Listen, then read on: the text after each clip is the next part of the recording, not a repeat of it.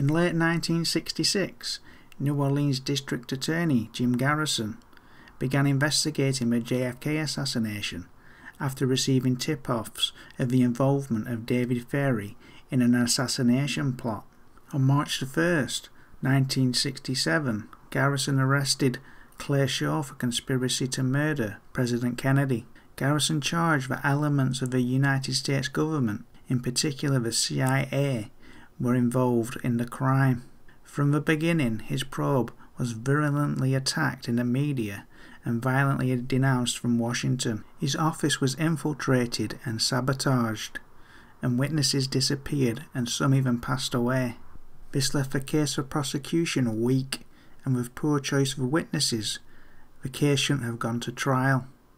Eventually Shaw was acquitted after the briefest of jury deliberations, and the only prosecution ever brought for the murder of President Kennedy was over. During his testimony at his trial in New Orleans, Clay Shaw categorically denied ever knowing or meeting Lee Harvey Oswald. He did admit knowing Ferrie's roommate, Leighton Martins, but denied knowing that Martins was associated with David Ferrie. Nicholas and Matilda Taden testified to the contrary at Shaw's trial. The Tadens knew Ferrie as a flight instructor for their teenage son. In the summer of 1964, they saw Ferrie and Shaw exit together from a hangar at Lakefront Airport in New Orleans. Nicholas Taden quoted Ferrie as saying that Shaw was a friend of his and that he was in charge of the International Trade Mart. Clay Shaw, he ran the Trade Mart where Lee Harvey Oswald was out front peddling pamphlets about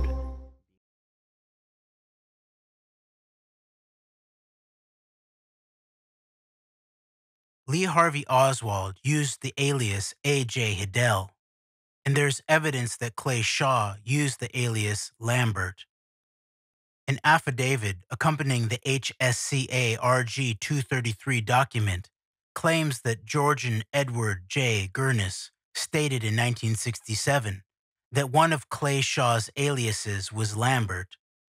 Gurnis told Assistant District Attorney James Alcock that he had met with Clay Shaw and Oswald in New Orleans during April 1963 to discuss the purchase of guns.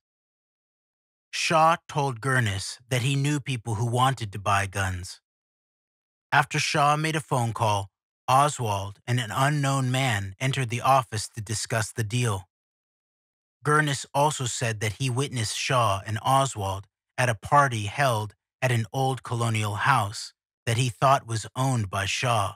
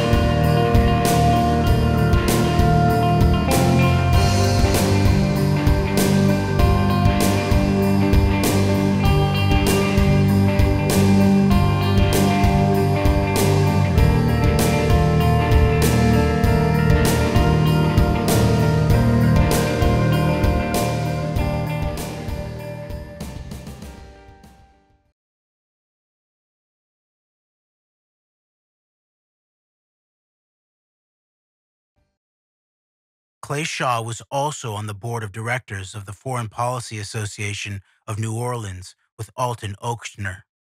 Ochsner was a big part of INCA, the Information Council of the Americas.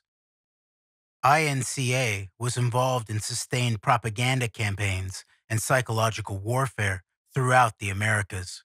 These are officials of INCA, the Information Council of the Americas. Ed Butler, who conceived and initiated the organization.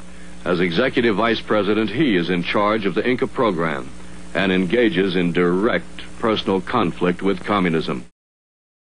INCA was financed largely by two familiar names, Patrick J. Frowley, who also was a significant donor to the American Security Council,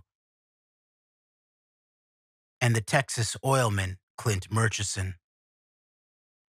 Murchison was so close to Ochsner that Murchison also paid for construction of Ochsner's medical clinic and also bought Ochsner a racetrack that Ochsner later sold for $500,000. The two also played poker together at the interestingly named Coon Creek Club in Texas. INCA created broadcasts called truth tapes, which would be recycled through targeted areas. Domestically, stage rallies and fundraisers to both energize its base and collect funds to redouble its efforts. By this time, Butler was now in communication with people like Charles Cabell, deputy director of the CIA, and Ed Lansdale, the legendary PSYOPs master within the agency, whose focus on Cuba was increasing at the time. The daughter of Julius Rosenwald of Sears Roebuck and Company fame, Edith Rosenwald Stern of New Orleans, was the owner of NBC affiliate WDSU TV and radio, and a friend of Clay Shaw. In 1967, Edith established a fund to aid in the legal defense of Clay Shaw. She was also a member of INCA.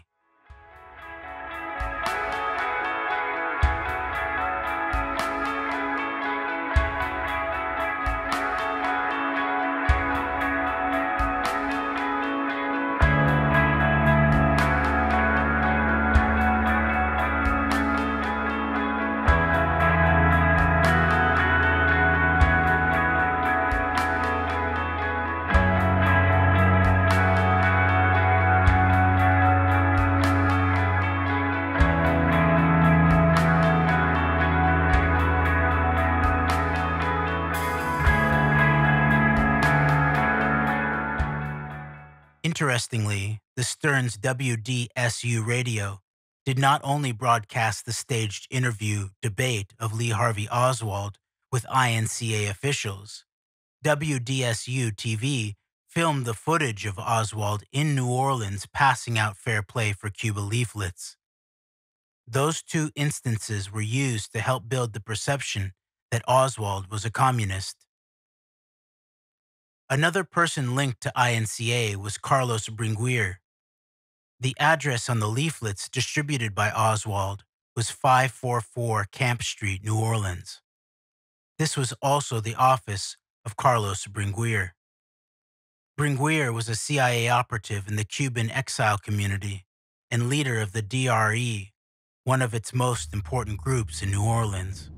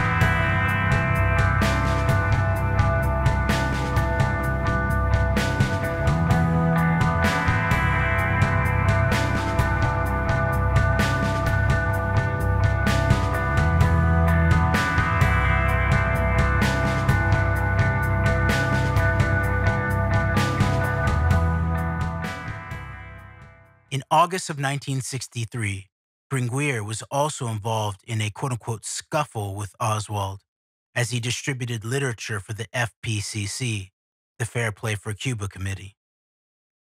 This resulted in the arrest of Oswald for disturbing the peace. This resulted in a documented police record of Oswald's communist activities just months prior to the assassination of JFK. The fallout of this quote-unquote scuffle led to the aforementioned interview debate broadcast on WDSU radio. Butler's role in the assassination tale now gets even more interesting. For, as Time magazine noted in its 11/29/63 issue, quote, even before Lee Oswald was formally charged with the murder, CBS put on the air an Oswald interview taped by a New Orleans station last August, unquote. That night, according to New Orleans Magazine, Butler and the INCA staff churned out news releases about Oswald in order to offset the quote-unquote rightist and quote-unquote John Bircher charges flying about. Then Senator Thomas Dodd, who ran the Senate Internal Security Subcommittee, was called up by Butler. Conservative Democrat Dodd was very friendly with the CIA and was a personal and professional enemy of Kennedy. Dodd was out of Washington on November 22nd, but booked a special flight back and announced to his staff, quote, I am a friend of the new administration, unquote. Dodd then began to mimic and deride those who were bereaved over Kennedy's death. He topped it all off with this, quote, I'll say of John Kennedy what I said of Pope John the day he died. It will take us 50 years to undo the damage he did to us in 3 years, unquote.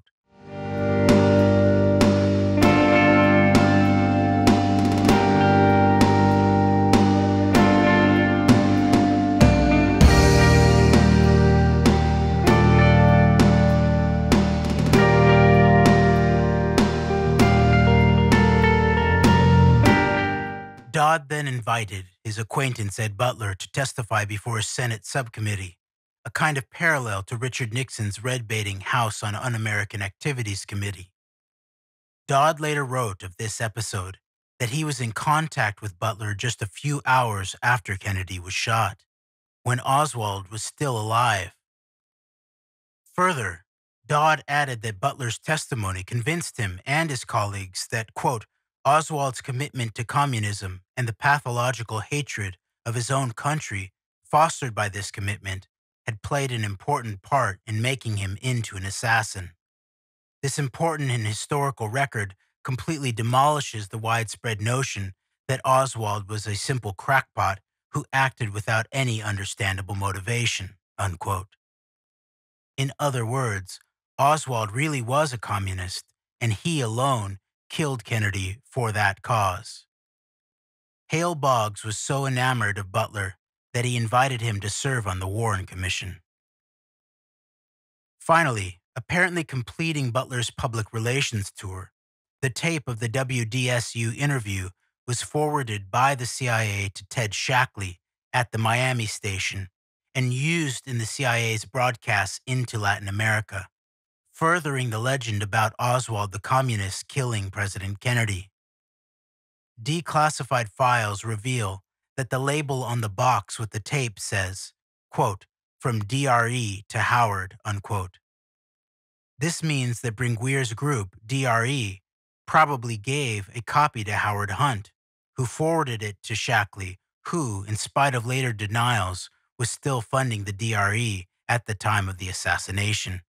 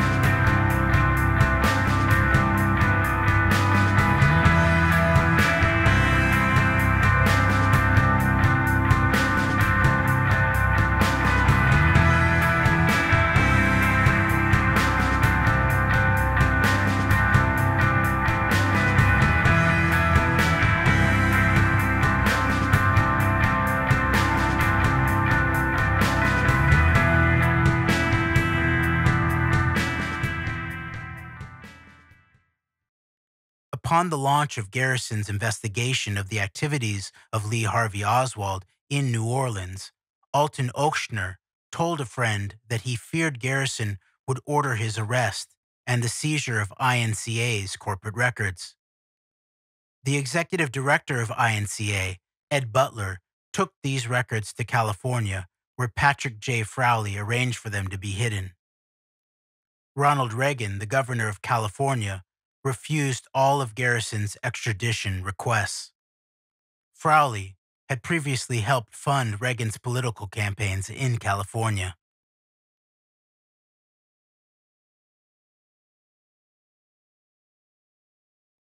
Ed Butler had history with Clay Shaw. He originally sought financing from Clay Shaw for his anti-communist campaigns. This included the establishment of two organizations, Free Voice of Latin America, FVLA, and the American Institute for Freedom Project, AIFP. Butler employed Guy Bannister to work for the AIFP. 544 Camp Street, the address printed on the Fair Play for Cuba flyers distributed by Lee Harvey Oswald, is also the same building, the Newman Building, where Guy Bannister's offices were located. The 531 Lafayette Street address and 544 Camp Street are at the same location. Another key link within the anti-Castro organizations was Sergio Cascio Smith. He operated out of the same building and operated as head of a New Orleans chapter of the Cuban Democratic Revolutionary Front. The organization was later absorbed into the Cuban Revolutionary Council. Acacia Smith headed this chapter of the Cuban Revolutionary Council in New Orleans and set up a funding arm out of the 544 Camp Street address with Guy Bannister called Friends of Democratic Cuba. Guy Bannister helped in drawing up the charter papers. The organization received strong criticism from the exiled Cubans in New Orleans. Acacia Smith was using the Castro cause to enrich himself, and the organization was forced to stop operating, and he was also pressured to step down from other leadership roles. According to CrimeMagazine.com, CIA agent Howard Hunt worked out of the same office building, setting up the Cuban Revolutionary Council at 544 Camp Street. Hunt had previously established Brigade 2506 in 1960, which was a CIA-sponsored militant group of anti-Castro Cubans. The invasion of Cuba failed, and Hunt was reassigned as executive assistant to Allen Dulles, who shortly after was fired by President Kennedy. Hunt had previously helped Dulles write The Craft of Intelligence in 1959.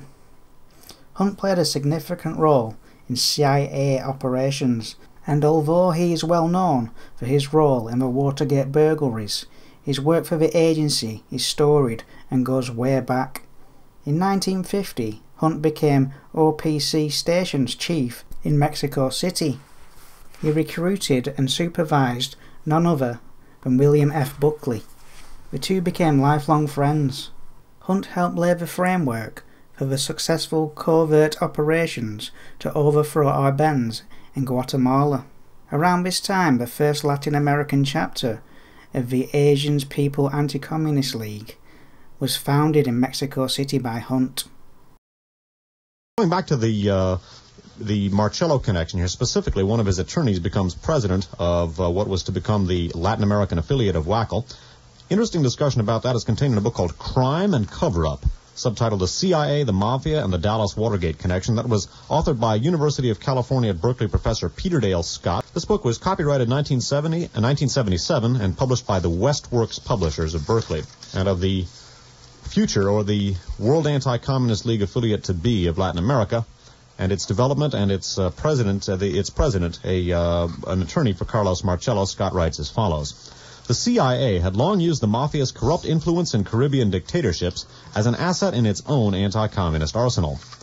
Thus, the chairman of a 1958 anti-communist conference in Guatemala, of a group organized for the CIA 4 years earlier by E. Howard Hunt, was Antonio Valladares, V-A-L-L-A-D-A-R-E-S, the law partner of the CIA-installed Minister of the Interior and the attorney for New Orleans capo mafioso Carlos Marcello. Valladares once arranged for Marcello's false birth registration in Guatemala. Also present at the 1958 meeting was a New Orleans lawyer, Maurice B. Gatlin, G-A-T-L-I-N, who was also involved in other anti-communist activities at the 544 Camp Street address used by Oswald. The 544 Camp Street address isn't the only connection between Oswald and Bannister. According to historian Dr. Michael L. Kurtz, one day in May 1963, Kurtz witnessed Bannister debating students on the issue of integration. Kurtz had previously seen Bannister on numerous occasions on campus. On this occasion, however, Bannister brought along a young man who he introduced to the group as Lee Oswald. Apparently Oswald was there to observe and he said nothing. Bannister was carrying out a collegiate undercover operation in an effort to collect information on leftists. Kurtz saw Bannister and Oswald together once more, at a table while buying coffee at Mancuso's coffee shop, located at the Newman building. Kurtz was working across the street at the time.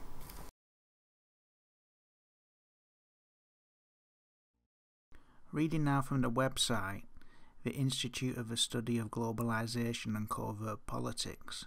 Both FBI Director J. Edgar Hoover and future President Lyndon Baines Johnson were annual guests of the Texas oil men Clint Murchison Sr.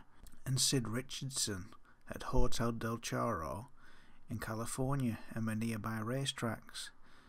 Senator Joseph McCarthy, President Dwight Eisenhower, and Vice President Nixon were among the other guests. These Texas oil men were often brought into the JFK assassination discussion because the Kennedy brothers were interested in banning the oil depletion allowance, which would have forced the oil sector to pay its fair share of taxes.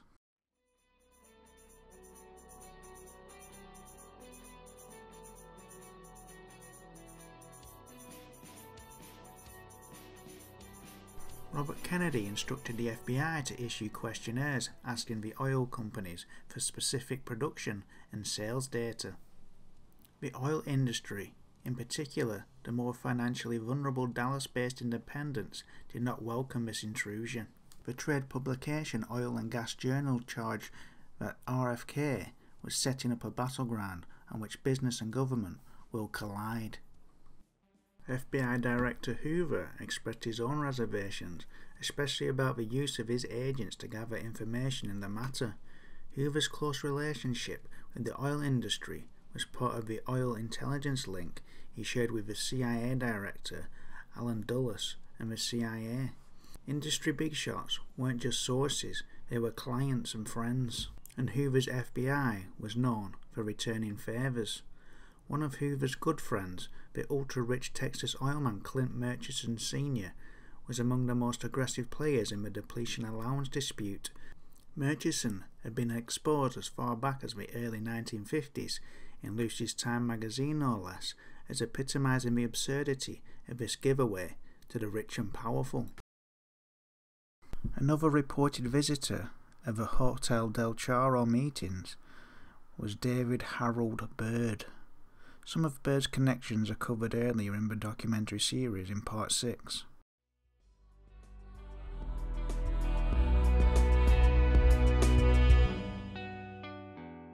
H.L. Hunt wrote a letter to prominent Democratic Party politicians urging a concerted effort to defeat John F. Kennedy in the 1965 general election, 4 months prior to Kennedy's assassination. Hunt voiced his concerns about the threat of a Kennedy dynasty, stressing that, quote, the stake is the entire future of the nation. That letter was sent to Harry Byrd. Harry F. Byrd was a cousin of David Harold Byrd, who was another Texas oilman who was part of the Suite 8F group. Harry F. Byrd was described by Alden Atch in The Birds of Virginia, An American Dynasty, as the leader of conservative opinion in the United States. Byrd had a close relationship with Sam Rayburn, Lyndon Johnson, and John Connolly. David Byrd pointed out in his autobiography, "I Am an Endangered Species," quote, "Another goal was to reach a rapport with politicians who ran things. Sam Rayburn, Murray Shepherd, John Connolly, and Lyndon Johnson on the national scene were to become men I could go to any time that I wanted action, and so were a succession of Texas governors."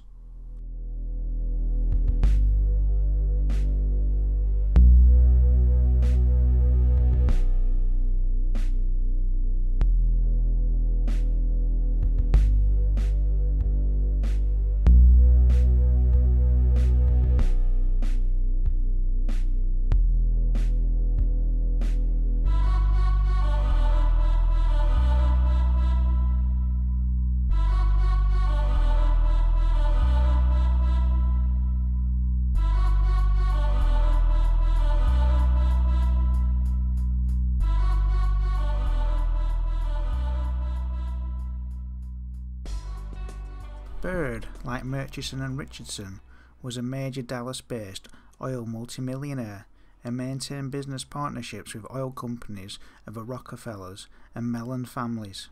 Now jumping to Ordo Ab Chao, this is David Livingstone's website. Byrd was also a member of the right-wing Texas Crusade for Freedom. Now, Crusade for Freedom was touched on in Part 4 as a US propaganda campaign and organ to conceal the CIA's funding of Radio Free Europe. Ann C. Whitman was recruited to be Eisenhower's secretary while working at the New York office of Crusade for Freedom, and she is a node whose career links to several elements of this overall military-industrial intelligence network. Continuing on, members of the Texas Crusade for Freedom included Earl Cabell, the mayor of Dallas, and the brother of the CIA top brass, Charles Cabell. Other members included Ted Dealey, the owner of the Dallas Morning News, and whose father, the Dealey Plaza where Kennedy was assassinated, was named after, and George de Mohrenschildt, the man linked very much so to the Oswalds. Now back to the isgp-studies.com website. Why is this important, you ask? Well, David H. Byrd was a founder of the Civil Air Patrol, where Oswald operated under bizarre CIA asset David Ferrie. Byrd was also the owner of the Texas School Book Depository building, where Oswald was employed in the weeks before he allegedly shot JFK from the same location. There is also the fact that Byrd also employed Oswald's primary Dallas-based patron, the well-to-do George de Mohrenschildt. After the Second World War, de Mohrenschildt moved to Venezuela, where he worked for Pantepec Oil, a company owned by the family of William F. Buckley. In 1950, he launched an oil investment firm with Edward Hooker, with offices in New York City, Denver, and Abilene. In 1952, de Mohrenschildt moved to Dallas. Upon his arrival to the area in 1952, de Mohrenschildt became a member of the elite Dallas Petroleum Club, through which he became friends with Murchison, H.L. Hunt, Sid Richardson, George Brown, and others. Back to Order Ab Chao. Jack Crichton, a former OSS officer, was an oil and natural gas industrialist from Dallas. In 1952, Crichton was part of a petroleum syndicate that included Clint Murchison, the DuPonts, and Everett DeGolyer. In the 1950s, Crichton became involved with several oil men who began negotiating with Batista.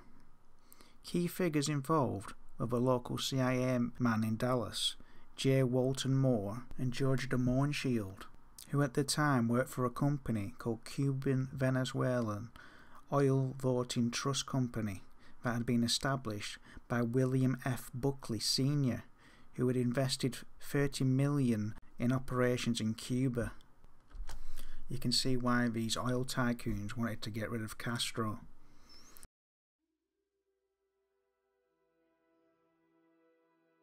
So you can see a significant network developing around the JFK assassination. And then there's the case of Louisiana mafia boss Carlos Marcello, who is also said to have been a visitor of Murchison and Richardson's Hotel del Charro. Hoover reportedly sat at the breakfast table each morning with an agent of Marcello.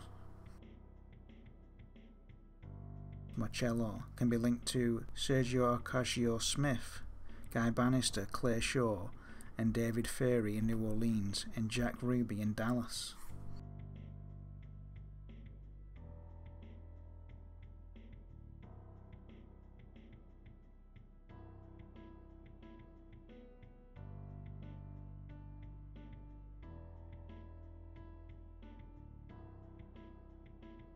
John Roselli said Hoover had been arrested on charges of homosexuality in New Orleans in the 1920s.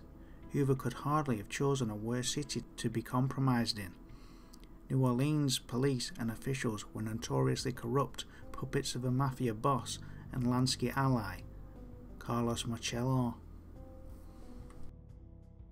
In 1971, mobster Irving Ash Resnick talked with the writer Pete Hamill.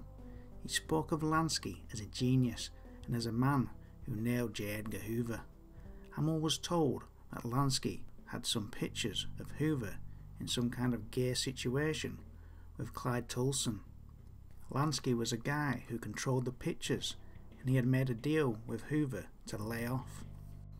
That was the reason why, for a long time, the mob had nothing to fear from the FBI.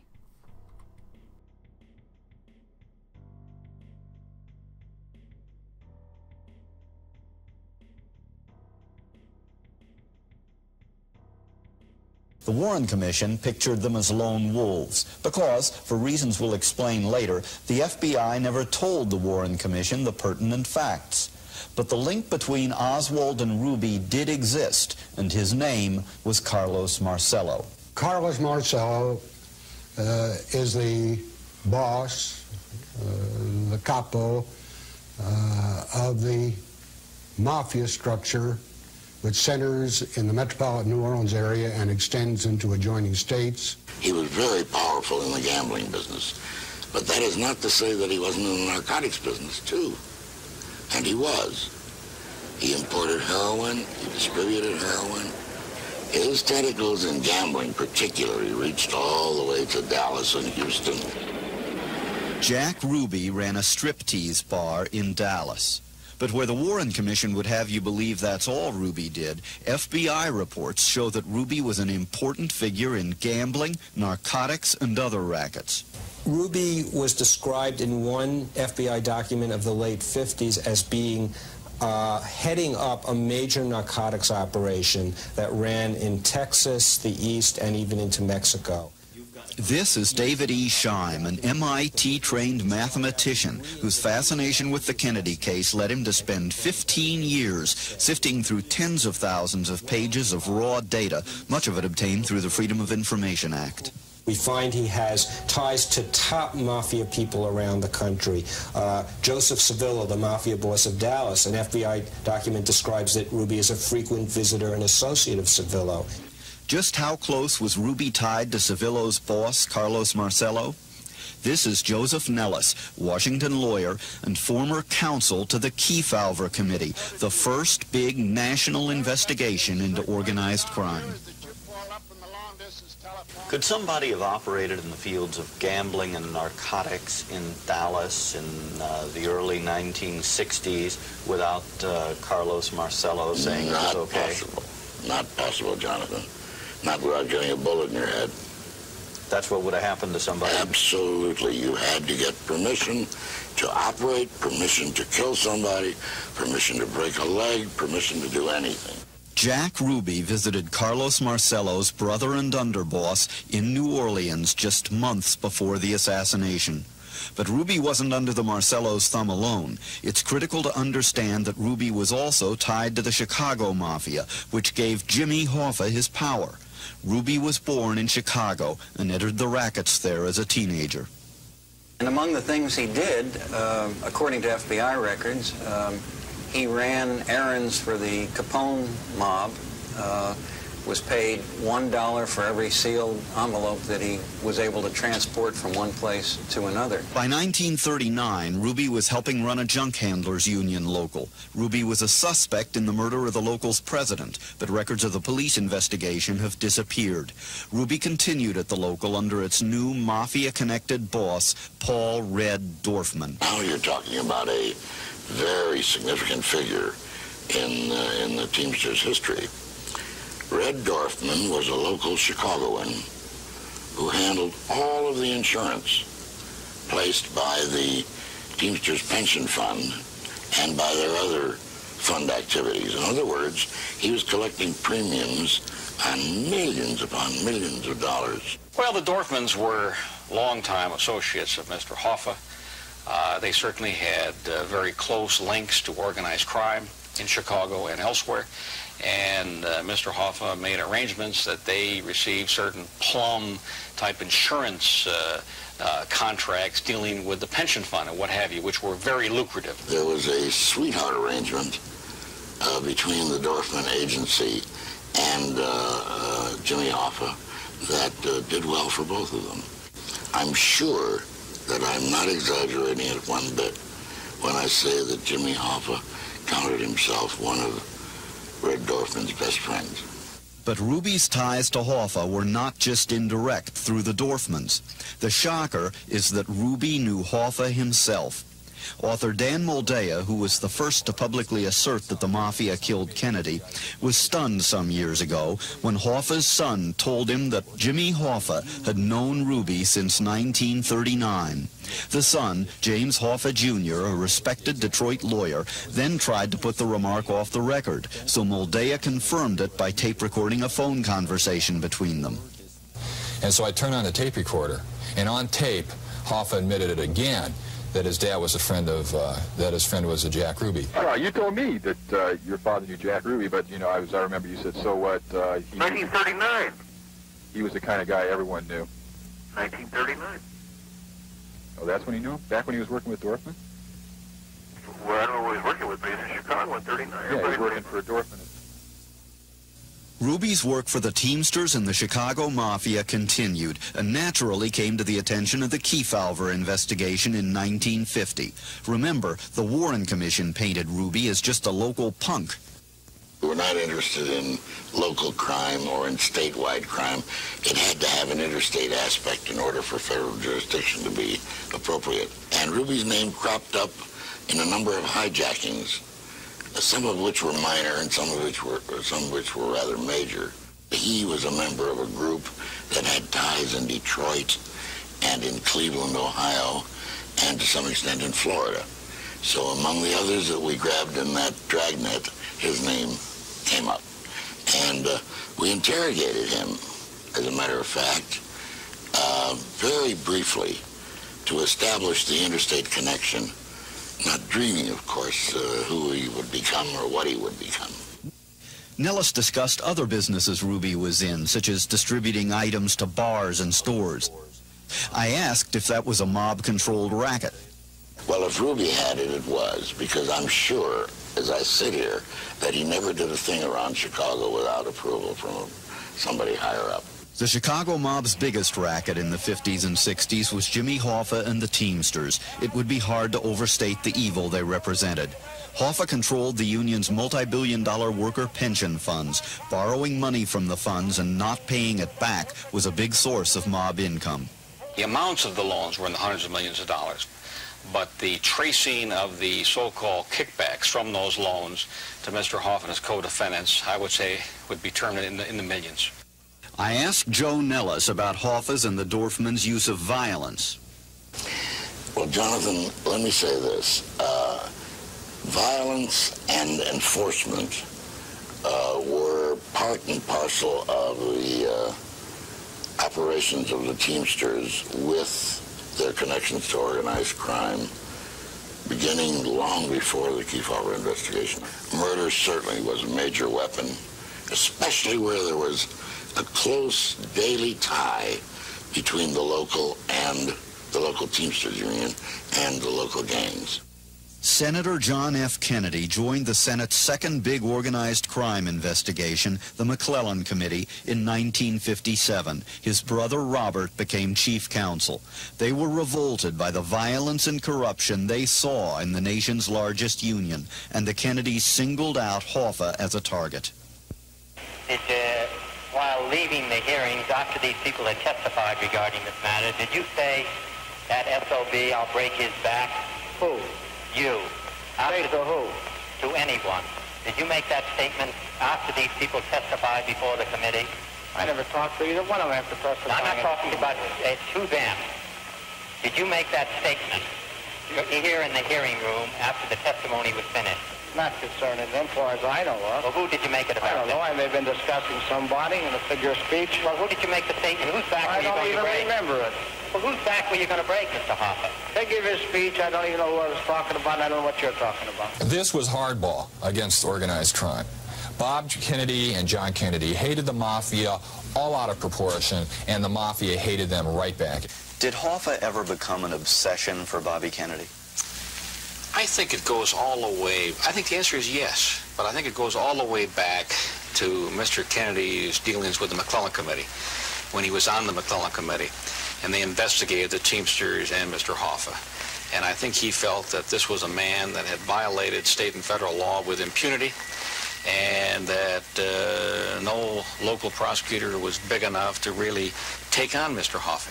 I might say that in connection with the investigation of the Teamsters Union, and Mr. Hoffa particularly, a great deal of evidence was developed indicating violent beatings and terrorism in connection with those who had opposed the international president of the Teamsters Union. There was testimony developed eventually in connection with threats against me and against my family. Jack Ruby, meanwhile, had moved to Dallas, one of Carlos Marcello's towns. He later said he was on assignment from the Chicago Mafia, which had close and friendly relations with Marcello.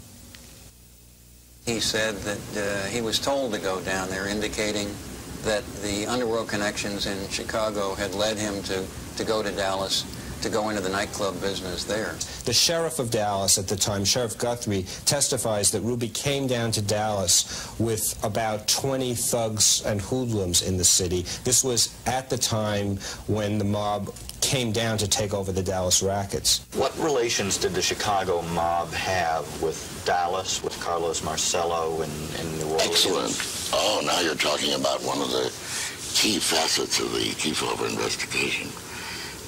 One of the chief focus of our investigation was to determine the interconnection with one gang and another.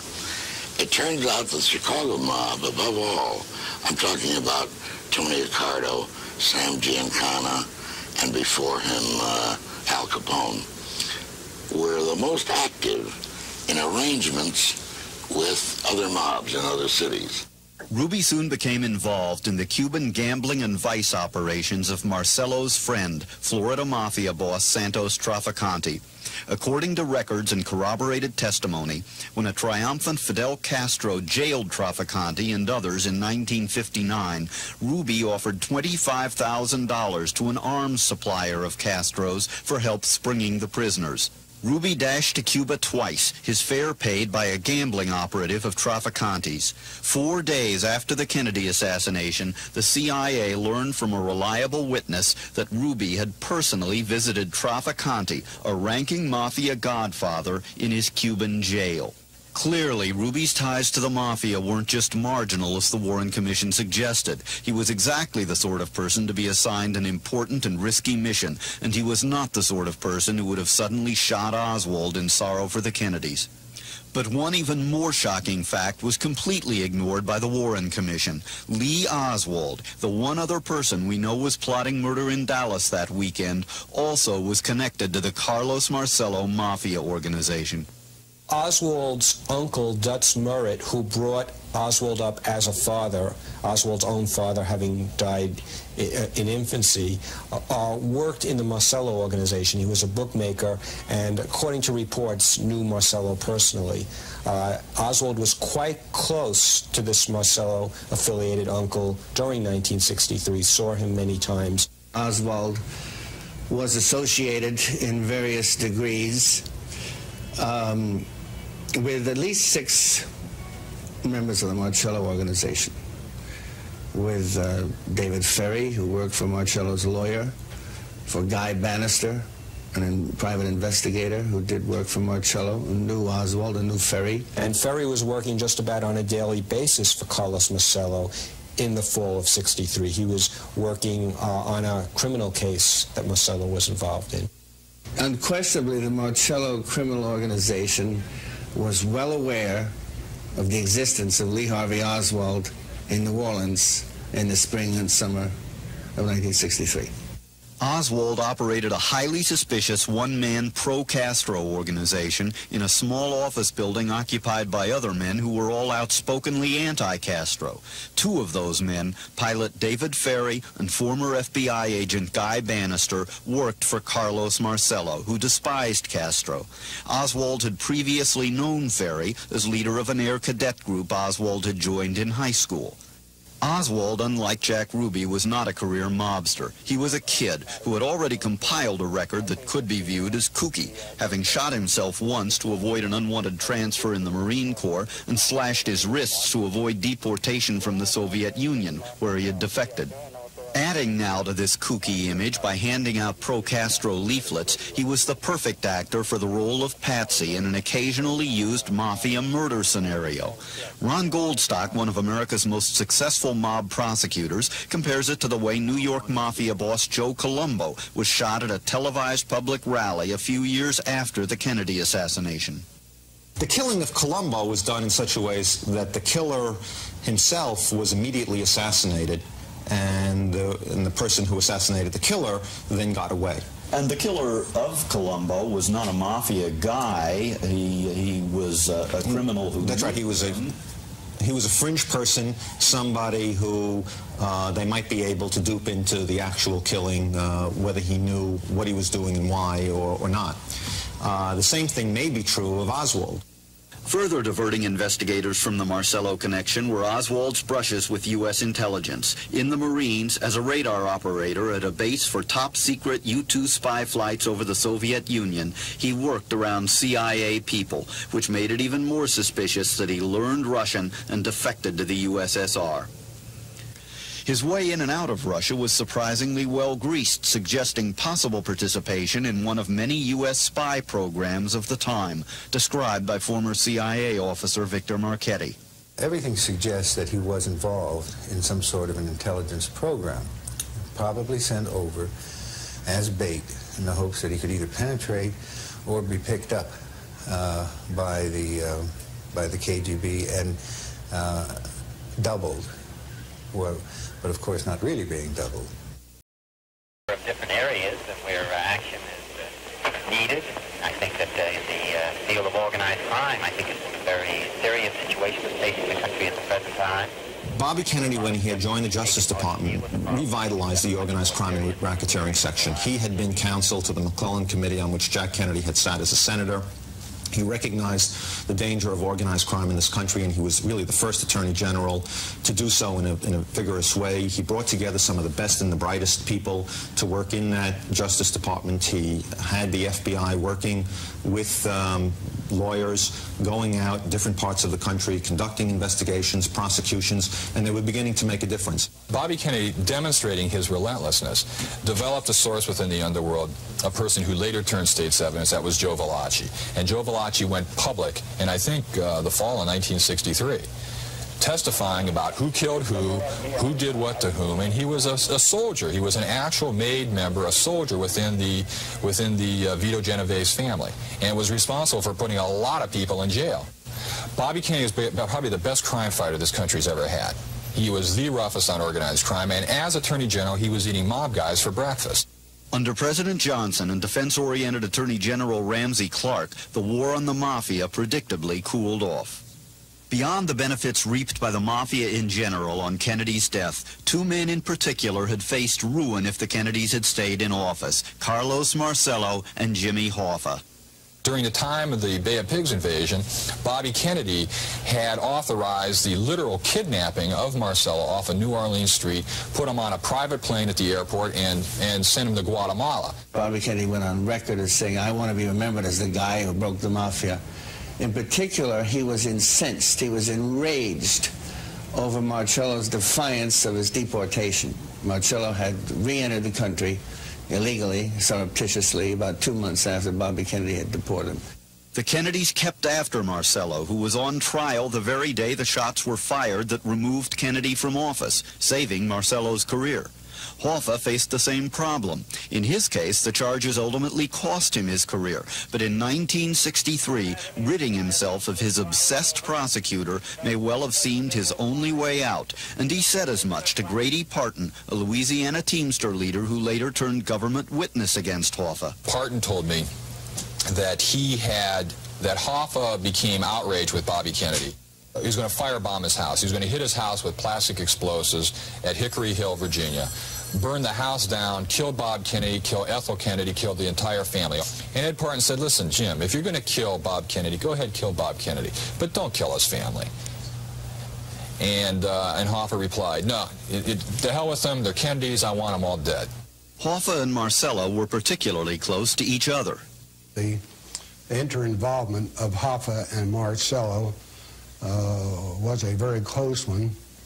For one thing, when Jimmy Hoffa was on trial in Tennessee, and during one of the recesses, Jimmy Hoffa came up to the assistant district attorney, asked about his friend Carlos Marcello, and then asked the assistant district attorney to be sure to remind Carlos Marcello that he had asked for him. There are numerous actions of Ruby, Marcello, and Marcello's agents in the months before the assassination, even in the days before, that suggest their involvement in a criminal conspiracy. The record shows that Ruby made a visit to New Orleans, saw Frank Caracci, who was lieutenant to Carlos Marcello. He made a phone call to Nafia Pecora, another Marcello lieutenant convicted of a drug offense. Pecora called Ruby back. His phone records show calls to people like Barney Baker, top Teamster thug. During the weeks and months and days, and actually hours before the president's murder, Ruby received numerous telephone calls from some very interesting people. Some people who were very, very close to Jimmy Hoffa, including Murray W. Miller, the #2 man in the Teamsters Union behind Hoffa. Barney Baker, Hoffa's #1 leg breaker out of Chicago, 3 telephone calls to and from Baker. These are only part of Ruby's calls and visits, as revealed by telephone company and hotel records. He met Pete Marcello, Carlos's brother and colleague, at the New Orleans bar that served as Pete Marcello's headquarters. And the weekend of the assassination, David Ferry, Marcello's personal aide and Oswald's friend, made a highly suspicious trip to Texas and driving through a storm-swept night to Houston on what he said was a hunting trip. Instead, witnesses say, he spent almost his entire time making and receiving calls from pay booths in Houston. He lied about it to the FBI, which learned, among other things, that he had neglected to take a gun on the hunting trip. Ferry was actually arrested in connection with the Kennedy assassination the following Monday, but the charges were dropped and he died suddenly and suspiciously just as another investigation was getting underway. Ruby also spent the weekend suspiciously, viewing the assassination from atop the plaza where it occurred, following the president to the hospital, and then stalking Oswald and talking with a stripper, Karen Carlin, whose sudden need for $25 Sunday morning was the cover story for Ruby's visit to the Western Union office across from the police station where he shot Oswald, supposedly on the spur of the moment. Ruby supposedly received a telephone call from Karen Carlin at 10:19 Sunday morning. An hour before he kills Oswald. Right, in which she asked to borrow $25. And he lives down the road in Right. It's not a big distance. And Ruby, the story is Ruby then left, drove down and sent the telegram, and 4 minutes later happened to saunter down to the police building and shoot Oswald. The fact is that Ruby was not in his apartment during the time of the call. 3 journalists and a policeman saw Ruby pacing and back and forth in front of that police building from 8 o'clock that morning. A cleaning woman who called Ruby that Sunday morning got a man. She didn't recognize his voice. He had no knowledge of her or their weekly cleaning arrangement. When Karen Carlin was first questioned by the Secret Service about the assassination, as the agent reported, she was terrified. She was so terrified she could barely speak. When she finally spoke, as we see in the Secret Service report, she said she believed there was a conspiracy by Oswald, Ruby, and others to kill President Kennedy, and that if she talked, that she would be killed. A few months after the assassination, Karen Carlin was shot to death in a hotel room. There are other eyewitness accounts pointing to a conspiracy. Of course, unreliable witnesses often pop up in highly publicized cases, but these accounts all came at or before the assassination and concern Marcello. One is from Ed Becker, a Las Vegas promoter who had been seeking Marcello's help on a deal and visited the Godfather's vast Mississippi Delta hideaway. Now, I have to be honest, I knew who I was talking to, and I think because I was from Las Vegas, he was probably more free with me than he would have been if I was from Washington, D.C. And so I started to needle him about being deported. Not in a, not in a way, but in a sort of a, gee, it was sure bad, what Bobby did to you, da-da-da-da. And he picked that up, and that's what happened. He started talking about there are ways in taking care of these things, and now I'm interested, and I'm going to prompt him, what do you mean you're going to kill him, Bobby? And he says, no, you don't do that. And he says, you cut off the head, the tail dies. And that, what does that mean to me, And then a little later on he's saying, this guy's like a rock in your shoe, You limp long enough, you're going to do something about it. Well, as I say, we're drinking, listening to the music, and having a very good time. And then I realized he's very serious. I mean, he's not kidding with me. I've really upset him by even asking these questions, and this is rattling around in his head, and this is the kind of stuff he's giving me. Becker reported this incident to the FBI long before the assassination, and before the stone out of the shoe phrase became popularly known as mafia hit talk. A Cuban, Jose Alemán, has testified to a similar story about Marcello's friend Traficante. And Marcello biographer John Davis uncovered FBI files showing that a Georgia mayor and businessman, Eugene Sumner, actually reported seeing Oswald take a wad of bills from a Marcello underboss at the restaurant Marcello uses as a headquarters in New Orleans. The story is all the more believable because Sumner, in New Orleans for a business trip, apparently didn't know that the restaurant where he was having dinner and the manager he saw hand over the money were connected to the mafia. Only 3 days after the assassination, he went straight to the FBI. Well, actually, he went to a police officer first, then the FBI, and told the whole story. And they then sent him photographs of Lee Harvey Oswald, and he verified that that was the man he saw in Marcello's headquarters. The FBI never followed up the Sumner report, and Sumner refuses to discuss it now. And there is still more evidence that requires us to think in terms of a conspiracy. Compelling evidence that a fake Oswald was busy creating a phony image for the real Oswald as a left-wing nut. The Warren Commission used the left-wing nut image in concluding Oswald was the lone assassin. It cited, among other things, a trip Oswald made to Mexico City 2 months before the assassination, in which he made himself highly visible at the Cuban and Soviet embassies. An investigator for the House Assassinations Committee, Edwin Lopez, pried loose the CIA's photographic records of everyone who entered or left the Cuban embassy in Mexico City, matching the strips of negatives against time logs on all 3 cameras at the embassy. He found no Oswald. I'm a lawyer. I like to see evidence. And the evidence that we had was that there was no photograph. And if we had no photograph there and we had the negatives, so that they had not been, it wasn't like someone had cut up and said between this time and this time we're going to reinsert them and retape them, etc. I mean, we had the photos there. You had the strips of negatives. Strips of negatives. But we had just to, one whole strip that was eliminated. There could have been, but everyone that we spoke to in Mexico City and outside told us there were only 3 cameras. And we had the scripts for all cameras. But the most persuasive evidence of a false Oswald comes from J. Edgar Hoover himself. Through the efforts of Marcello biographer John Davis, we have obtained this astounding secret memo Hoover wrote to the head of the Secret Service, a memo never shown to the Warren Commission. The key paragraph says the FBI itself concluded that the visitor to the Soviet embassy, identifying himself as Lee Harvey Oswald, was not in fact Lee Harvey Oswald. 2 Oswalds mean one thing, a conspiracy. But Hoover never told the Warren Commission. It took until the late 1970s for the House Assassinations Committee to begin to discover the mafia links to the JFK assassination. The House Committee's last report suggested a mafia plot, but was carefully hedged and ultimately collapsed in a dispute over acoustical testing. But the committee pointed the way for new discoveries by Scheim, Davis, and others. Why didn't the Warren Commission report the relationships and activities that indicate a mafia conspiracy?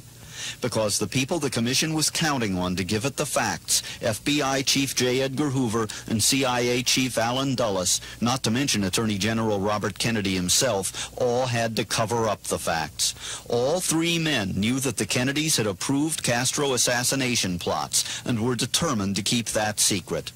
They also knew that the plots had involved mafia elements close to Marcello. A thorough investigation might turn this up. CIA chief and Warren Commission member Allen Dulles not only had the Castro secrets to protect, he may also have known that his agency used Oswald to spy on the USSR. It would have meant big trouble for either the spying itself or the link with Oswald to become known. Hoover, who controlled most of the Commission's information flow, had still other motives. The FBI, which was more interested in the Red Scare and the witch hunts and the commie bashing, they were very much a part of the movement to move the attention away from the Kefauver Committee and organized crimes and syndicate crime, and to move it into the witch hunts of the House Un-American Activities Committee and the Joe McCarthy hearings of the early 1950s. Robert Kennedy, time and again, chewed out J. Edgar Hoover for not getting the information on Carlos Marcello and his organization that he wanted. Okay, so if allegations come in linking Carlos Marcello to the assassination, that was the last thing J. Edgar Hoover ever wanted to hear. If it could have been shown that Carlos Marcello or members of his organization were involved in the assassination, it would have totally destroyed his reputation. For everyone, including President Johnson, who wanted to get the country past the affair as soon as possible, the lone nut theory was convenient. Nicholas Katzenbach, running justice in Robert Kennedy's absence, signed off on that conclusion literally before the president had been buried. Allen Dulles promoted that idea at the Warren Commission's first meeting. Yet 25 years later, Aaron Cohn, one of the nation's most respected lawmen, says this regarding Carlos Marcello and the Kennedy assassination. One of the toughest things to do in our society is to make people recognize that the old idea about anyone alleging guilt by association has to be waived when you start talking about the conspiracies of organized crime, because organized crime is crime by association. That I believe that there was an adequate basis in the official findings to justify an ultimate indictment by a grand jury, since I believe that there were the necessary ingredients of a conspiracy, two or more people involved, and at least one overt act. The Warren Commission simply did not receive adequate information suggesting the possibility of a conspiracy involving organized crime, and I can give you some examples. We have already mentioned that David Ferry, an associate of Oswald and also of Carlos Marcello, was arrested 2 days after the assassination. The FBI conducted a very thorough investigation of David Ferry, and they found very, very many suspicious things about him. the information on Ferry and the reports, the FBI reports on Ferry, never even arrived at the Warren Commission. You didn't even see them.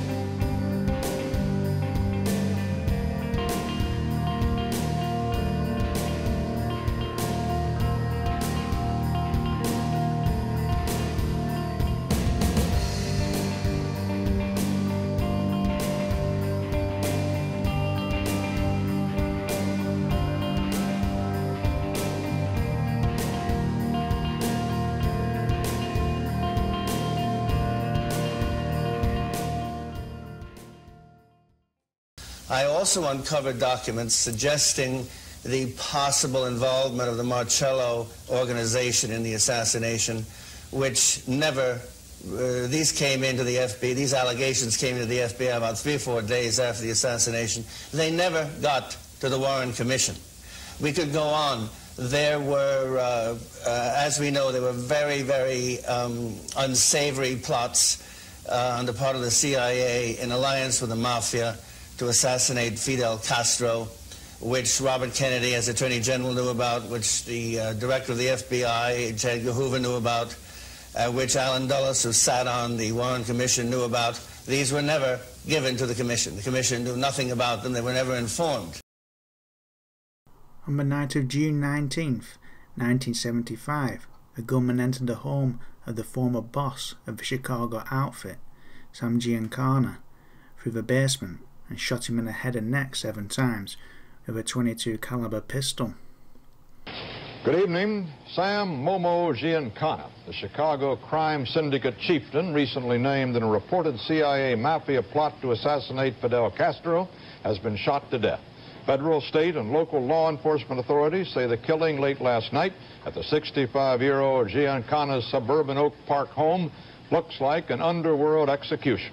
Sharon Lovejoy reports. The killer was face-to-face with Sam Giancana when he fired the first bullet. It hit him in the mouth. 2 more slugs went in under the chin, 3 others in the back of the neck. Whoever hit Sam had to be a close companion, said one Chicago police commander today. He had to be very, very close to get in for the kill. This year, more trouble. Giancana was linked to an alleged CIA plot to assassinate Fidel Castro back in the early 60s.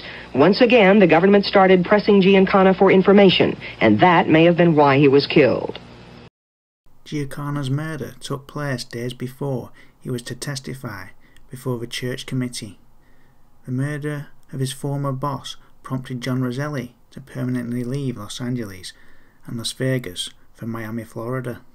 Just days after the demise of Giancana, on June the 24th, Roselli testified for the first time before the 1975 U.S. Senate Select Committee on Intelligence, led by Idaho Senator Frank Church, about the CIA plan to kill Fidel Castro. He also made follow-up testimony on the 22nd of September that same year. Today, the Senate CIA investigators heard testimony from underworld figure John Rosselli about an alleged CIA mafia plot to assassinate Fidel Castro. Daniel Shore reports. Camera-shy and heavily guarded as might be expected after Sam Giancana's death, Rosselli slipped up and down back stairs at the Capitol trying to avoid the press. But before the Senate committee waiving immunity, Rosselli was fully cooperative. For 2.5 hours, he told of plotting with the CIA starting in 1960 to try to kill Castro, by poison, by rifle, trying to land hit teams by powerboat, one of the boats sunk by a Cuban patrol vessel. Chairman Frank Church found Rosselli's first-hand account vivid but not complete. He identified no one other than the government officials with which he dealt. That is to say, he identified no one else by name, but he did fill out the chronology and gave us a great deal of detail. Was he in a position named government officials any higher than those in the CIA? No, he was not. What Rosselli didn't know is who gave the CIA its orders, and it's because of this vagueness of command channels that the Senate committee is fighting with the White House over National Security Council and other documents. Daniel Shaw, CBS News. Rosselli testified last year to the Senate Intelligence Committee that he and longtime friend Sam Giancana were recruited by the CIA to assassinate Cuban Premier Fidel Castro. Before Giancana could testify, he was murdered. In 1976, Rosselli revealed that Sam Giancana told him that he had plotted the assassination of President Kennedy with Trafficante and Marcello. On April the 23rd, 1976, Rosselli was called before the committee to testify about a conspiracy to kill President Kennedy. 3 months later, the committee wanted to recall Rosselli for follow-up testimony. However, at this point, he had been missing since July the 28th. Saturday, fishermen found a 55-gallon barrel wrapped in chains with a body inside. The victim was identified early Sunday as John Rosselli, believed to be a key figure in underworld activities. The FBI investigation into Rosselli's death summarized that it was a result of a contract killing sanctioned by Chicago outfits consigliere Anthony Accardo. The 1992 published book Double Cross, which gets its name from the relationship between the Mafia and the Kennedys, describes Sam Giancana telling his son that Johnny Rosselli shot JFK from the storm sewer. For 9 years, Brazil has explored every fact and theory he could get his hands on. Now he hopes to explore the storm drains and sewers near Dealey Plaza in Dallas, where he thinks the other gunman escaped on that day, November 22nd, 1963. Jack Brazil has a theory. He believes the gunman could have been hiding in the storm sewer along the motorcade route. He could see the motorcade, he could see the lead car and the 4 motorcycles, he could see the president, and he had a perfect view of the president. For 3 decades, he was house attorney to some of the most powerful mob bosses in America. Frank Ragano not only defended criminals like Santo Trafficante and Jimmy Hoffa, he learned the inner workings of their operations. He has just completed a 1-year sentence in a medical provisional facility and has written his memoir, Mob Lawyer. Also here are his co-author, New York Times reporter Selwyn Rabb, and New York Post columnist Jack Newfield, who interviewed Frank Ragano 2 years ago and was on this broadcast at that time. I'm pleased to have each of you here. Frank is the first mob lawyer in our century to ever come forward and tell us what was really going on behind the scenes. And you believe everything Frank tells you? I wouldn't have written the book if I didn't. Okay, I just want to have that on the record. Newfield, wait, get into you, Frank. Newfield, tell me, what do you think of this, and what do you think of Ragano's story? And here is a man who steps forward, you know, who represented these guys, Trafficante, knew Carlos Marcello. Counseled him also. Counseled him as well. Knew Jimmy Hoffa, knew how the relationship, I mean, you buy all of this? Well, the part of it that I did a Frontline documentary on focused on the assassination of President Kennedy. Right. And I have, to this day, view the JFK assassination as this giant jigsaw puzzle that will always have 4 or 5 pieces missing.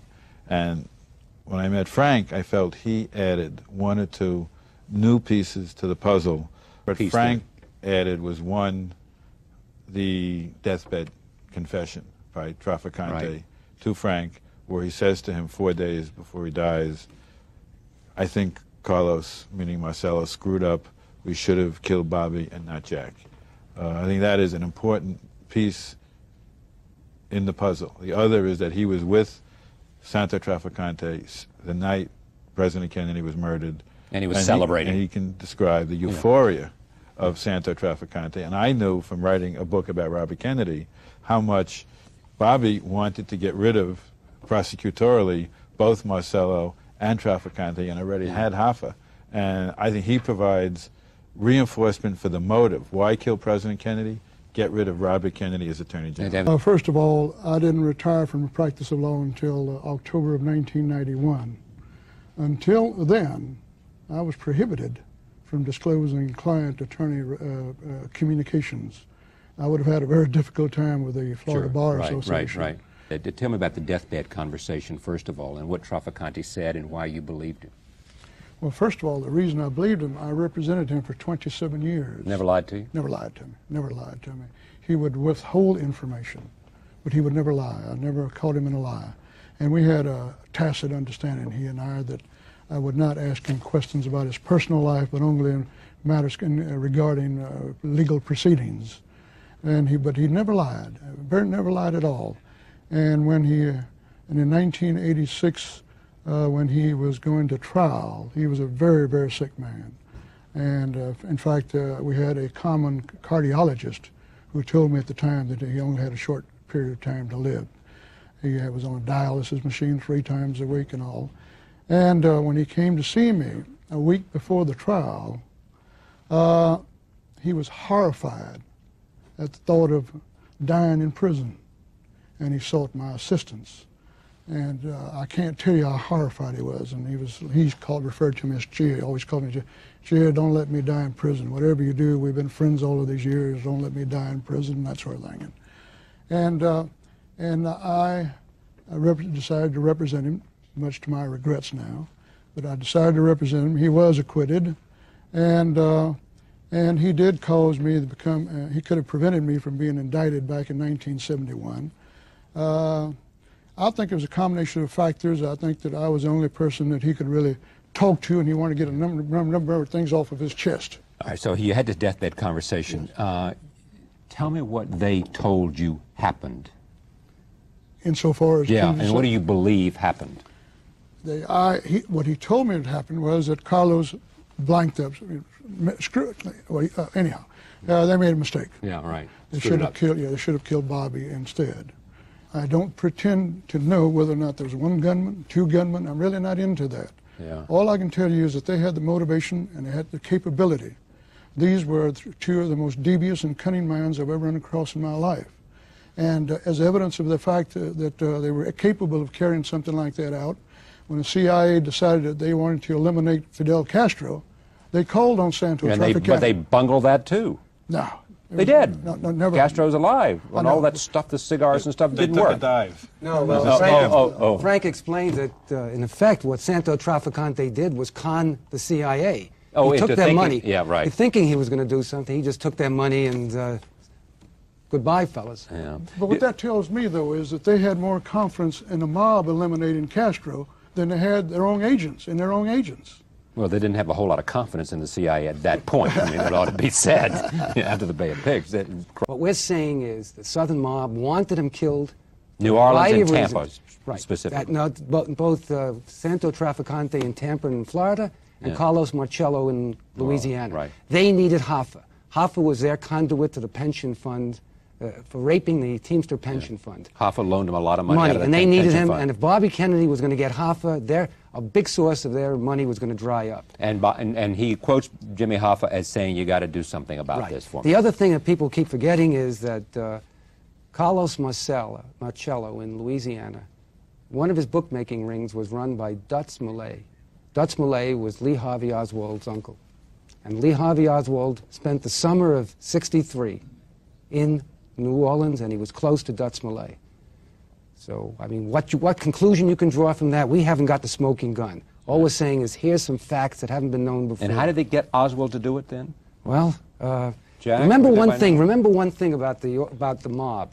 You remember the Colombo assassination in Columbus Joe Circle. Colombo in Joe Columbus Colombo Circle, was right. assassinated. The Colombo Joey Gallo family. got a fall guy, a black person he met in prison to do it. assassinate.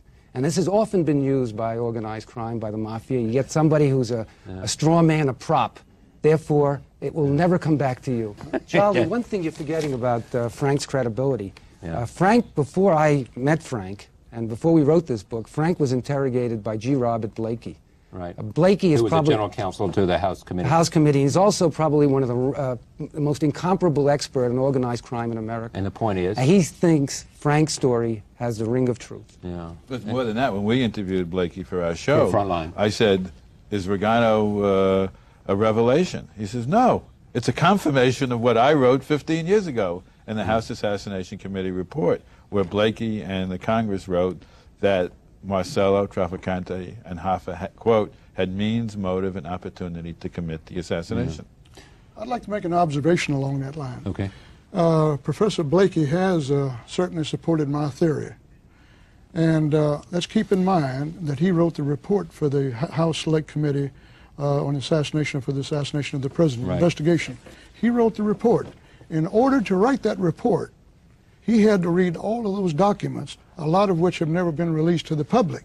Right. So if there was anything in those documents to contradict what I'm saying, he certainly wouldn't go public and support my position.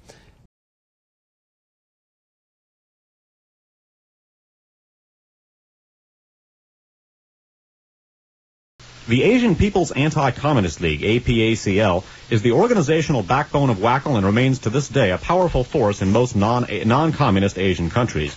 In the late 1950s, APACL was implicated in the first of a series of onerous affairs.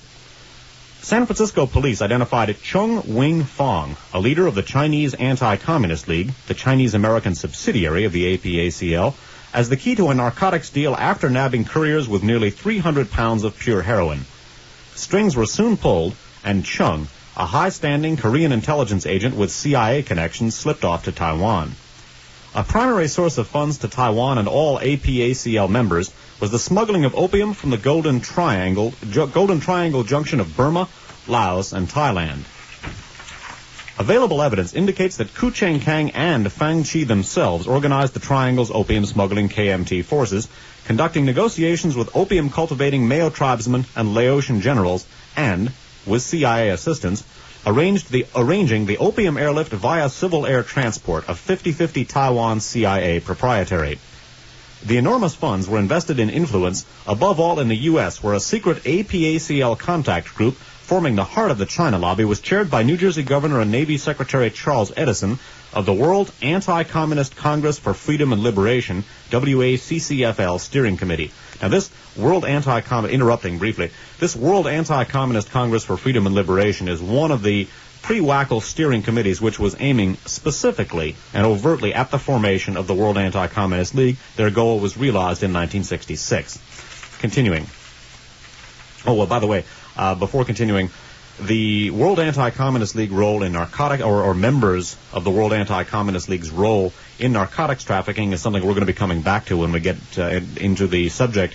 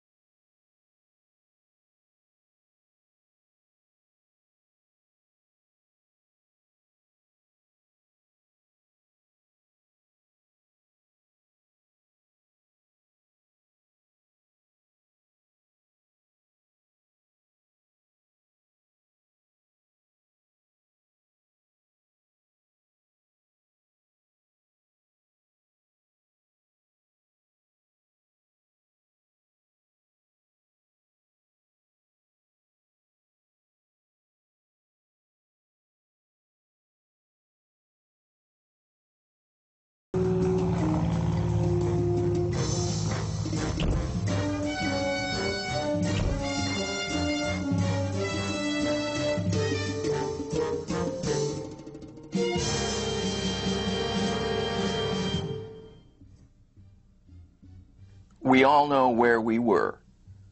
If you're over 40, you remember where you were and what you were doing when you heard the news. There are moments in life when time freezes, when the clock stops. For my generation, this was that moment. 30 years later, shocked by JFK's assassination, then horrified and numb by the tragic deaths of Bobby Kennedy and Martin Luther King, we somehow became hardened to it all. Somewhere between Dallas and Vietnam and Watergate and Iran-Contra and whatever that Clinton thing was. Conspiracies became easier to believe in than our own government, but still, there were the questions. It appears as though something has happened in the motorcade route. Something, I repeat, has happened in the motorcade route. Hello, and welcome to Midnight in America. My name is Daniel Hopsicker, and I will be your host on a journey into the life and times of one of the most famous CIA agents that ever lived, a man by the name of Adler, Barham, and Barry Seal. We're standing on the steps of the federal courthouse in Baton Rouge, Louisiana, that were walked up and down by Barry Seal many times in the course of his illustrious career. And we're going to take a look at Barry's life, and we're going to ask a simple question. Could the scandals of the 1960s and 1970s be somehow related to the cocaine epidemic that swept America during the 1980s, an epidemic fueled in no small part by the billions of dollars worth of cocaine brought into this country by the most successful drug smuggler in American history, Barry Seal? Let's take a look. So who was Barry Seal and why is he so important? Barry Seal was the most successful drug smuggler in American history and the cause of the Mina drug scandal, where he flew in, by the government's own estimates, over $5 billion worth of cocaine from 1981 to 1986 to fuel the go-go 80s and to fund the Contra War when the U.S. Congress would not. He is the root cause of what is today called the Clinton scandals. So, was Barry Seal, called the Ghost, haunting the Whitewater probe, just an extraordinarily zealous entrepreneur operating all by himself? Did the big-time players in the small backward state of Arkansas, Clinton, Vince Foster, Jackson Stevens, Jim Blair, Don Tyson, stand idly by while Seal made billions, importing tons of cocaine through Mina? Or might the goings-on in Mina, Arkansas of Barry and the boys have been just the continuation of business as usual? In America, we've heard all about the Colombian drug lords, whose cocaine and heroin have flooded our nation. Names like Pablo Escobar, Jorge Ochoa, Carlos Later. But there's one huge unanswered question we've never even heard asked. Who are the American drug lords? Anyone in, say, Washington, D.C.? Could Barry Seal really have been involved with everyone from Republican Attorney General Ed Meese to former Democratic National Chair Charles Manat to current Al Gore campaign Chairman Tony Coelho? And is there really a suspicious link between Barry and the boss's son, George W. Bush? To answer these questions, we're going back to the beginnings of Barry Seal's CIA career, to hear from eyewitnesses and participants who were there for this most important chapter of America's secret history. That history, in other words, in which lone gunmen play no role. Remember, of the numerous witnesses in Dealey Plaza who pointed to the grassy knoll as the place where shots came from, none were ever interviewed on the evening news until well after it no longer mattered. That won't happen with the Mina drug scandal. You're about to hear an extraordinary kind of oral history, straight from the mouths of members of the tight-knit pilots fraternity of Louisiana who knew and worked with Barry Seal. While Richard Nixon was still in the White House, Professor Peter Dale Scott wrote, "A full exposure of the Watergate conspiracy will help us understand both what happened in Dallas and also the covert forces which mired America in a covert war in Southeast Asia. What links the scandal of Watergate to the assassination in Dallas is the ominous merger between U.S. intelligence networks and the forces of organized crime. Most of Watergate's shadow players dwell in the same conspiratorial world that led to the Bay of Pigs, the assassination plots involving CIA mob teamwork, the gun and drug running syndicates formed in pre-revolutionary Cuba, later transplanted to Miami, and the JFK assassination cover-up. Barry Seal, we will hear, was an active participant in all these events, flying guns to Fidel Castro in the mountains of Cuba while the CIA supported him, piloting a P-51 fighter in support of the Bay of Pigs invasion, flying a getaway plane out of Dallas after the Kennedy assassination. And all this before he became famous for importing tons of cocaine through Mena, Arkansas in the drug smuggling scandal that dogged President Clinton throughout his time in office. Commenting on the CIA's affair with the mafia, LBJ's press secretary Bill Moyers said, "Once we decide that anything goes, anything can come home to haunt us." This is the story of what happens when guys we pay to protect us, CIA guys, go into business with guys we're paying them to protect us against, made guys, mobsters, organized crime. This is the story of Barry Seal, the biggest drug smuggler in American history, who died in a hail of bullets with George Bush's private phone number in his wallet. The saga of Barry Seal begins here, Louisiana, the only place in the Western world where you can still get a drive-through daiquiri in a monogram Go Cup. In 1699, an expedition of French explorers came upon a clearing at the point where two streams join a bayou 100 miles from the mouth of the mighty Mississippi River. A surveyor marked it off with tiny red wooden sticks. Today, its name, French for red stick, is Baton Rouge, where Barry Seal was born in the months just before World War II. Maybe it's the influence of the Big Muddy flowing by, but Baton Rouge has always had a slightly raffish air. Long before the Civil War, an old steamer here served as headquarters for the gamblers that ran the river, who many a night played cards until dawn. Mark Twain hated this mock castle at Baton Rouge that served as the early capital, but even he praised the magnolia trees, lovely and fragrant with their dense, rich foliage and huge snowball blossoms. Today, the charm of the antebellum mansions, back in their shady groves of live oaks and Spanish moss, suddenly gives way to an industrial expanse. One minute you're driving along the frontage of Tara, and the next you see a pile of steel and sheet metal with octopus arms and bulgy pipes and conveyor belts leaning against the river, where America's Fortune 500 churn out the products of daily life, from oil refineries to prescription drugs to the wax coating on milk cartons. But Louisiana has always had a darker side. Your buddy on the Big Muddy wears corruption as a badge of honor. Former Governor Edwin Edwards, for example, is always on trial for something or other, like bribery involving casino licenses. Edwards has already survived 11 grand juries, a penchant for gambling in women other than the First Lady, and the bald declaration that his only undoing would be if he were caught in bed with a dead girl or a live boy.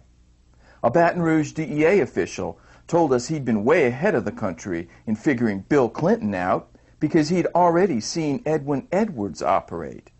And sources told us Barry Seal paid Edwards so much money to look the other way that it took 3 small planes to cart it all offshore for deposit.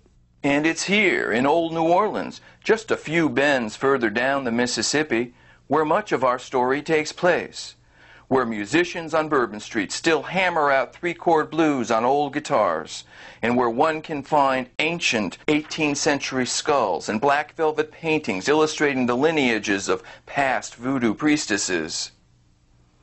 Back in the 50s, when Barry Seal was growing up, Baton Rouge was booming, and it was a great time to be a kid, according to author Richmond Odom, who grew up in the same neighborhood as Barry. My oldest brother and Barry were very close friends. They started out building model airplanes together, and they would fly them. There was a synagogue behind our house and a little vacant lot next to it, and they would fly model airplanes out there. And when the boys got old enough to really take a serious interest in aviation, they both went to the old downtown airport where they learned how to fly planes in something called the Civil Air Patrol.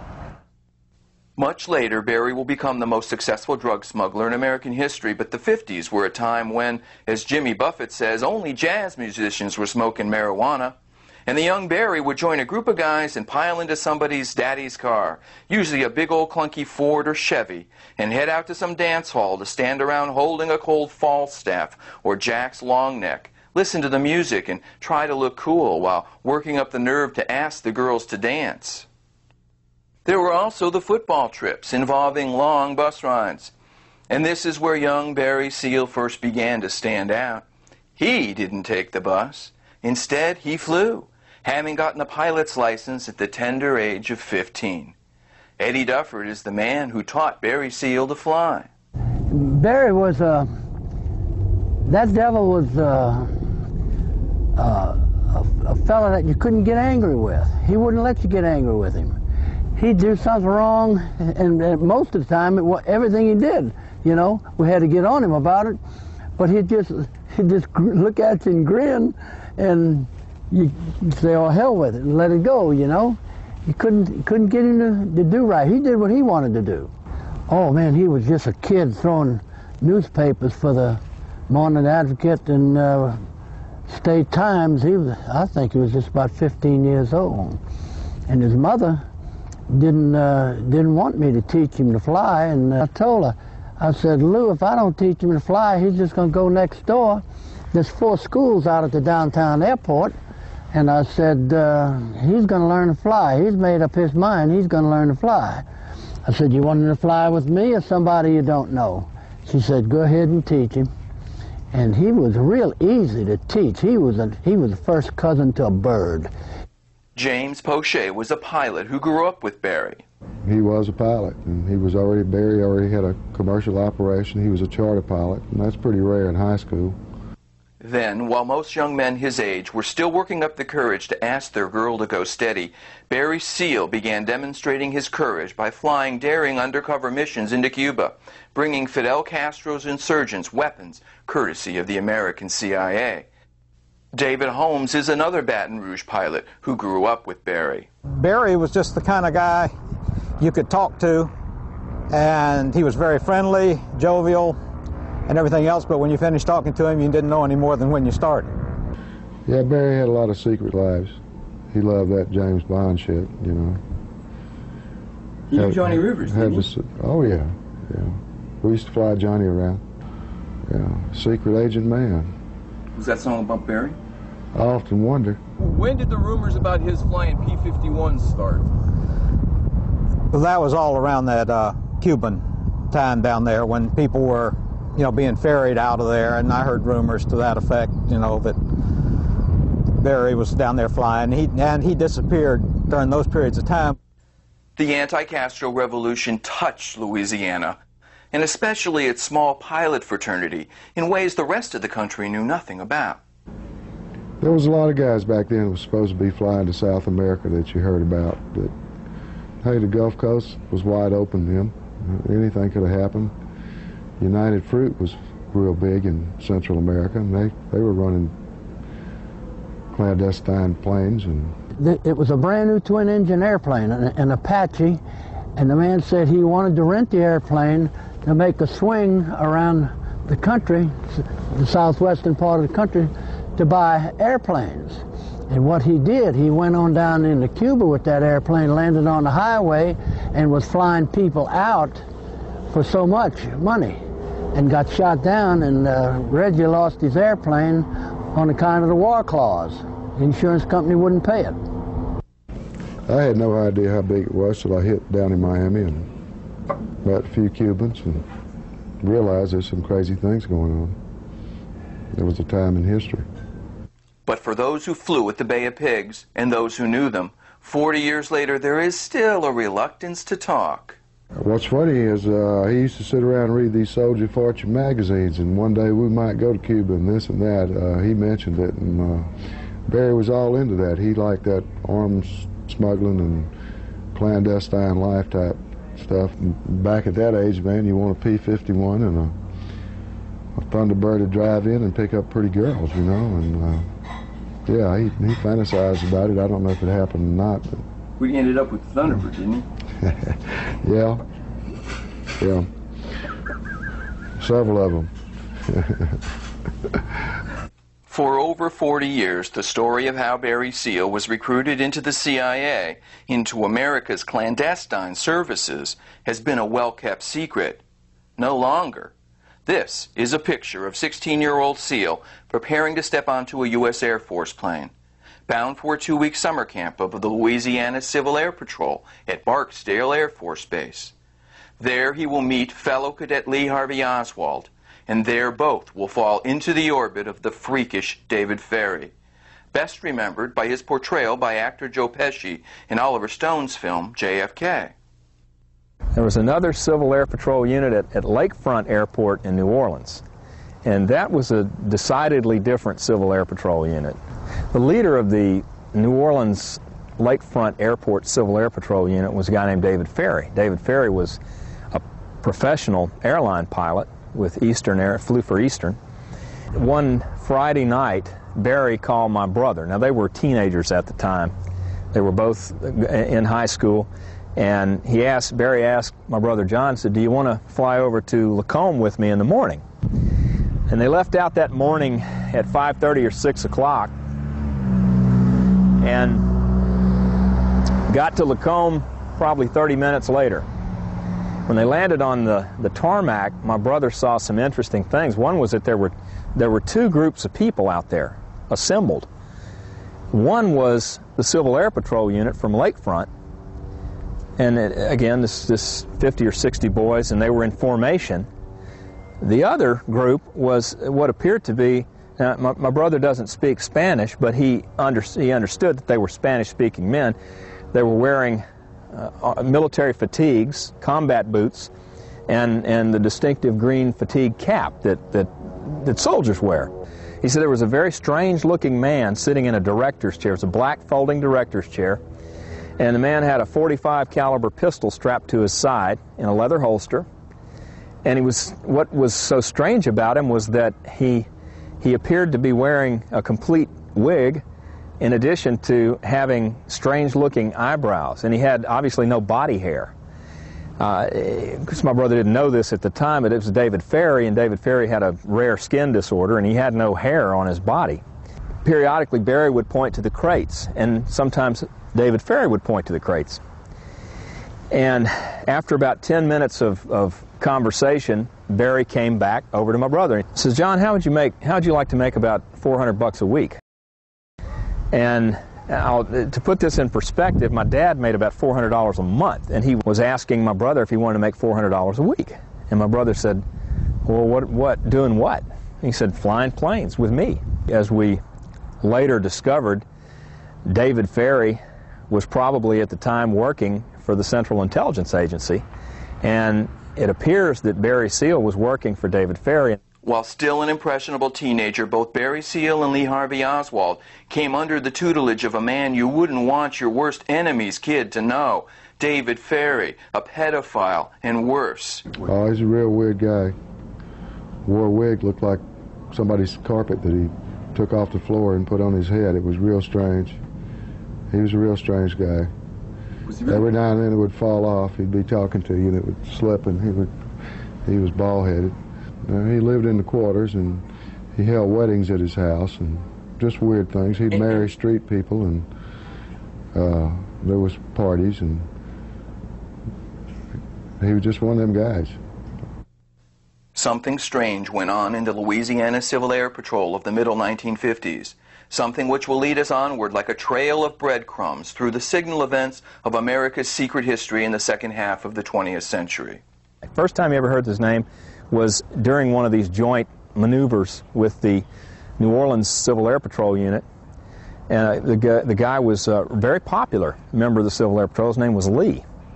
And my brother heard the man's name for the second time in his life. In November 1963, November 22nd to be exact, when it was announced on the TV news that President Kennedy had been assassinated, and that the person that they had taken in custody and charged with the murder was Lee Harvey Oswald, the same man my brother had known as a member of the Civil Air Patrol unit in New Orleans.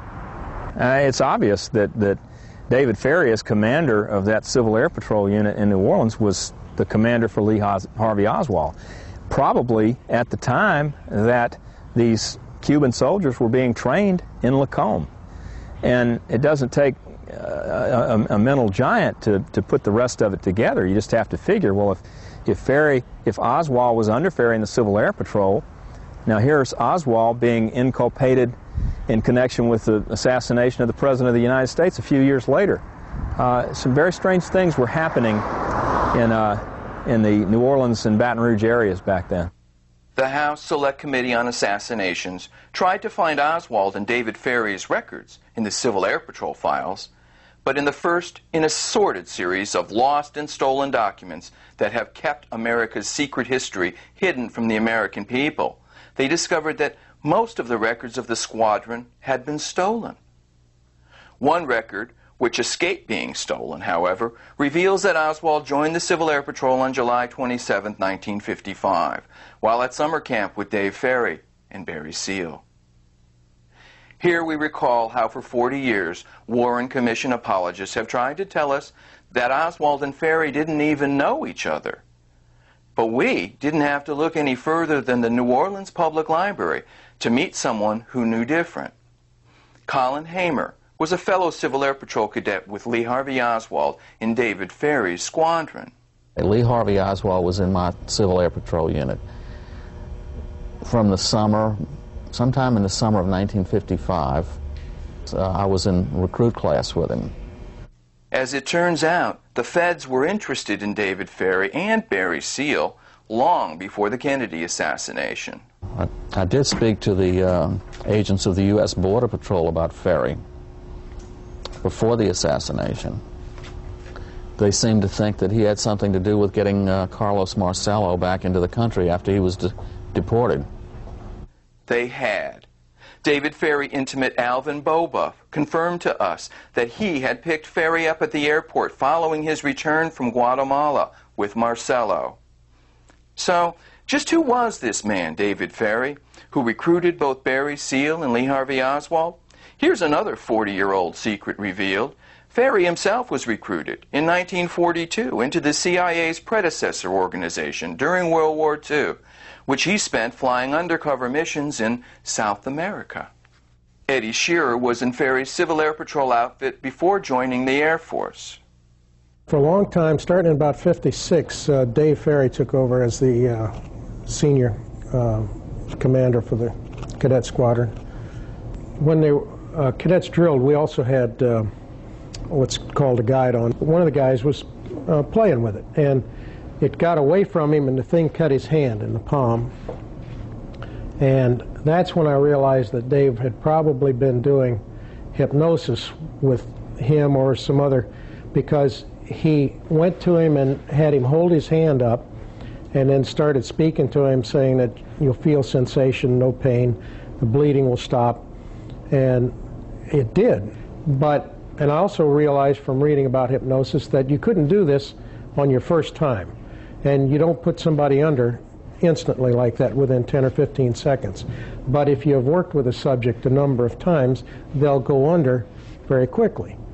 Even so, it's still a shock to hear the truth casually revealed that David Ferry ran the CIA's Southern Office of Civil Air Transport.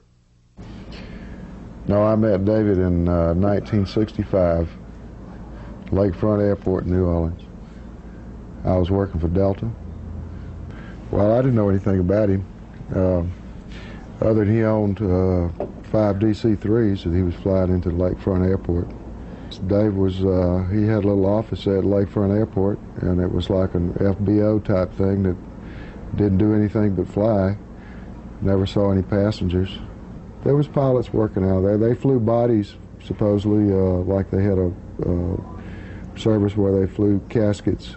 5 years after Dave Ferry's untimely suicide on the eve of being called to testify in front of Jim Garrison's grand jury, these same 5 DC-3s were controlled by Barry Seal. Barry Seal's role in the Kennedy assassination was proven to us when we discovered this picture of some of the conspirators taken in a Mexico City nightclub exactly 10 months before JFK was murdered. This photo is the only visual record of the super-secret CIA assassination squad known as Operation 40, active from Mexico City to New Orleans to Dallas. That's Barry Seal, a young-looking 24-year-old. And there's CIA agent and professional assassin Felix Rodriguez, George Bush's great good friend from Iran-Contra, remember? He's the guy who tracked down and killed Che Guevara in Bolivia, and who to this day reportedly keeps Guevara's hand sitting in a jar on his bedroom dresser. And covering his face with his sport coat, that's Frank Sturgis, Watergate burglar, Bay of Pigs operative, and a man who before he died made a written confession of his role in the JFK assassination. And see that dapper guy, front right? Meet the man researchers refer to as the Second Oswald for his role in impersonating Lee Harvey Oswald in order to incriminate the patsy. His name is William Seymour, from the CIA front called the Double Check Corporation, where his job was to recruit pilots like Barry Seal. This picture is an important historical document, a crucial piece of America's secret history, that history, in other words, in which lone gunmen play no role. Nobody has told me anything except that I'm accused of murdering a policeman. I know nothing more than that, and I do request for someone to come forward. There are a lot of different landmarks in New Orleans in the Kennedy assassination that I haven't seen very often on films or tapes, like this one behind me. This is the home, while he lived in New Orleans in 1963, of Lee Harvey Oswald. He lived in the back on the other side. What's not generally known about this home is that it may well have been a CIA safe house. Why do I say that? Well, during the time that Lee Oswald lived here, the home was controlled, the apartment rooming house is what it's known as, was controlled by the McClaney brothers, the CIA and mobbed-up Havana casino owners who also owned the exile training camp on the far shore of Lake Pontchartrain in Lacombe, from which at least one of the shooter teams is reputed to have come. Mike McClaney was a Meyer-Lansky lieutenant and Havana casino owner. And here, across Lake Pontchartrain from New Orleans in Lacombe, Louisiana, is where McClaney ran a renegade CIA training camp for assassins. Here are the remains of a place where the CIA trained a secret army which they used not against America's enemies, but against us. This small summer cottage owned by the McClaneys sat beside the training camp. It was being used to store dynamite to be used for bombing Havana. Someone took an 8mm film of this infamous paramilitary camp. On it, investigators for the House Committee on Assassination saw David Ferrie, Lee Harvey Oswald, Guy Bannister, and CIA Mexico City Station Chief David Atlee Phillips, immortalized on an 8mm home movie shot in the summer of 1963. Barry Seal, who took 8mm movie footage which we've used extensively in this program, might have taken that film. But then something happened. After the exciting discovery of this film, and while in the custody of the House of Representatives of the United States of America, it was stolen and never recovered. Who has the power to pull a black bag job in our nation's capital on one of the three co-equal branches of the U.S. government? Probably not the Ghostbusters. Here are a couple other places associated with the Kennedy assassination that should also be listed in the National Historical Registry. This famous building symbolizes the CIA mob merger so well that it should have been declared a National Historic Site. Instead, it was torn down, and today is a federal office building. Housed here were Guy Bannister's offices, which served as the war room for the anti-Castro Cuban Revolutionary Council. They all worked here: Guy Bannister, Dave Ferrie, Lee Oswald, Barry Seal. This is also where Barry met mobster Murray Kessler, with whom he will be arrested in 1972. James Miller is the pilot who was arrested with Barry in that 72 bus. Well, I was aware that Barry had known Murray Kessler since the 60s, at some time, early 60s, and that Murray was one of the ones that we were discussing the overthrow of Cuba with. And this is Redbird Airfield, just outside Dallas, Texas, where a getaway plane took off unmolested after the assassination.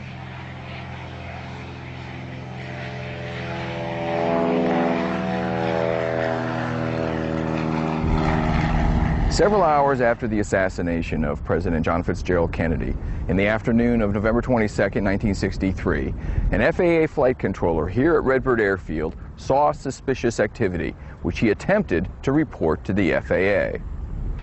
The air traffic controller on duty became suspicious after observing three men in business suits board an aircraft an hour after the killing. When the plane took off on runway 17, he asked the pilot if he needed any assistance, and then asked which way the plane was heading. The pilot stated south. The controller then watched as the plane flew south for 2 miles, made a hard left, and flew north towards Love Field. The pilot had lied. Those in the tower had received a special bulletin telling them to report suspicious activity to a special security number. And we kept calling that number all afternoon, getting nothing but a busy signal, the controller told us, until we heard that they had caught the lone gunman, as they called it. Then we stopped calling and let the matter drop. 4 years later, an assistant district attorney from Jim Garrison's office came calling to show pictures of possible pilots involved in the incident that day. One of them, a weird-looking character with a funny-looking wig, was on the evening news just a week later. They said his name was David Ferry and that he had committed suicide, the controller told us. That's when I smelled a rat. Barry Seal's CIA recruiter, David Ferry, was under suspicion for participation in the plot to kill Kennedy, less than 24 hours after the assassination. Had Garrison known then what we know today, he might never have turned his suspect over to the FBI to be released with an apology. Just how much can CIA agents get away with? Would you believe child molestation? In 1961, David Ferry was arrested on numerous charges of pedophilia. Meet the New Orleans cops who busted Ferry for molesting young boys. Well, from the statements we got, we arrested, I think, if I can remember correct, was harboring runaways, contributed to delinquency of juveniles, and I think there was a crime against nature. Well, we were investigating a Civil Air Patrol outfit whose parents were complaining to us that their boys were, from time to time, on runaway status, were missing, and had been missing for some time. We discovered that he was having sexual relations with the boys, contributing to their delinquency, doing things like if he moved into a new apartment, all the boys would sit around in a circle and masturbate, celebrating the new event. We arrested him. We executed a search warrant as properly as the law calls for. Normally, anyone arrested for molesting children wants to slip into a hole somewhere and pull it in after him. Instead, David Ferry had warrants issued for the police officers who arrested him. We discovered that arrest warrants were put out for us. Arrest warrants for myself and other men who had been on the raid at his home. And it was a big shock to me to find that he had secured arrest warrants for our arrests. It was a frightening moment for me because I couldn't imagine having done anything wrong, and to have a search warrant out for me, an arrest warrant out for me was somewhat terrifying, but it went on for a number of days, the fright and the fear and the intimidation that I felt. Couldn't believe it. It's never happened before, anything like that, you know. I figured he had to know somebody, and that's the only thing I could figure. He had a little power. That here was a man with incredible power. He had some power somewhere to do this to us. And we were, as I said, 40 years ago, we were young, naive young men. We didn't quite understand what was happening to us. But the thought occurred to me that he had a CIA connection. It did occur to me, and I had really no idea where it was coming from. But I knew it was some incredible force behind him, helping him. What happened next was even more bizarre. As the time went on, I started getting phone calls from Cubans who claimed that they were head of the Cuban Revolutionary Front here in New Orleans. And on one occasion, I was told that they could deliver runaway boys for me. This was from the Cubans. If we would promise not to prosecute Captain Ferry. In America, when you work for the CIA, being connected means never having to say you're sorry, as we will now see in the budding career of the young Barry Seal. This man, Joe Nettles, was a kind of second father to the young Barry. I met Barry Seal when I was out there taking flying lessons with Ed Dufford. And Barry was out there all the time. And Barry, he was a senior in high school. I said, Barry, what you going to do when you get out of high school? So I'm going to work for you. I said, you ain't working for me. You're going to college. told me, he said, Joe, I'm fixing to make $200,000. So what you going to do, rob a bank? He said, no, I'm going to fly some arms to Cuba. I said, you going to fly to the penitentiary, where you going to fly to? Barry's arrest with a plane load of weapons, we learned, had taken place in the tiny town of Longview, Texas. Joe wishes, more than he can say, that Barry hadn't been so lucky with the judge. Oh, but he showed me a letter from the judge. I believe it was a very complimentary letter. It exonerated him from any guilt whatsoever. He got out of that. If he hadn't gotten out of that, he never would have gotten into the other deeper stuff he got into, because he thought if he could get out of that, he could get out of anything. He thought he was invincible. Pointed a finger at me and said, this man taught me everything I know. I said, no, I didn't. I didn't teach you to take arms to Cuba. He just laughed. He laughed at everything. Invincible is, of course, just another way of saying above the law. This arrest is just the first of at least 4 separate arrests during Barry Seal's spook career, which we uncovered, that have never before been reported. Charlie Montgomery was recruited by Barry in the same way he himself had been recruited by David Ferry. I met Barry in the summer of '68. I was 11 years old. And it was one of those things where I was the monotonous kid that he couldn't get rid of. So he had to take me in. I was free to roam the neighborhood, and he had a helicopter parked in the front of his house on a trailer, so there was an obvious attraction to an 11-year-old kid who wanted to be around aircraft. I was pretty free to go and come as I pleased, and the older I got, the more freedom I got, where I could disappear for long periods of time, and nobody really wondered why. Like David Ferry before him, Barry Seal's career clearly illustrates the merger of the CIA and the mob. It was a late evening one night, probably 10, 11 o'clock. We were at the aircraft company, and this is one of the very few times I've seen Barry nervous. Very rarely was he nervous.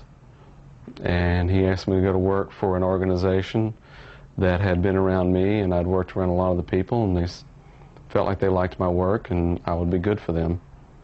But it was a very big commitment.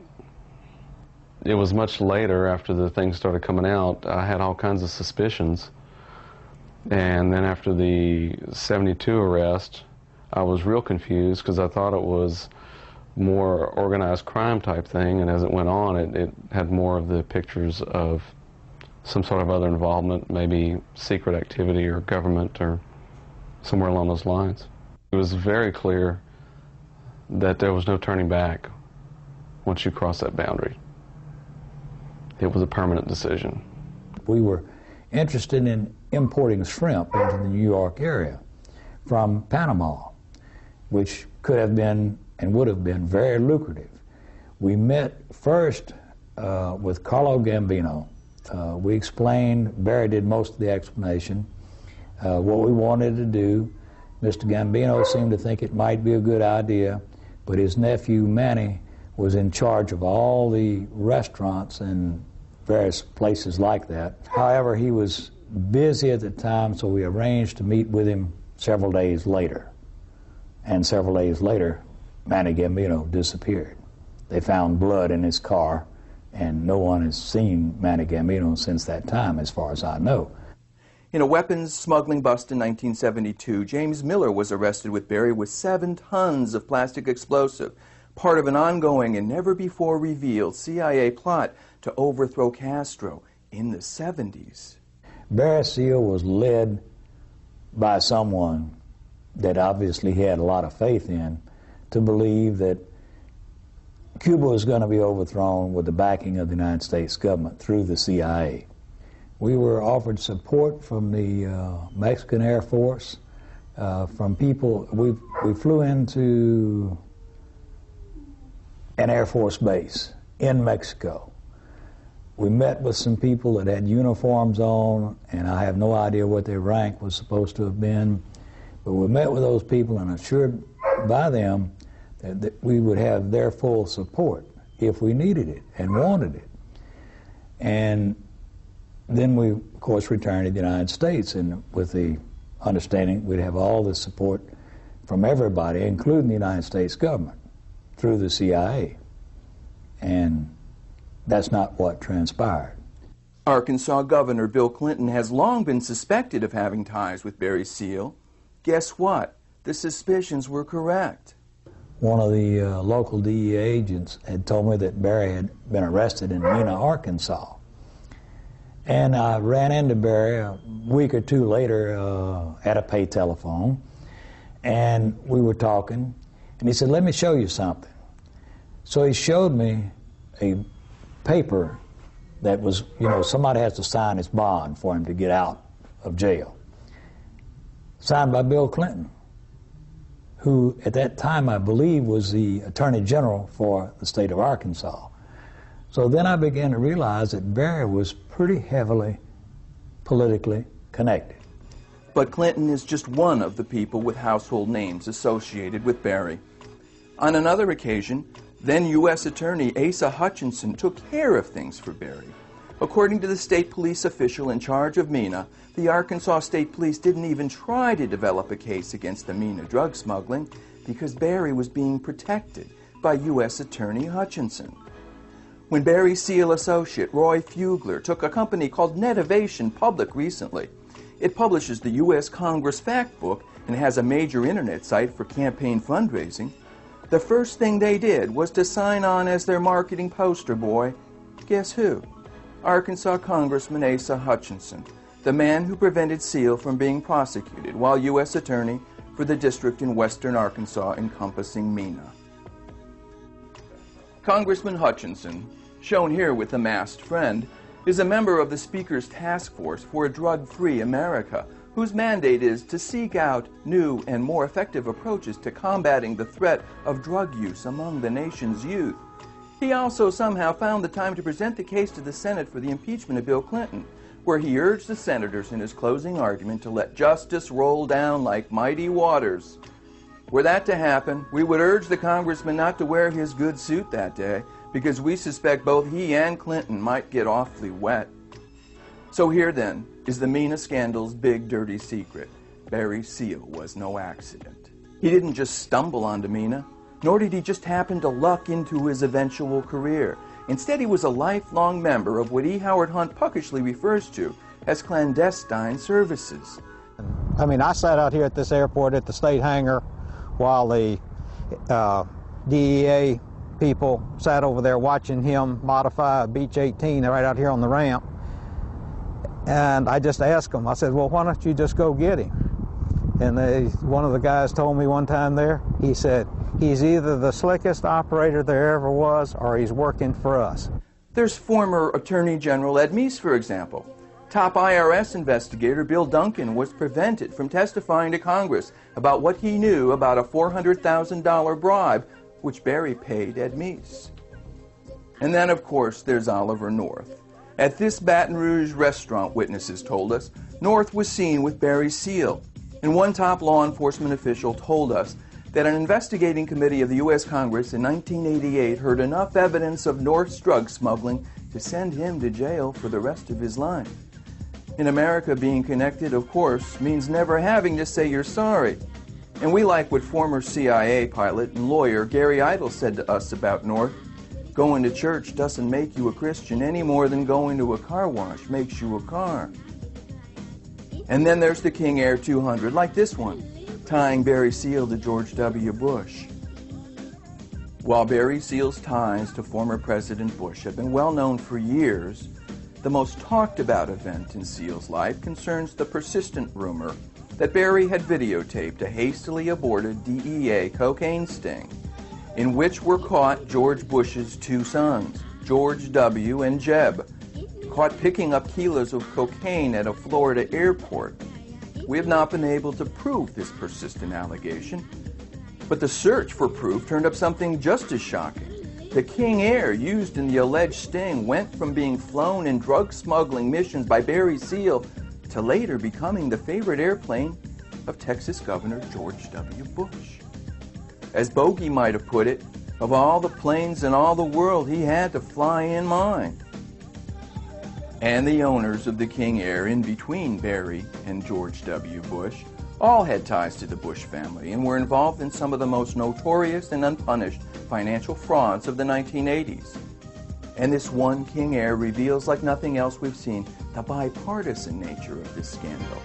We discovered a note in Barry Seal's own handwriting, revealing that the man who originally gave this plane to Seal was a close associate of Charles Manat, the national chairman during the early 80s of the Democratic Party.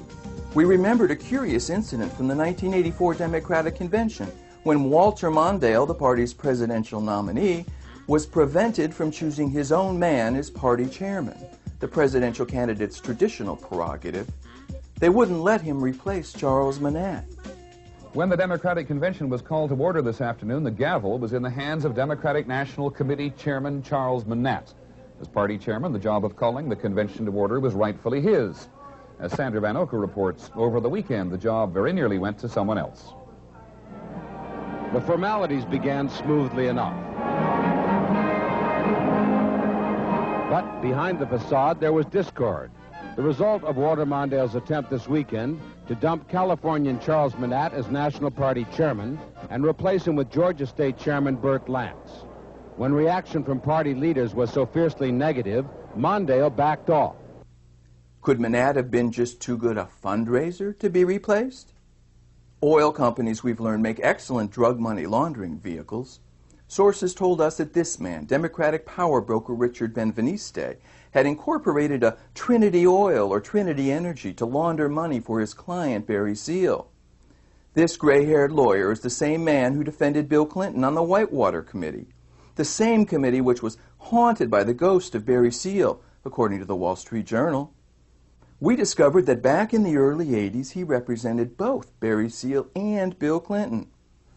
We found an oil company called Trinity Energy that was sold by Barry's partner, attorney Michael Roy Fugler, for $22 million to a shadowy company suspected of being controlled by none other than Arkansas kingpin Jackson Stevens. We also traced to Trinity Energy, a Delaware-listed company, to the phone number of a company formed by former Pentagon officials called ICF Kaiser International, whose chairman, a man who had sat on its board for over 9 years, was former Congressman Tony Coelho, who resigned from Congress rather than face an ethics probe. Congressional Democrats awoke to even more unexpected headlines today. The number 3 man in the House leadership, California Congressman Tony Coelho, has also decided to quit. Deborah Potter has our report.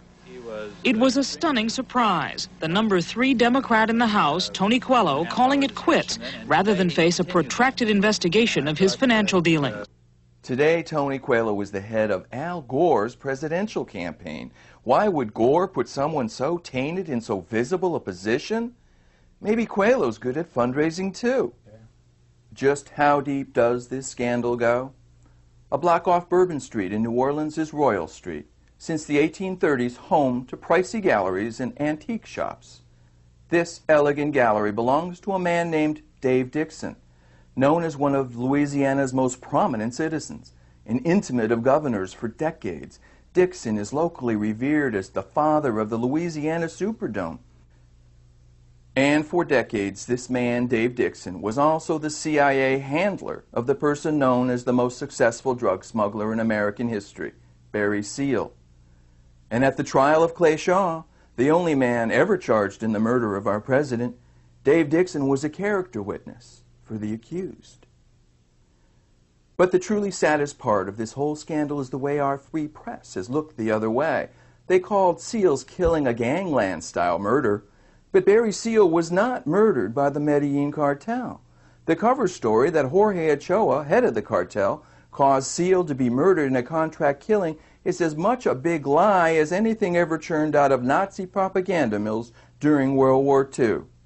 Incredibly, we discovered that on the night Barry Seal was slain, 3 other top lieutenants of the Medellin cartel were also murdered. Our lead story, Metro News has uncovered some new information in the investigation into the assassination of Barry Seal. Reporter Dana Kay has the story. Metro News has learned that there were a total of 4 drug-related killings the same day Barry Seal was gunned down here in Baton Rouge. And all of them seem to have been connected to the same drug ring operated out of Colombia. Metro News reported last night that a Colombian named Pablo Carrera was shot and killed in Colombia the same night Barry Seal was gunned down in Baton Rouge by a professional hit squad. Carrera was identified as the number 2 man in the Colombian drug organization headed by Jorge Ochoa. Metro News has now learned that 2 other Ochoa associates were shot to death at the same time. Another Colombian, Pablo Achilla, was executed in Colombia, and the 4th Ochoa associate to die was a woman identified only as Barbara. She was killed in Miami. Who killed Seal? Just 10 days before he died, in a typical display of the fearlessness for which he was justly famous, he threatened to expose the gun running and drug smuggling that flourished in Mena, Arkansas. The man he threatened, then Vice President George Bush. All 3 of the guys on trial, Richard Sharpstein, the Miami attorney for one of the Colombians convicted, told us, all told their attorneys that once they reached the U.S., their actions were directed by a military officer, whom they very quickly figured out to be Lieutenant Colonel Oliver North. Barry Seal died for a simple reason, a reason which redeems him somewhat in our eyes. He was getting ready to talk. There's more, much more, to this story than we have time for here. It's in our book, Barry and the Boys. And a full airing of the Mena drug scandal can be found in our 2-hour special, The Secret Heartbeat of America. You can receive either or both by priority mail by calling the phone number shown at the end of this show. But we want to close with something we heard from someone who was just a small child when JFK was murdered, his son John. At a press conference announcing George magazine, he was asked if he would use his new publication to probe his father's assassination. No, he said, too much time has passed for anything effective to be done. Time, he said, is the great enemy of the truth. The story is true.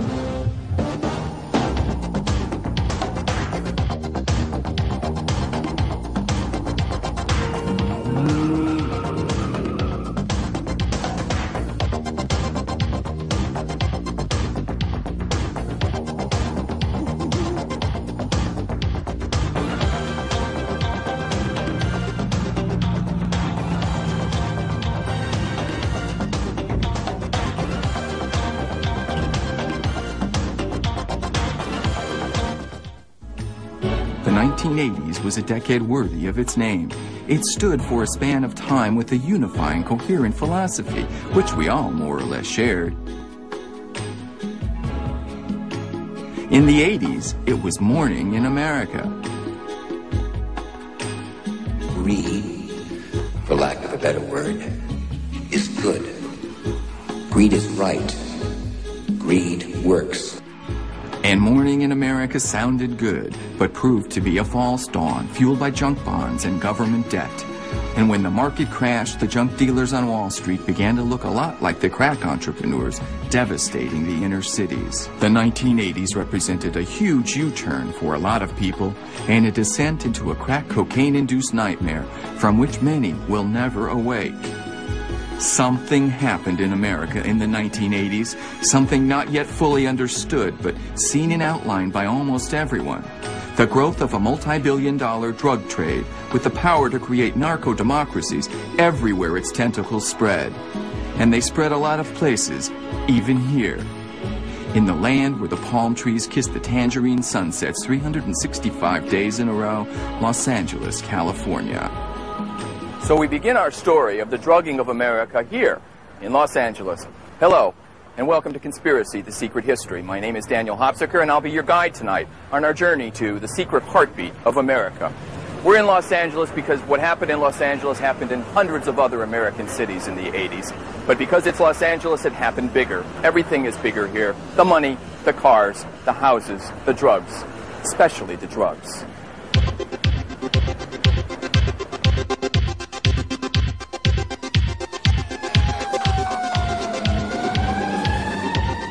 Until recently, Los Angeles looked to many observers like the capital of the future.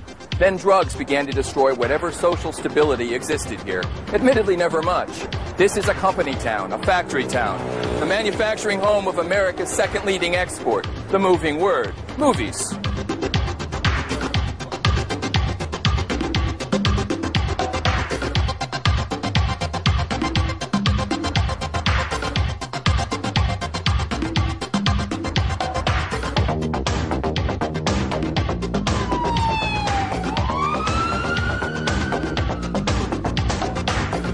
Then crack came to town and everything changed. The results are everywhere around us. Every one of these faces is an MIA in the longest and most costly war this country has ever fought. A war that's already lasted twice as long as Vietnam. A war that cost us way over $16 billion a year, even though nobody thinks we've got a prayer of winning it. Of course, the name of this war is as familiar to every American as the names of our family, friends, and neighbors that have been lost in it. It's called the war on drugs. Tonight we're going to see evidence that it just might be an utter sham. Since crack came to town in the middle 80s, there have been persistent reports that the Contras and the CIA were somehow involved in it. So we begin our story about drugs in the American way in an unlikely place, here in San Jose, California, with the controversial series Dark Alliance, the story behind the crack explosion in the San Jose Mercury News, written by Gary Webb. His series linked the explosive growth in the market for crack cocaine to the shadowy funding of the Contras back in the middle 80s, remember? Iran-Contra, selling guns to the Ayatollah. Incentives to make that February transaction work. And the attractive incentive for me was the one he made, that residuals could flow to support the Nicaraguan resistance. That was the Iran part of the Iran-Contra equation. Many people felt it scandalous to be selling weapons to people who were directly responsible for the deaths of 251 of our fellow countrymen in Lebanon. A few even called it treasonous. Webb's story raised the frightening picture of out-of-control elements of our nation's covert intelligence agencies peddling drugs like an army of Ivy League superflies. In places like Los Angeles, the effects are still being felt. And it's on these city streets that the drugs, the crack, ended up. The gangs in Los Angeles distributed crack cocaine to over 110 American cities that had never seen or heard of the drug before. And today, 10 years after the Nicaraguan Contra war is over, the crack is still here.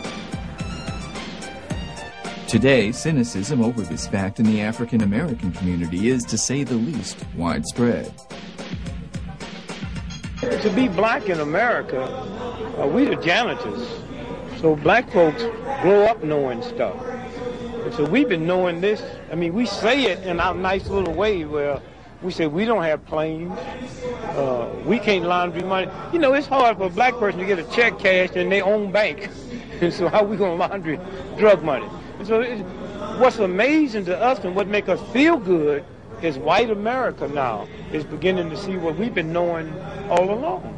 I was catapulted into this issue because of my shock and outrage at the idea that government could have anyway been involved with the trafficking of drugs in this country. I think it is one of the most outrageous kinds of undermining of the citizens of this country that could have ever occurred.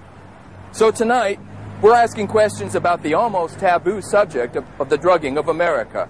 Who profits? Who's responsible? Who benefits? Follow the money went the refrain during Watergate. Tonight, that's what we're going to do. Drugs are an audible pulse, throbbing right beneath the surface of the soundtrack of our life and times. The business is so big you can even hear it if you listen closely enough. Into the distance, a river of black.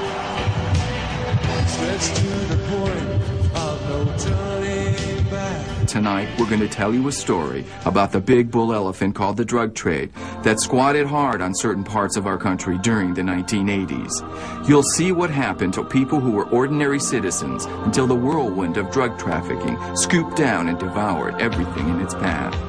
Like Linda Ives, whose son Kevin was brutally murdered and then left to be dismembered by a speeding death train on a sultry August night in the Arkansas of 1987. The boy's murders have come to be called the train deaths. Near these tracks, 2 young high school boys were murdered after witnessing a drug drop, which, if you're not up on the lingo, is basically a place where on regular runs a plane flies over a designated spot like on these tracks, and drugs and sometimes money are parachuted down.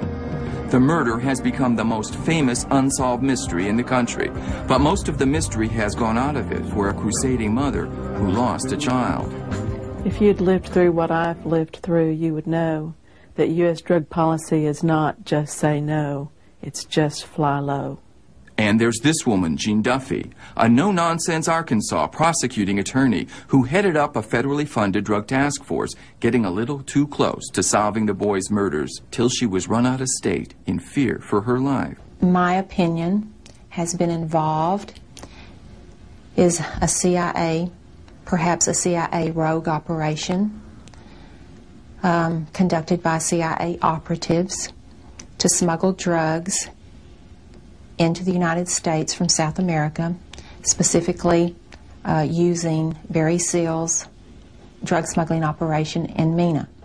And this man, Adler Berryman Seal, the most successful drug smuggler in American history. He was the most famous cocaine buccaneer in an era that abounded with them, most famous by a mile.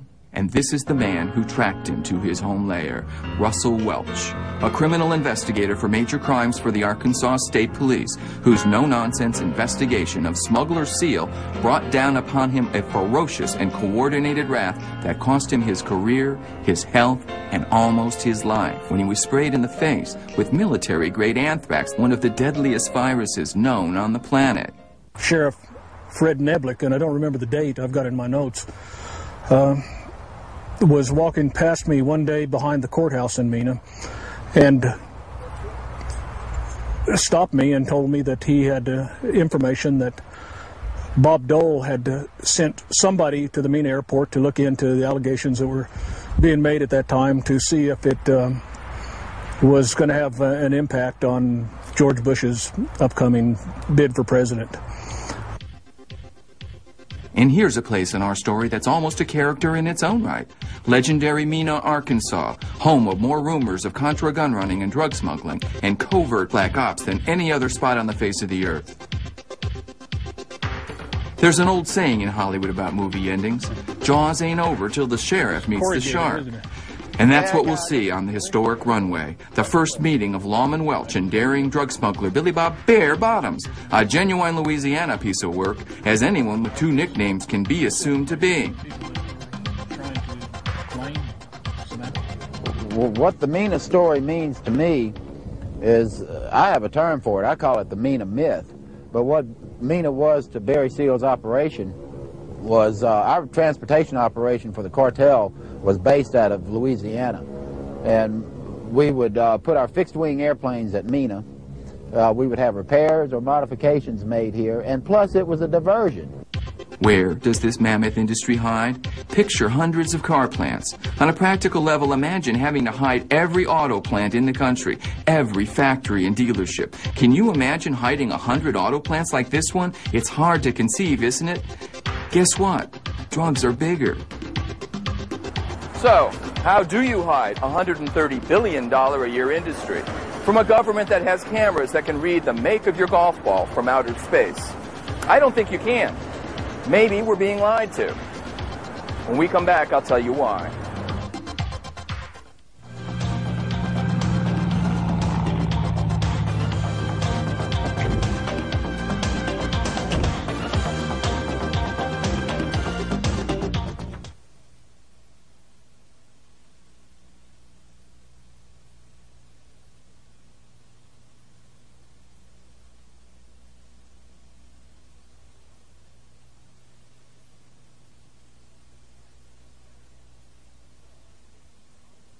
Welcome back. So, are we being lied to about the American war on drugs? And if so, why? Well, the answer to the second question is easy. It would have to be, wouldn't it? Money. Lots and lots of easy, corrupting money. There have been reports for years and years that elements of our nation's covert intelligence have been financing their black operations, their secret operations, that is, through the sale of narcotics. But this brings up an almost unimaginable question. Could elements of our government be involved in the drug trade? That's what we wanted to know. So first we applied our do pigs fly test. I mean, if they flew, you'd have read about it in the literature, right? Bore News would have had big bold headlines, government tests confirm, pigs fly in Middale. And guess what?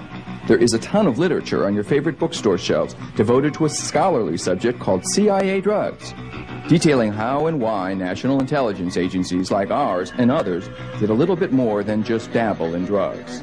But the biggest impact might have been made here. On January 20th, 1993, William Jefferson Clinton became the 42nd President of the United States. At the time, most Americans were not aware of the extent of Clinton's criminal background, nor were they aware of the media blackout, which kept this information from the public. It's called, of course, the Clinton Chronicles, and it might just herald a whole new medium. The hijacking of America was underway, and its impact on future generations would be incalculable.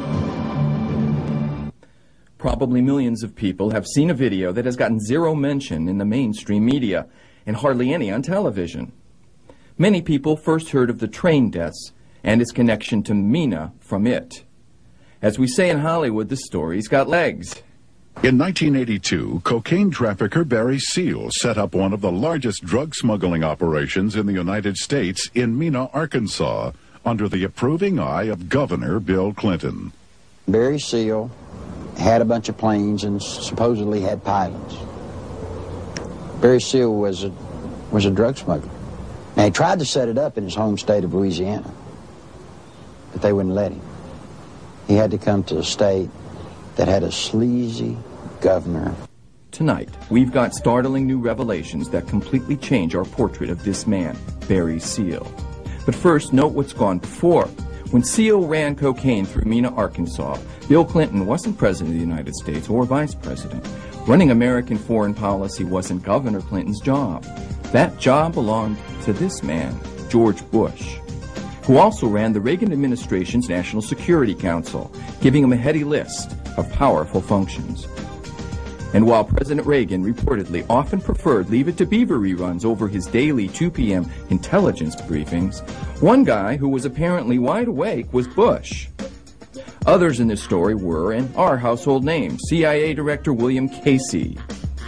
And of course, any discussion of drug smuggling in the 1980s is incomplete without a discussion of this man's role.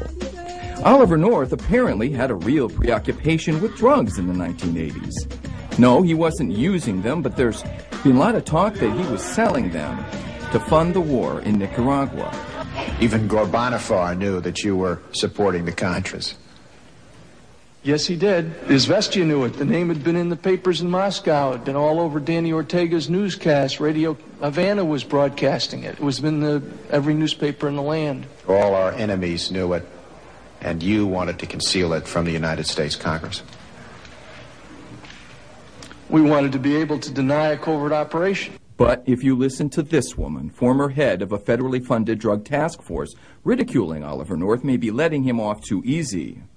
It wasn't until the time frame after Oliver North got involved in Mina that there was so much drug activity. So listen as we tell you the train death story, and see if you can hear beneath it the secret heartbeat of America. The subjects of drug and covert intelligence take place in a murky arena filled with disinformation. Information on this level is superbly managed for plausible deniability. So we decided that if you wanted to find the truth about possible U.S. government corruption in drug smuggling in the 1980s, you would have to look around the periphery. You would have to look out of the corners of your eyes. So we're not looking for the smoking gun, but for the bent twigs, the people whose lives have been lost or changed, or whose careers have been ruined. This woman, Linda Ives, lost her son. She thinks our government was involved.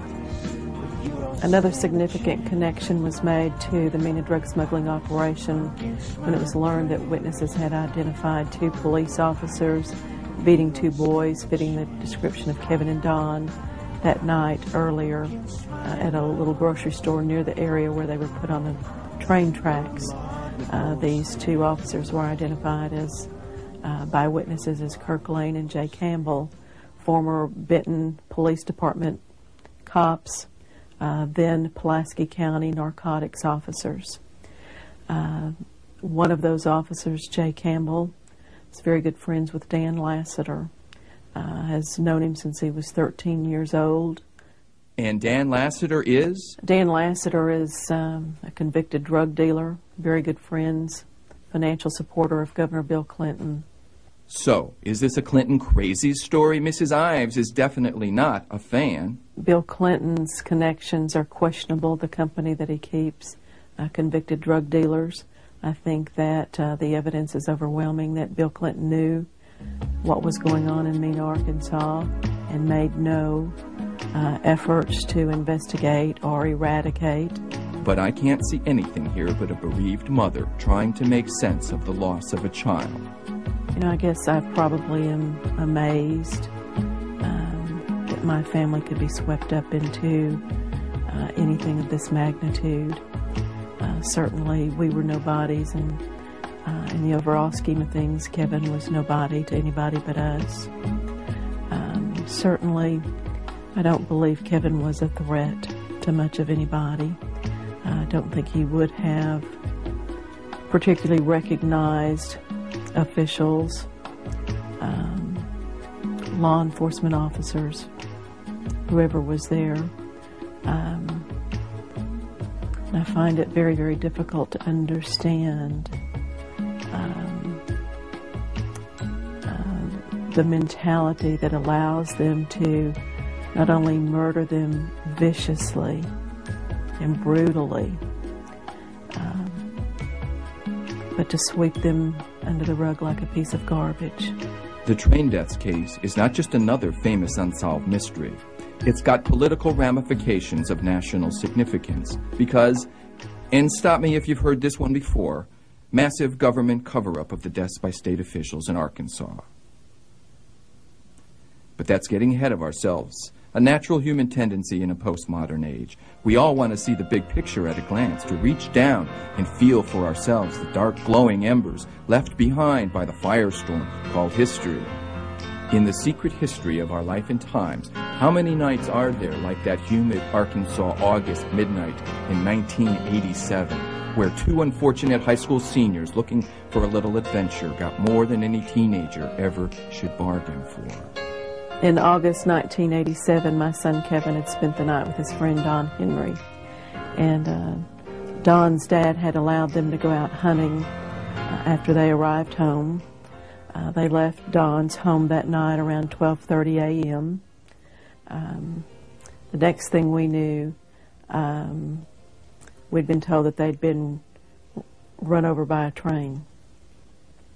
More than once in our conversations with Mrs. Ives, we heard matter-of-fact testimony from her about events she has been forced to live through that verged on the surreal. I mean, how many parents have any expectation that their child will be killed by a train? The explanation that the medical examiner had 3 weeks after the deaths was that they had smoked massive amounts of marijuana, had simply fallen asleep on the tracks and didn't hear the train coming. But one of the things that we did know was that they were lying in identical positions across the tracks, side by side, soldier style almost. If they were so stoned out of their minds, why were they lying in identical positions? We were also beginning to hear rumors about the appearance of the boy's blood and the fact that there was very little blood. A friend of mine's friend worked with the emergency medical team that was from Saline Memorial Hospital who responded to the scene that night, and she began telling us that they were saying that the appearance of the blood wasn't right, that the dark tar-like appearance of the blood indicated to them that the boys may have been dead for some time. And then there was the tarp. We also had begun hearing rumors of a tarp covering the boys. We questioned the authorities about it and were told that it was simply an optical illusion. My husband Larry has been a locomotive engineer for over 30 years, and certainly his experience was that 3 men in the cab of a train sitting in different positions didn't ordinarily see optical illusions. Grief overcame doubt for the families at first. You know, at that point in time, we didn't have any reason to believe anybody was lying to us or anything else, or that, you know, there was, anything there being covered up. We just had a lot of questions that they couldn't seem to answer, and we wanted a second opinion. But the inconsistencies about the circumstances surrounding the boy's death kept nagging Linda. It wasn't until sometime later that we actually talked directly to the crew. That crew, as a matter of fact, was very well known to my husband Larry and had worked with him for years. They basically told him that they were absolutely certain that they had seen a green tarp covering the boys, and were in fact able to describe it in detail. And also, as I said, they located the tarp after impact and showed it to one of the deputies. Small towns in Arkansas are apparently not all like Andy Griffith's Mayberry. There were suspicions immediately in the community. We were hearing things from Kevin's friends, things from people who knew somebody had been at the scene. And the very first thing that we heard that day when I was called to Don Henry's house was from Mr. Henry. He had been told by a local resident that they'd been shot and tied to the tracks and run over by a train. We were assured immediately by Saline County that that was not the case and that there was no indication of foul play. But that was the very first thing we were told. The rumors flew fast and furious, and it was a very short period of time when we began hearing things about drugs,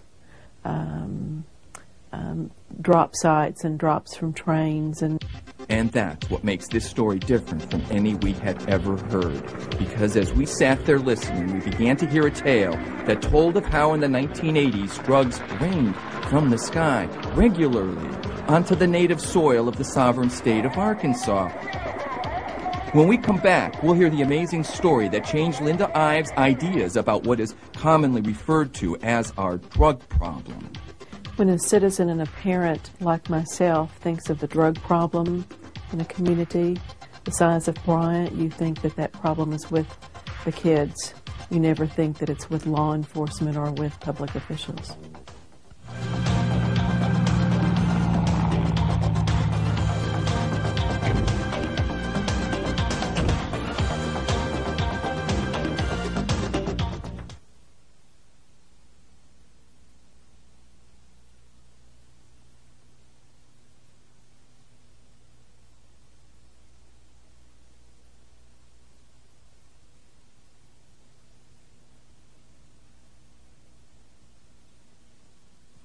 It's a little cruel to say about somebody's personal tragedy, but the train death story seems made for television, and it's been retold on a dozen different shows, like this segment from Dateline.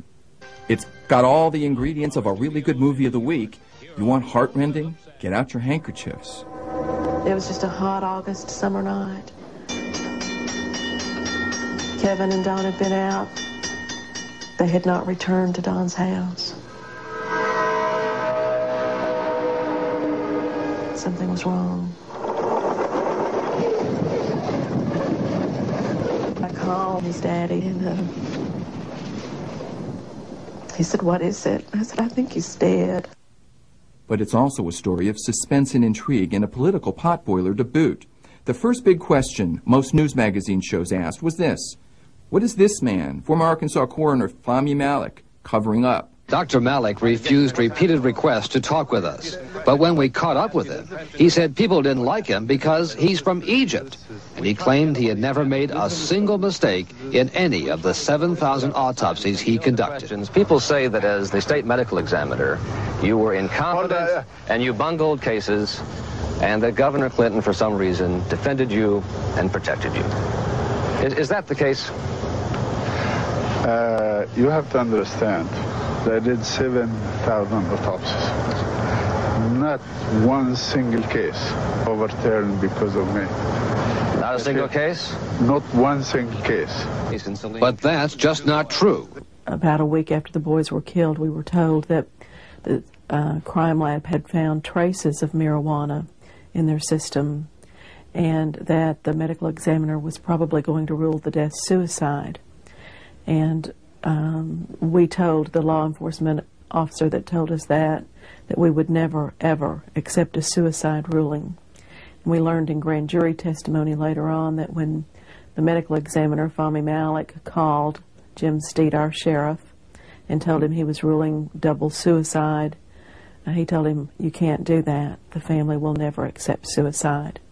And basically what they did was go along with an accidental ruling, and those traces of marijuana became massive amounts of marijuana. Dateline's answer that Clinton was repaying a past favor from Malik was wrong, because now we've already got the sheriff lying too, and we're barely into round one. We have learned that Saline County Sheriff's Office lied to us on a number of occasions. They lied about having tested for fibers of the tarp on the boys' clothing and told us that that was the basis of knowing that the tarp was an optical illusion, when in fact they had never tested their clothing. 10 years later, Malik is most interesting because he was so protected. The medical examiner comes up and he has fabrication to where he has created his own evidence. This is of a magnitude it could create a national scandal, and if necessary, it will. I have worked. We began trying to obtain a second opinion on our own, basically. We ran into brick walls everywhere we turned. We got absolutely no cooperation whatsoever from local or state officials. Little Rock Crime Lab defied a court order to supply the things that we were requesting in order to get a second opinion. Saline Memorial Hospital also defied a court order. I called the State Attorney General's office and asked what recourse we had, and I was told that basically I had none, that as their legal counsel, they would strongly urge the Little Rock Crime Lab to comply with our court order, but if they didn't, there wasn't anything they could do about it. I have work to do. Excuse me, please. And you can say that you are honest. If I'm going to run a state any way I want to, having the coroner in my hip pocket is a good place to start. But couldn't they have picked one that wasn't so obviously a villain? Read my lips. I'm not going to comment. Eventually there was a second autopsy. It showed some interesting results. One of the things that we learned from the second autopsy was that Don Henry had been stabbed and Kevin was crushed in the face with the butt of a rifle, most likely. One of the very interesting things about Kevin's facial injury was that it was a pattern wound, and there was massive swelling and bruising around his eye, which was clear indication that that injury occurred before death. The weight of their lungs was nearly 3 times the weight that they should have been for a person their age, and were filled with blood, which was clear proof to the other pathologists who examined the case that the boys did not die with the impact of the train. Things got real spooky real quick in this story, beginning with the first grand jury inquiry into the boys' deaths. We learned during grand jury testimony that one of the officers in charge had actually ordered the scene be worked as an accident, despite the fact that one of the deputies there was asking for CID officers and was very suspicious immediately of the scene. One of the major bungles that they made was Chuck Talent, who was a criminal investigator, used the rear end of the train as a reference point in locating different evidence and things along the tracks. And of course, when the train left the scene, they had absolutely nothing. None of the evidence was handled properly. They literally fanned out about 4 deputies across and walked the point of impact to where the bodies were, and whatever they found they simply dumped in black garbage bags. Our local investigation was headed by our sheriff, Jim Steed. He later went on television bragging about what a thorough investigation he had conducted, and that he felt very sorry for us as parents, but that he had every confidence in Fahmy Malik's ruling. Their investigation was so thorough that they left my son's foot out there for 2 days in plain sight. It wasn't until sometime later that we actually talked directly to the crew. That crew, as a matter of fact, was very well known to my husband Larry, and had worked with him for years on that very same job. Well, they basically told him that they were absolutely certain that they had seen a green tarp covering the boys, and were in fact able to describe it in detail. And also, as I said, they located the tarp after impact and showed it to one of the deputies. And this is where Dan Harmon enters our story. These Harmon news clips from Linda's documentary Obstruction of Justice give you the quick Classics Illustrated version to get you quickly up to speed in the sometimes Byzantine rituals pervading Arkansas politics. Ironically, Dan Harmon and Richard Garrett, the very same men who had conducted the grand jury investigation of Kevin and Don's murders, were two of the main targets of Govar's drug and corruption investigation. Here's the one-liner from the cliff notes to this case. 7 separate local, state, and federal investigations into the deaths have been stymied, probably because of Harmon. Whatever comes out of it, if someone's charged or not charged, the grand jury has done a tremendous job. Harmon led the initial grand jury proceedings in which the deaths got the name everyone that lived there already knew: murder, homicide. But that's as far as the government seemed prepared to go. We certainly don't have any suspects at this point in time. It's been quite a while, and I really didn't anticipate that it would take this long when we first started. Listen to the local press. Bless them. Don't they sound suspicious? What about the murder? Is it connected at all with the grand jury investigation? Not that we know of. McCaskill was a witness in the Bryant train deaths investigation. Although police haven't ascertained a motive for the murder, they say there's no connection. Would link this investigation to the deaths of Don Henry or Kevin Ives. And I don't foresee anything in the pursuance of the rest of this investigation that would be anything that would make me change my mind. And an embarrassing number of witnesses started turning up Clinton crazy dead. In Arkansas, you quickly learn that it's not true that the local people don't know what's going on. They know. Dan Harmon got indicted, and even in scandal-ridden Arkansas, this was and is big news today. Accused of racketeering and drug offenses is a free man today. Harmon was released from federal custody yesterday while he awaits his trial. You may remember just last Thursday, Harmon was jailed after refusing to take drug tests. However, during a court hearing yesterday, he told a federal magistrate he would submit to those tests. Harmon maintains his innocence and says he is a victim of government harassment. Sir Dan Harmon got out of jail yesterday. A federal grand jury indicted Harmon on 11 counts. He ended up jailed after he refused a drug test, a condition of his freedom until trial.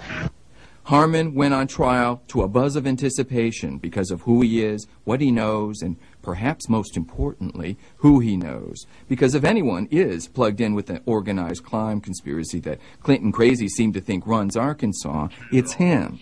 So we show you the ultimate end to the saga of Dan Harmon in order to get you to understand just how long it's been since responsible authorities knew they had a Dan Harmon problem. So why does it take 10 years to figure it out? Maybe because it's not Dan Harmon's problem. His response to the indictment seemed curiously revealing. If they can stick some garbage like this on me, then every American better be scared to death.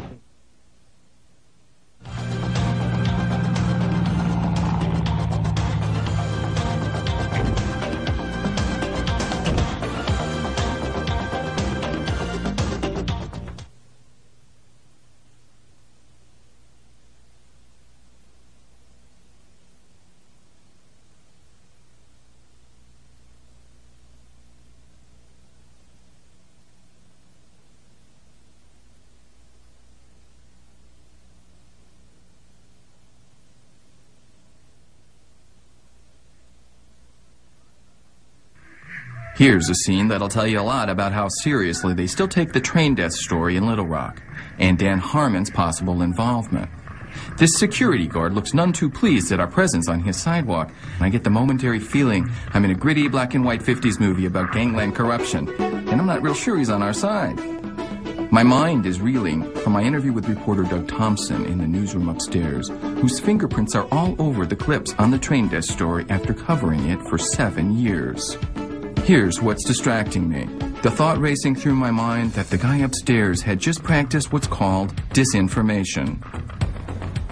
Was the investigation into the train deaths murder thwarted? Yes, it was. Whether out of sheer stupidity or clever cunning is still at issue. But according to Doug Thompson, the reporter at the Arkansas Democrat, who's covered this story for 7-8 years now, a real murder investigation became impossible once the sheriffs were done on the tracks where the boys died. Thompson had told me Gene Duffy belongs in an insane asylum. Thompson told me that what he was proudest of in his years as a reporter was running Gene Duffy out of state. Now, former Secretary of the Treasury William Simon did say, if you thought massive government propaganda was the special providence of communist countries, think again. But we had just met Gene Duffy, as you are about to, and she'd struck us as anything but crazy. What do you think? Well, the system kept me from prosecuting. We actually never got far enough to even issue any indictments, much less to the stage of prosecuting in court. 3 years after the train deaths, Gene Duffy was appointed to head a federally funded drug task force in Saline County. What happened to her will shock you. It shocked us. The very day, the day that I was appointed to head the drug task force, I was sitting in my office in the prosecutor's office. Gary Arnold walked in, stood in front of my desk, and looked me straight in the eye and told me that I was not to use the drug task force to investigate any public officials. I didn't say anything to him. He turned around and walked out of the office. Duffy was put in charge of a half-dozen undercover agents. At a certain point in every investigation, her agents bumped up on local government officials in the drug network's distribution chain of command. When I had hired 7 undercover officers, and they went, of course, had to start street-level buying first, and they couldn't get much above street-level buying before they started connecting public officials to protecting drug dealers, to actually being involved in the drug dealing operation themselves. And the person whose name came up immediately and most frequently was Dan Harmon. Then one of her undercover agents dropped a bombshell. About 3 months after the drug task force was up and running, one of my undercover officers asked if he could open the train deaths case. The train deaths was described as Arkansas's most famous unsolved mystery. It had already aired on 2 separate filming episodes of Unsolved Mysteries. It had gotten national attention. There had at that point probably been 1,000 newspaper articles in Arkansas written about it. There were people who had been turning up dead who were possible witnesses. This was the second time we'd heard of cocaine raining from the skies over Arkansas. He said that there were drug drops apparently coming from airplanes in that area, and these drug drops from airplanes had virtually not been investigated by any of the law enforcement agencies in our district, and he thought that was something that our task force needed to look into. He said the drug drops were being made in the exact vicinity where Kevin and Don had been murdered. Scott determined that these low-flying airplanes were dropping packages, and we also developed an informant who was a confessed drug smuggler who told us that she had actually picked up a package of cocaine from that vicinity. So we've got people in that vicinity complaining about low-flying airplanes at night, maybe 6 months prior to when Kevin and Don were murdered. I found it very hard to believe that my undercover officer could see the obvious when the investigators prior to him couldn't see the obvious. But the information went nowhere. Gene Duffy was the object of a smear campaign in what passes for a free press in Arkansas, and that was that. My drug task force was shut down cold because we were getting too close. We were not allowed to get there. Then rebellion set in briefly. An undercover agent today badmouthed the drug task force and quit. He says there's too much dirt behind the scenes. Scott Llewellyn was a special agent for the drug task force. He quit today. He worked in the 7th Judicial District, which serves Saline, Grant, and Hot Spring counties.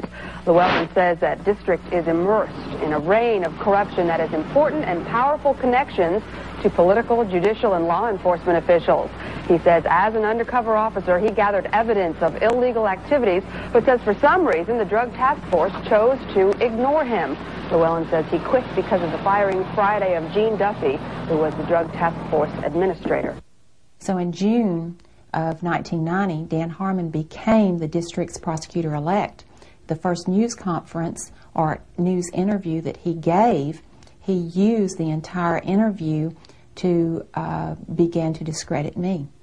Gene Duffy had been disposed of, forced to flee to Houston, Texas, in very real danger, where today she teaches geometry to high school kids.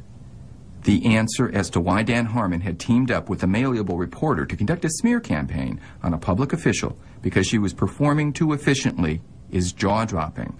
After working with the FBI for 18 months, beginning in March of 1995, of course now I realize what was the basis for Dan Harmon's viciousness against me and determination that I be not allowed to do my job. I now know that Dan Harmon was on the tracks with the boys the night that they were murdered. Linda Ives states it coolly. We learned that one witness has passed a polygraph placing the prosecuting attorney on the tracks the night Kevin and Don were killed. This is not just a case of local corruption, and that's what has made the battle so fierce, I suppose. You know, very early on we knew that there was local corruption in law enforcement and even public officials. And when the state police got involved, we were ecstatic because we thought that finally somebody was going to get to the bottom of what was going on in Saline County. And at that point in time, we thought it was simply Saline County. And then it became very clear that the state police were not doing their job and were not going to do their job. There was a 1990 federal investigation, and we were in fact promised indictments out of that 1990 federal grand jury investigation. And suddenly when Chuck Banks shut that investigation down in June of '91, without prior warning, we were devastated, simply because it made it an entirely different animal almost, because who has the power to shut down a federal investigation? Good question. We wondered, who does have the power to shut down a federal investigation? Could the deaths of two hapless high school seniors on an August night in rural Arkansas have anything to do with matters pertaining to our country's national security?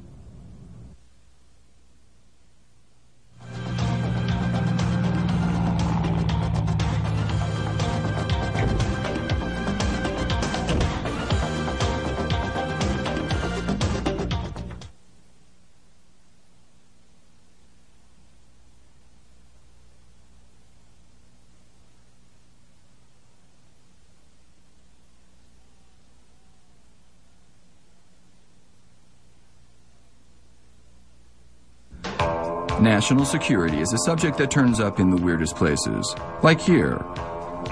This is the British 60 Minutes, a show called The Big Story. Tonight's big story, the trail of drug smuggling and gun running that leads to the door of the White House. And their take on the train desk tale looks a lot like the ones we've already seen.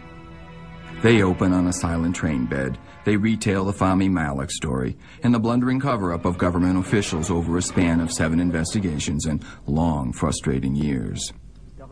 So what's unusual about this show, except for the funny accents? This. It was banned in the USA. That's right, within hours of its release in the United States, the show's distributor was forced to pull it off the shelves. Want to know why? Listen closely. Linda refused to accept the official version of Kevin's death and set out to uncover the truth. She found that her son had been the victim of a web of conspiracy which could be traced back to a remote airport called Mena. What happened there could threaten Bill Clinton more than the personal scandals and financial slurs which have dogged his time at the White House. They said the M word, and that's a big no-no. They mentioned Mena. The secret history of our life and times was, and still is, written at places like here. This is officially the Intermountain Regional Airport, better known as Mena, a small, obscure town in western Arkansas through which was woven the threads of virtually every secret government black operation of the 1980s. If you're talking Oliver North, the CIA, Contras, and cocaine, you're talking Mina. The mere mention of Mina has been sending shivers down the spines of federal government propaganda officials for 2 administrations now. Which is good, because it's nice to see Democrats and Republicans working together for a change. Mina has become a symbol of how our 2 parties can work together in America. It's a truly bipartisan cover-up. What are they covering up? Whatever it is must be pretty big, because it's got some people killed, like, to pick just one example, the head of then-Governor Bill Clinton's security detail, Jerry Parks, was killed in a hail of gunfire after telling associates he was a dead man 1 month after Vince Foster died. Some inquisitive souls, like Arkansas State criminal investigator Russell Welch, only got sprayed with anthrax. You're tempted to tell him he got off easy. She came home and took me to another doctor. She had to help me to the car. Took me to another doctor who was a Vietnam veteran in town, who, when he saw me, immediately called the Center for Disease Control in Atlanta. When I got there, there was a team at St. Edward's Mercy Hospital in Fort Smith waiting for me. They were in touch with the Center for Disease Control. The next day, the doctor, she asked me if my job was, how much danger was involved with my job, and I told her that danger was pretty much inherent with a job, that I was a cop and generally handled major cases. And she said, well, we think that you've been poisoned with anthrax. She said, we don't have time to test for it. We're going to treat you for it. She said, somebody did this to you. Said somebody sprayed this to you. Described how anthrax, for the purpose of assassination, is carried in spray canisters. Russell Welch spent much of his career as a criminal investigator skulking around this airport, and his is acknowledged to be the most complete and trustworthy account of what went on here. A criminal investigator for the Arkansas State Police was stationed in Mina originally in 1979 because of allegations of narcotics activity at the airport. And then there were smugglers here before Barry Seal. And I was pressured by the state police to monitor airplane traffic, develop sources of information, monitor whatever methods possible, fuel pumps, in numbers, to determine what kind of drug traffic may be present out there. And the airport itself is not unique to drug traffic. I think there's drug traffic everywhere. I think any airport could have a lot of it. My concern was this one. It was the one that I was assigned to, and it was the one that I was given responsibility to keep up with. It's almost like they say about the nightclub in that movie Casablanca. Everybody comes to Rick's. Everybody comes to Mina. And that's kind of weird all by itself, because look at it. It's a pretty small town. It's located in Pleasant Hills and forested low mountains, and they're all tucked in one of the hardest to get places in the lower 48 contiguous states. Maybe that's the secret of its popularity. But Aspen it ain't. So what was everybody coming here to do? Bill Clinton was at Mina, which itself isn't sinister. He was the governor of this state. The CIA was at Mina. They finally got tired of years and years of denials and admitting running special ops out of here once. Ryan. Another case I tried to open about the same time, not long before that, involved a person who it turns out now is well placed in CIA, had worked with Southern Air Transport in Miami, lives in El Dorado, Arkansas, was a friend of a very good friend of Buzz Sawyer, who was killed on the C-123. He had 2 smuggling aircraft at the Mina airport. I was ordered not to open an investigation on those smuggling aircraft. These are direct orders from the state police, no explanation. Historic cocaine buccaneer Barry Seal made these runways his home, and it's no wonder. If you look at a map, the location seems pretty nice for a trip from South America, and it is small. It's a lit airport, there's not a tower on it, so it's not monitored. So it's an ideal spot for a smuggler to be able to find at nighttime without having to worry about being recorded every time they come in and leave. While Barry was bringing in up to $5 billion worth of cocaine into the United States of America during the 1980s, this is where he based his cargo airline. And at that time I thought, because Barry Seal was already saying that he was involved with the CIA, and there was reason to think that there was CIA activity because of the C-123 and the knowledge that was made available then that the C-123 had made a trip to Nicaragua, that possibly Barry Seal was in fact working with the CIA somehow. And I thought I'd be able to develop that and close my case and get on with the rest of my career investigating murders, robberies, and rapes. Everybody comes to me now. The Barry Seal story is the secret history of the 1980s. His life and violent death were bracketed by two very public events.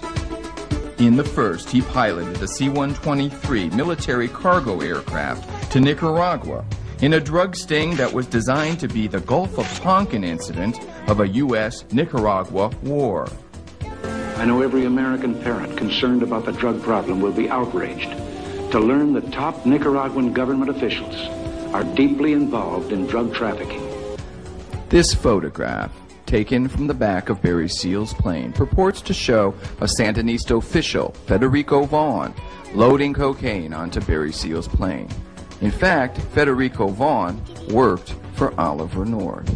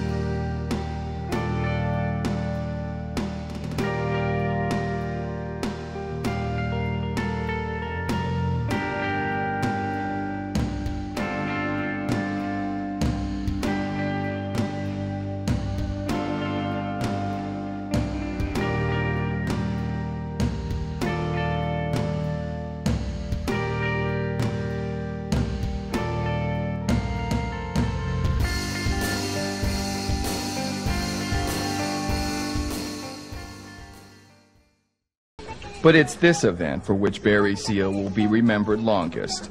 In this, his beloved C-123 Fat Lady airplane was brought down by Sandinistas over Nicaragua with Eugene Hassenfuss on board. Good evening. There's a furious debate going on tonight between the governments of the United States and Nicaragua, and it revolves on the question, whose cargo plane carrying ammunition to the anti-government Contras was shot down inside Nicaragua yesterday? And who were the Americans on board working for? They'd apparently flown from El Salvador. The government of Nicaragua says it is proof of direct U.S. involvement in the war. The Reagan administration says not true. Our first report is from Nicaragua, and here's ABC's Peter Collins. The Sandinistas say the aircraft that went down was a Korean War vintage C-123. Informed sources close to the Contras confirm this and say they have been using the aircraft to drop ammunition and supplies by parachute to their men. It crashed in remote, swampy terrain deep inside Nicaragua that can be reached only by Sandinista Air Force helicopters. The Sandinistas claim 4 Americans were aboard the plane. They say 3 were killed and 1 survived. He is identified as Eugene Hassenfuss, a Marine Corps veteran from Marinette, Wisconsin. The Sandinistas quote him as saying he was an American advisor based in El Salvador. The Sandinistas also say the plane was carrying more than 50,000 rounds of small arms ammunition, rocket grenades, other weapons, and boots. Not saying it's a U.S. Army plane, but this is obviously a CIA operation with CIA operatives. Whether they are U.S. Army personnel or not is almost beside the point. Of course, U.S. officials made the usual denial. The people involved were not from our military, not from any U.S. government agency, and CIA included. So this is, at least in part, just another story of U.S. government officials lying to us. But it's also something more than that, because Barry Seal wasn't just an outlaw. Barry Seal was an agent of the Central Intelligence Agency. That's right, the CI frigging A. What is your speculation as to what you got too close to? I don't know. It seems like the real turning point was with the FBI agents, Tom Ross and Floyd Hayes, when they obviously, when I thought they were trying to tell me of something illegal going on without telling me what to do with it, I assumed that they wanted me to monitor and investigate without being able to come up with a better explanation myself. What it turned out to be eventually was that they were telling me to ignore what was apparent illegal activity. He's a drug smuggler, or he's a CIA agent, an outlaw, or an operative. Or maybe it's like in that famous scene in Chinatown when Jack Nicholson learns Faye Dunaway's dark secret. She's my sister. She's my daughter. My sister, my daughter. I said I want the truth. She's my sister and my daughter. Maybe he's a drug smuggler and a CIA agent.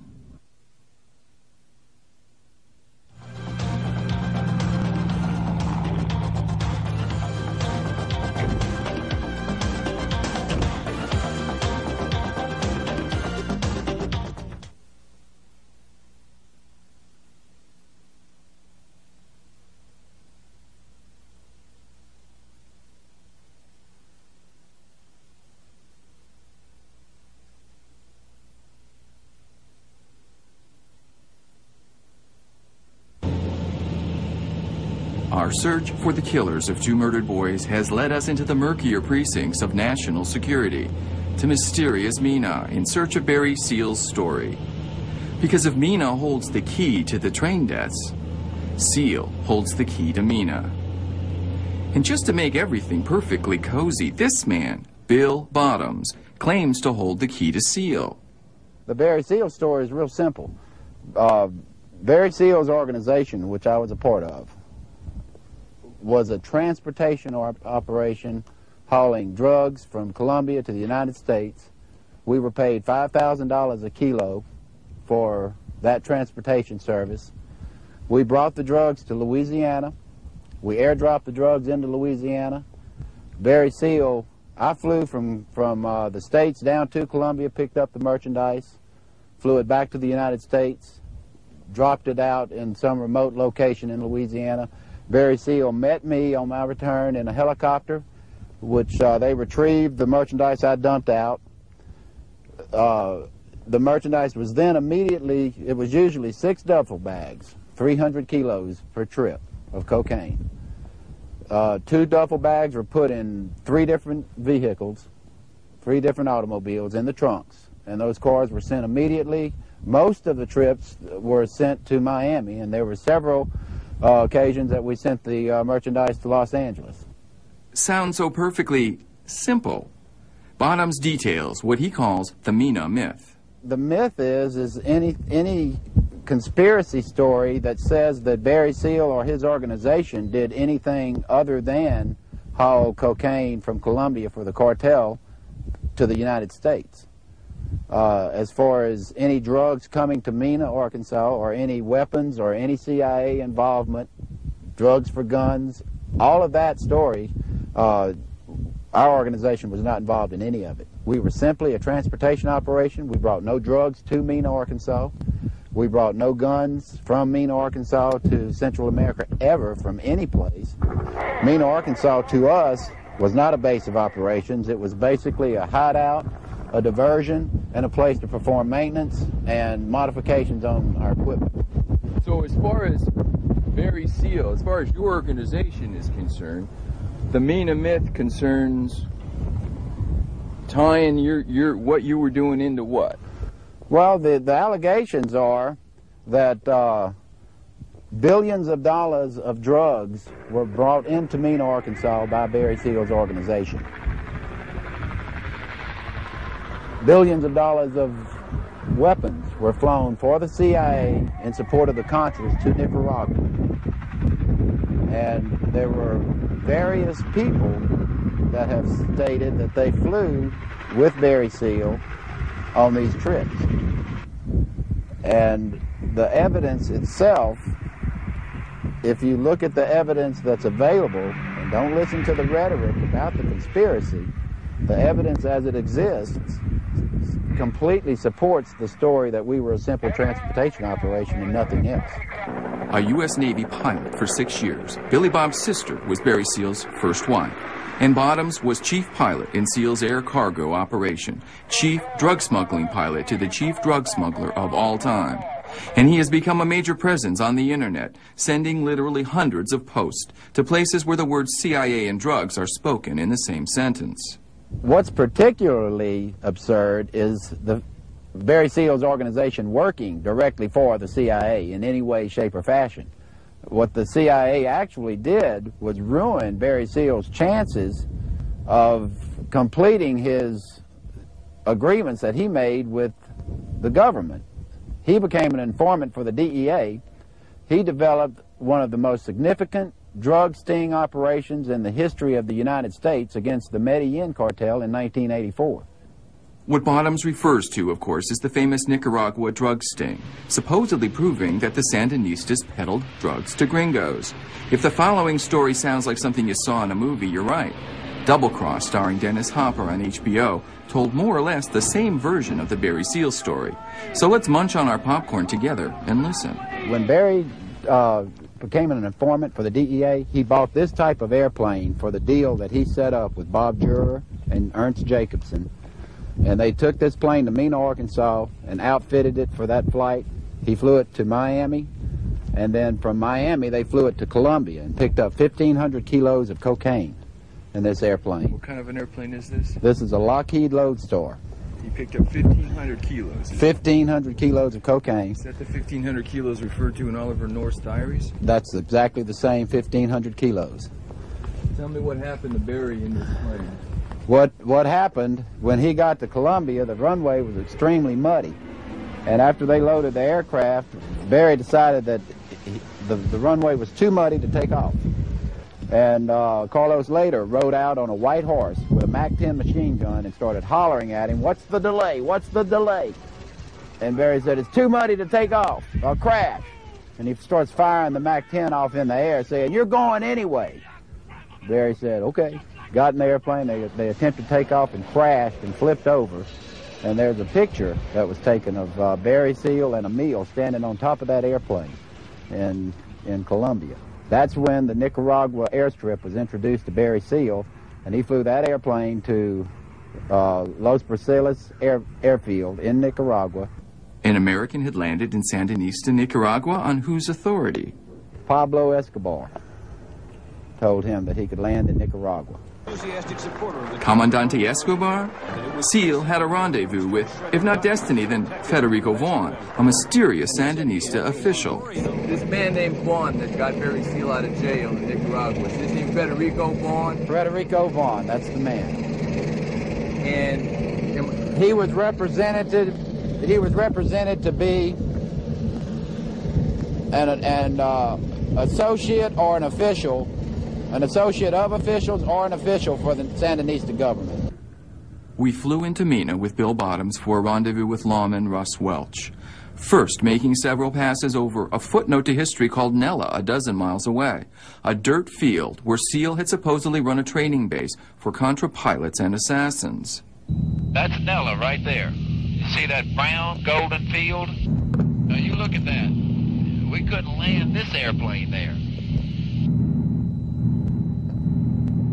And you're taking off and the ground rapidly rises. If you look at the end of that strip this way, there are huge 80-foot tall trees.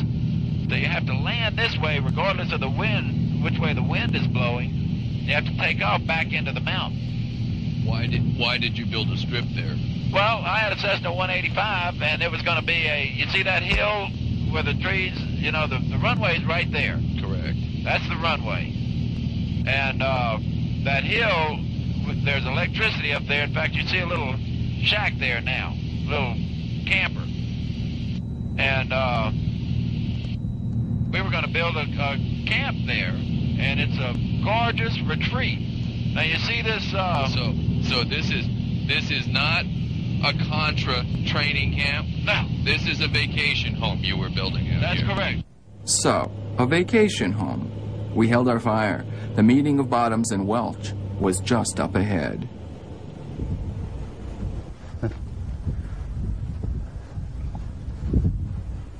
Billy, Russell Welch. Russell Welch, pleased to meet you. Nice to meet you. I'm Billy. I've seen your picture, would have recognized you. Would you have? Yeah, I was going to send you an email and wish you a happy birthday back on the 16th. Yeah. I didn't notice that you were about 5 days older than me. Just an old man. Is that right? Yeah. Well, I can't say. So when is your birthday? 21st. Of what? November? November, 47. That's amazing. Yeah, it is. So you're a Scorpio? Yeah. Yeah, that explains a lot, doesn't it? That explains a whole lot. Yeah, both ways. Men bonding is always a little painful to watch, but these two shared a lot of history together. They were like soldiers on opposing sides, meeting long after the war is ended. From the two men's wary respect for each other, I knew that Bottoms had been there. But was he telling the truth? Well, they let him fly to. We finally got our answers. It turns out that Bill Bottoms represents a long tradition of deceiving the American public about our out-of-control covert drug operations. In 1986, for example, the Reagan administration unleashed a CIA psychological warfare campaign against a strange target, the American people. They called it the Office of Public Diplomacy. They housed it in the dusty recesses of the State Department, and they transferred to it several of the CIA's state-of-the-art psychological warfare specialists. All of this was unconstitutional. You have to hand it to these people. They're slick. They used our tax money to destabilize us. We discovered that Bottoms wasn't just a drug pilot, or an unwitting accomplice of SEALs either, who maybe just didn't know all that much, as we had been inclined to believe earlier. No. Bottoms worked for the boys, too. Here's a few facts about Bill he'd probably prefer you not know. When Seal was sentenced by an irate judge in Louisiana to 6 months in a halfway house in Baton Rouge, there was already a hit out on him, supposedly from the Medellin cartel. Seal was concerned. The story is there's a $350,000 contract on your life. That's true. John, there's a risk in all covert operation work. There's a risk in everything that you do in this line of work. That's why the pay is so good. Seal defied the judge's order and had armed bodyguards protecting him. They watched over him each night he spent in the Salvation Army Center. Watched over him each night but one, the night he was killed. Bill Bottoms was the man assigned to guard Seal that night. Bottoms didn't show up. Seal was shot at close range by a MAC-10 automatic pistol, equipped with a silencer. Right after that, Bottoms went to work for the DEA. For a man described as dirty by more than one source. When asked if Bottoms was in on the hit, Barry Seal's brother Wendell paused and then told me slowly it's totally possible. There's more, but we want to tell you where we're heading first. We're going to prove to you that the biggest drug smuggler in United States history worked for the CIA. We're going to prove that the biggest drug smuggler in the country is the country. That it wasn't just a case of the CIA turning a blind eye. And it wasn't a case of a rogue element. And it wasn't a case of a few bad apples. And no, our guys weren't just looking the other way. And those two poor high school seniors in the wrong place at the wrong time, their deaths were caused by people you and I as taxpayers pay money to, government officials. The corruption in Saline County that allowed the train desk cover-up to proceed with abandon only exists because of the far larger federal cover-up of people and by people with access to the vast powers of our nation's military and civilian intelligence capabilities. So we're deadly serious about Bill Bottoms and his deliberate agency-abetted campaign. Today we think of this man as a slightly desperate, behind-his-quota, door-to-door salesman, looking for a few bonus points at the end of the month. See, Bill Bottoms worked as a pilot in Desert Storm, dropping pre-invasion Special Forces guys in Iraq before the war. Landing and taking off from roads barely visible from the air, it was hazardous duty. But Bill Bottoms got in trouble in Saudi Arabia, personal trouble, and had to be spirited out of the country to avoid being beheaded by those colorful Saudis. So he was discharged for good cause, fired, 2 years short of the 20 he needs for his government pension. And now he needs those end-of-the-month bonus points.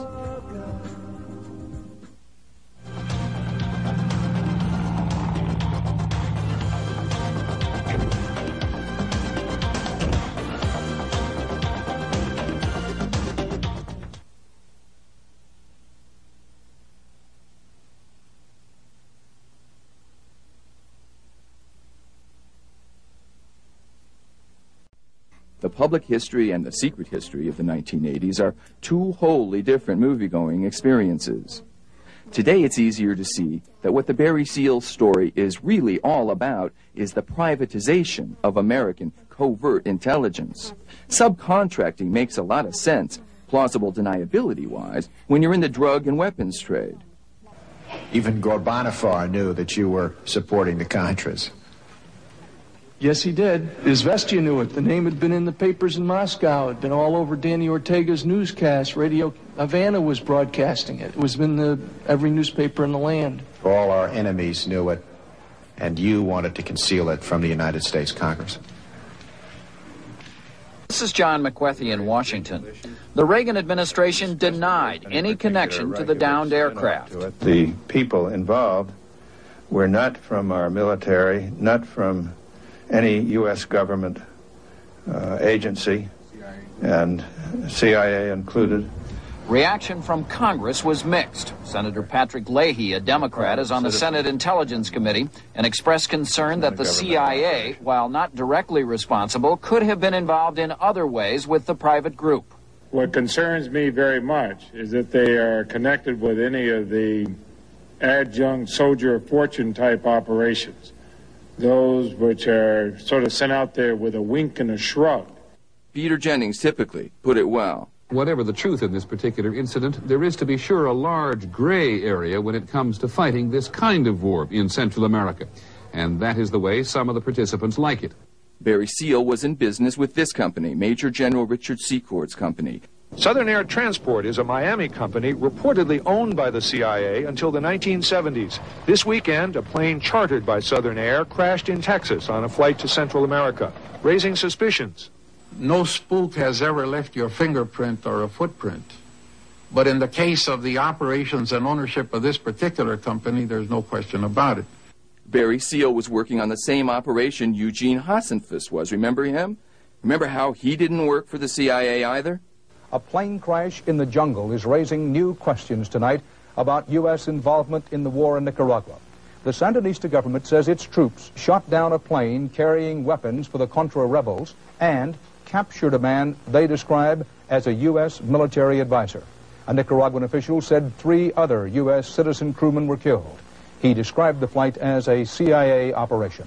In Washington, aides to President Reagan denied even knowing about such an operation and said it had no connection with the captured man, who's identified as one Eugene Hasenfuss.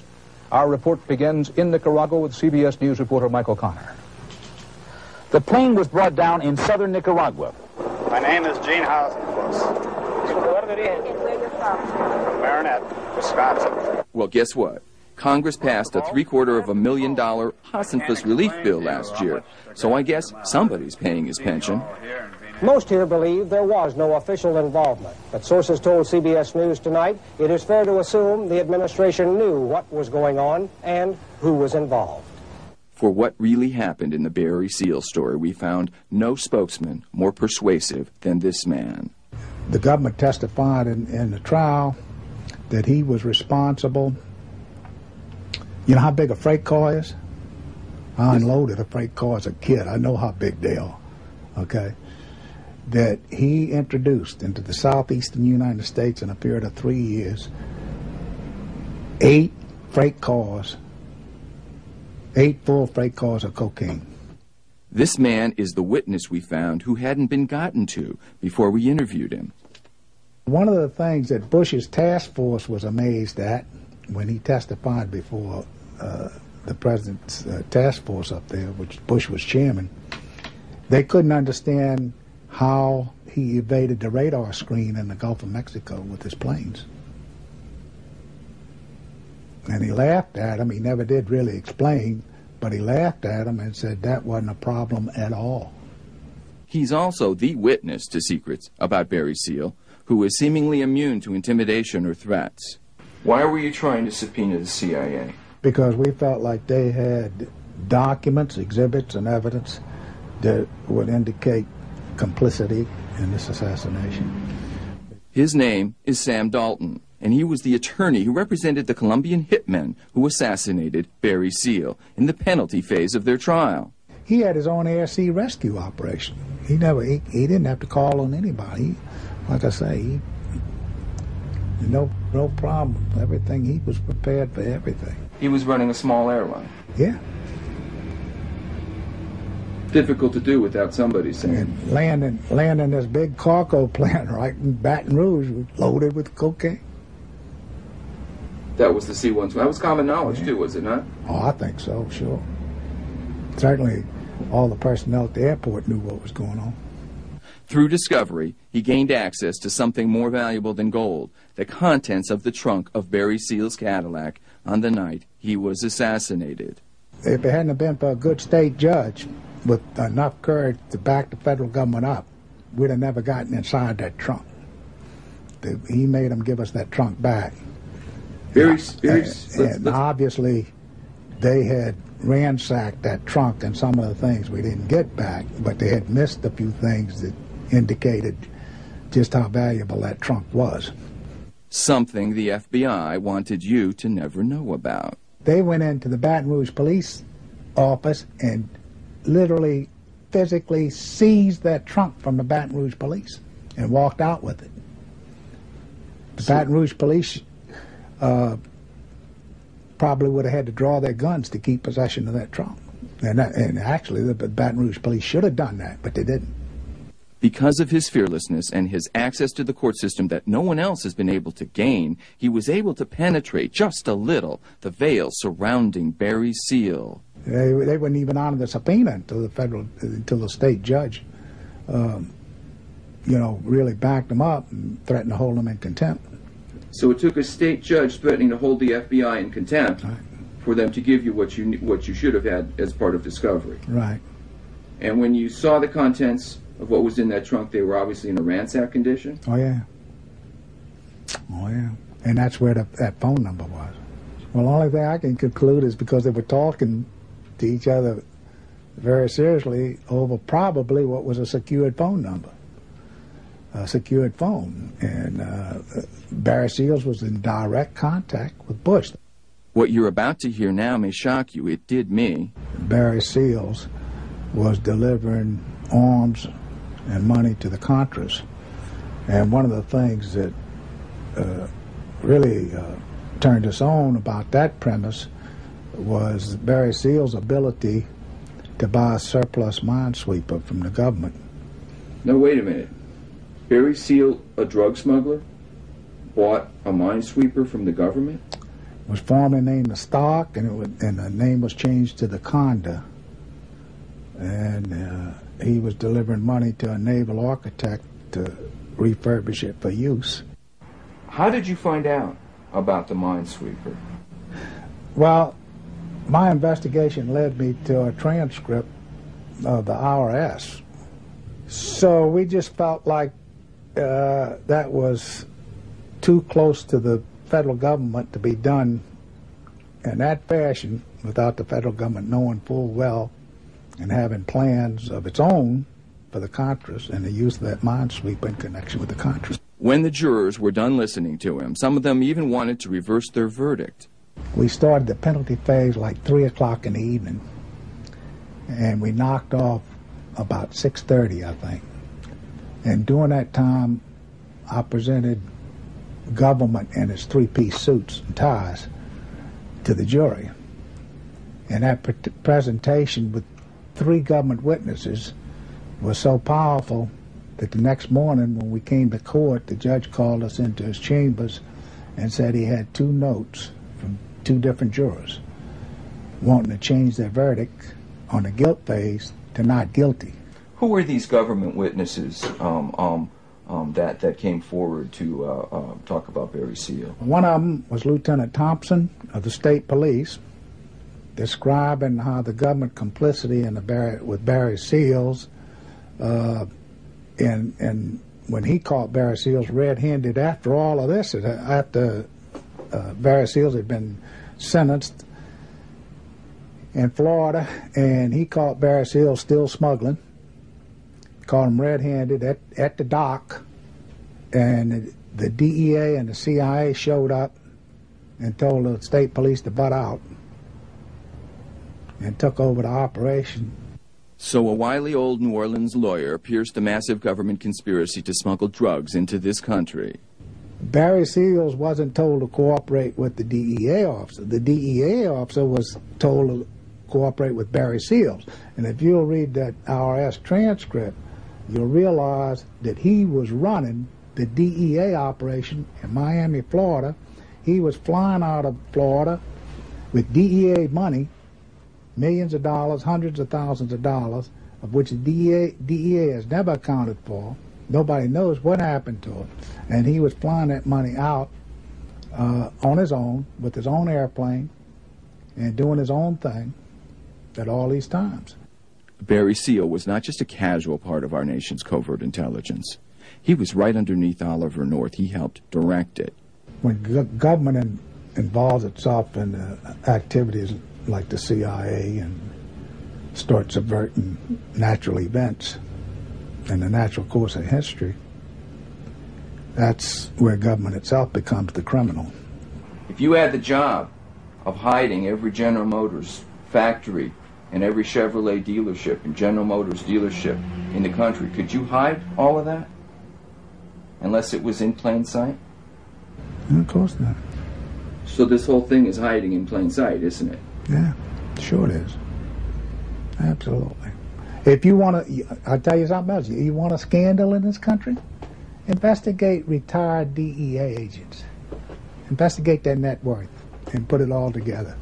If the American people don't make its government start behaving soon, we're going to reach the point of no return. There's only one conclusion. If Barry Seal is working for the CIA, then the CIA is controlling the drug trade. And if the CIA controls the drug trade, we could be in for a really long spell of presidents who were previously Southern governors. But this show is not about the CIA, and it's not about Bill Clinton and Southern governors and what they will or won't do to become president of the United States. It's not even in the end about the heroic, and we mean that word, law enforcement efforts of Russell Welch. And it's certainly not about the lies of people who have spent their lives sucking off the tit of shameful, secret government black operations.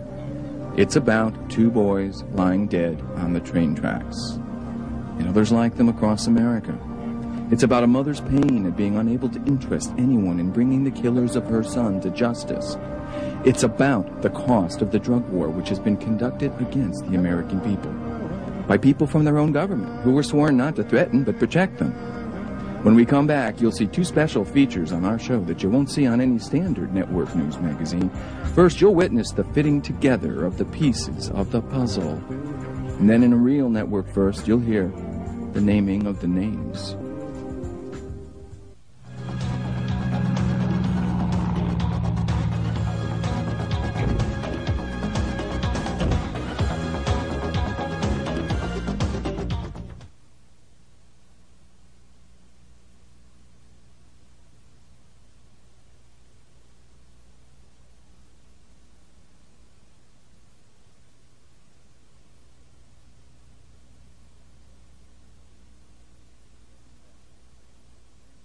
Welcome back. As promised, now we play Connect the Dots. First, take a look at this map and think about the simultaneity of events. At the same time Dan Harmon is terrorizing Saline County, Oliver North is lying to Congress, and the cocaine is flying off the store shelves down at the neighborhood drug corner. And flying in from Central America, the cocaine comes in planes like these. They look like military cargo planes. They're actually classified as instruments of war, and their export is controlled. But because they're registered to private contractors, Barry Seal, Major General Richard Secord, you know, the boys, we're supposed to maintain and observe some legal fiction that our government has nothing to do with it. What kind of fools do they take us for? Did you ever in your wildest dreams in law school think that you might entertain the idea that the United States government smuggled drugs? Absolutely not. Take Dan Harmon. He worked for the government for a long time in Arkansas. Well, after 15 hours of deliberations, a federal jury found the former 7th District prosecutor guilty on 5 of 11 felony charges. After 2 days of deliberations, the jury found Harmon guilty of 5 of 11 counts, guilty of drug charges, racketeering, and extortion. The people that were actually involved in the murders have received protection. The people who have been involved in protecting them have received promotions. Not only have they not been indicted for those murders, they have been protected all around for any other criminal activity. Prime example, Dan Harmon. So Dan Harmon is a drug thug, but a local one. Still, think of the things he got away with. Dan Harmon stood accused of stealing drugs from his drug task force, putting them back on the street, and cutting deals with drug suspects for money and sexual favors. At the end of his trial, he left the federal courthouse guilty on 5 of 11 charges, the most serious racketeering. The name Dan Harmon first came to light in 1988. Harmon was a county prosecutor taking on one of the biggest murder cases in the state's history. The deaths of Kevin Ives and Don Henry, 2 teenagers found dead on a railroad track in Saline County. Harmon resurfaced 3 years later when he was slapped with 4 federal charges for tax evasion. Harmon was subsequently thrown in jail for refusing to take a drug test. After 19 days behind bars and an appeals court hearing, he was freed from his first stint behind bars. His freedom continued until July of 1992, when Harmon was found guilty of not filing a tax return for 1988. He was then fined $25 and sentenced to 2 weeks home detention. Harmon hit headlines once again when 4 bricks of fake cocaine were found in his ex-wife's apartment. The bricks were evidence belonging to Harmon's 7th District Drug Task Force. 3 months later, Harmon's ex-wife, Holly Duvall, accused him of kidnapping and assaulting her.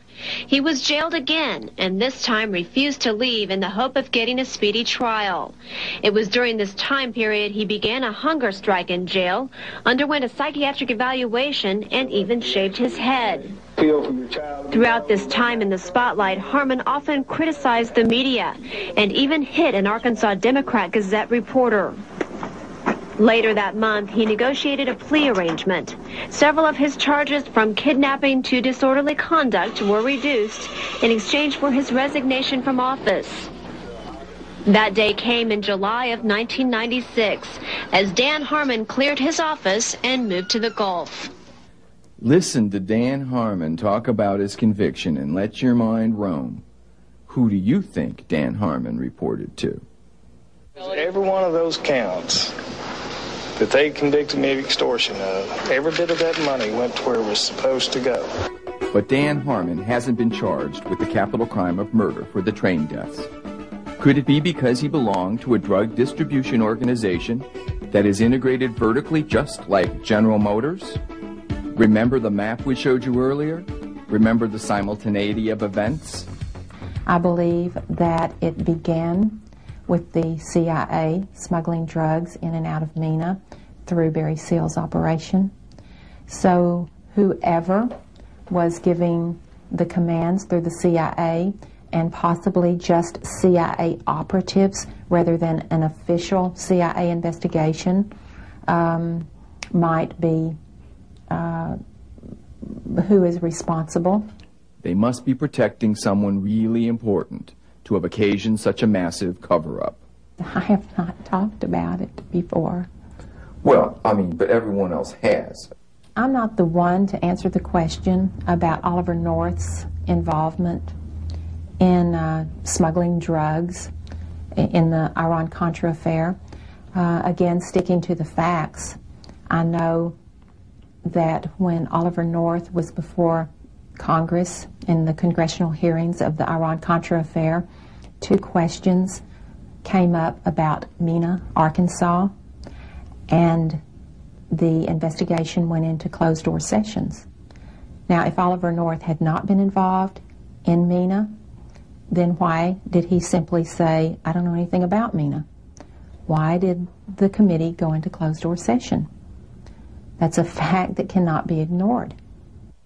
If Oliver North had not been involved in MENA, there would not have been a MENA, would there? That's a reasonable assumption. That is certainly a reasonable assumption that I would have to agree with. Barry Seal was conducting his drug smuggling operation long before Oliver North got involved. Was Barry Seal a big enough drug smuggler to have conducted a drug smuggling operation with the regularity to provoke citizen complaints about low-flying aircraft? Probably not. And in fact, now that you say that, it wasn't until the time frame after Oliver North got involved in MENA that there was so much drug activity over the tracks. So does it seem possible at all to you that if Oliver North had not been charged with flying guns down to the Contras illegally and bringing back cocaine that could be then sold to be used to finance the Contra War, those 2 boys might be alive today?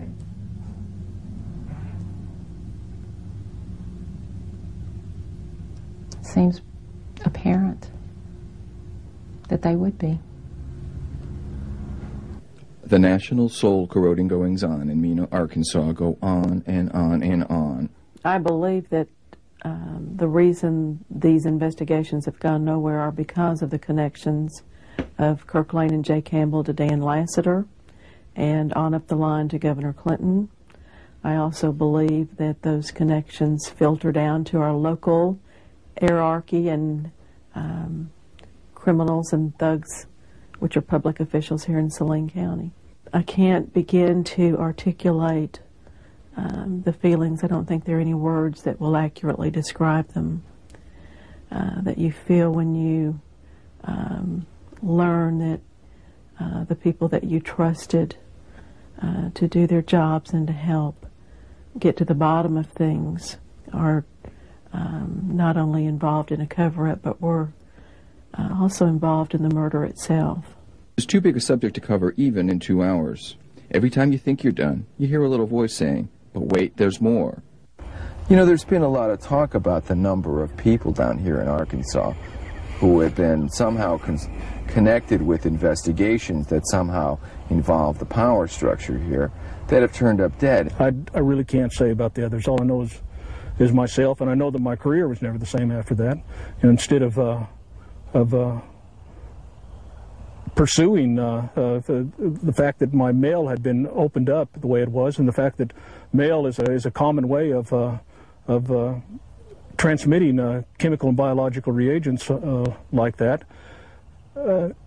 And in light of what the doctor said repeatedly, there was no investigation, there was no concern, there was no sympathy from the state police for my condition, and my tenure with the state police was never the same after that. In fact, I'd been out just a few days when the FBI arranged a meeting with me. I was led to believe that it had to do with an investigation. When I got there, I found out the investigation was of me. I was being investigated by the FBI for an illegal wiretap, and I told the FBI agent, Floyd Hayes, that I was in the hospital at the time, still incredulous of what I was being accused of, and he was short of reading me my rights. I was about to be arrested, and I said I was in the hospital, and he argued with me and said I was not in the hospital. He said, I've got this file here, look at it. And I said, I'm not interested in your file. I was in the hospital.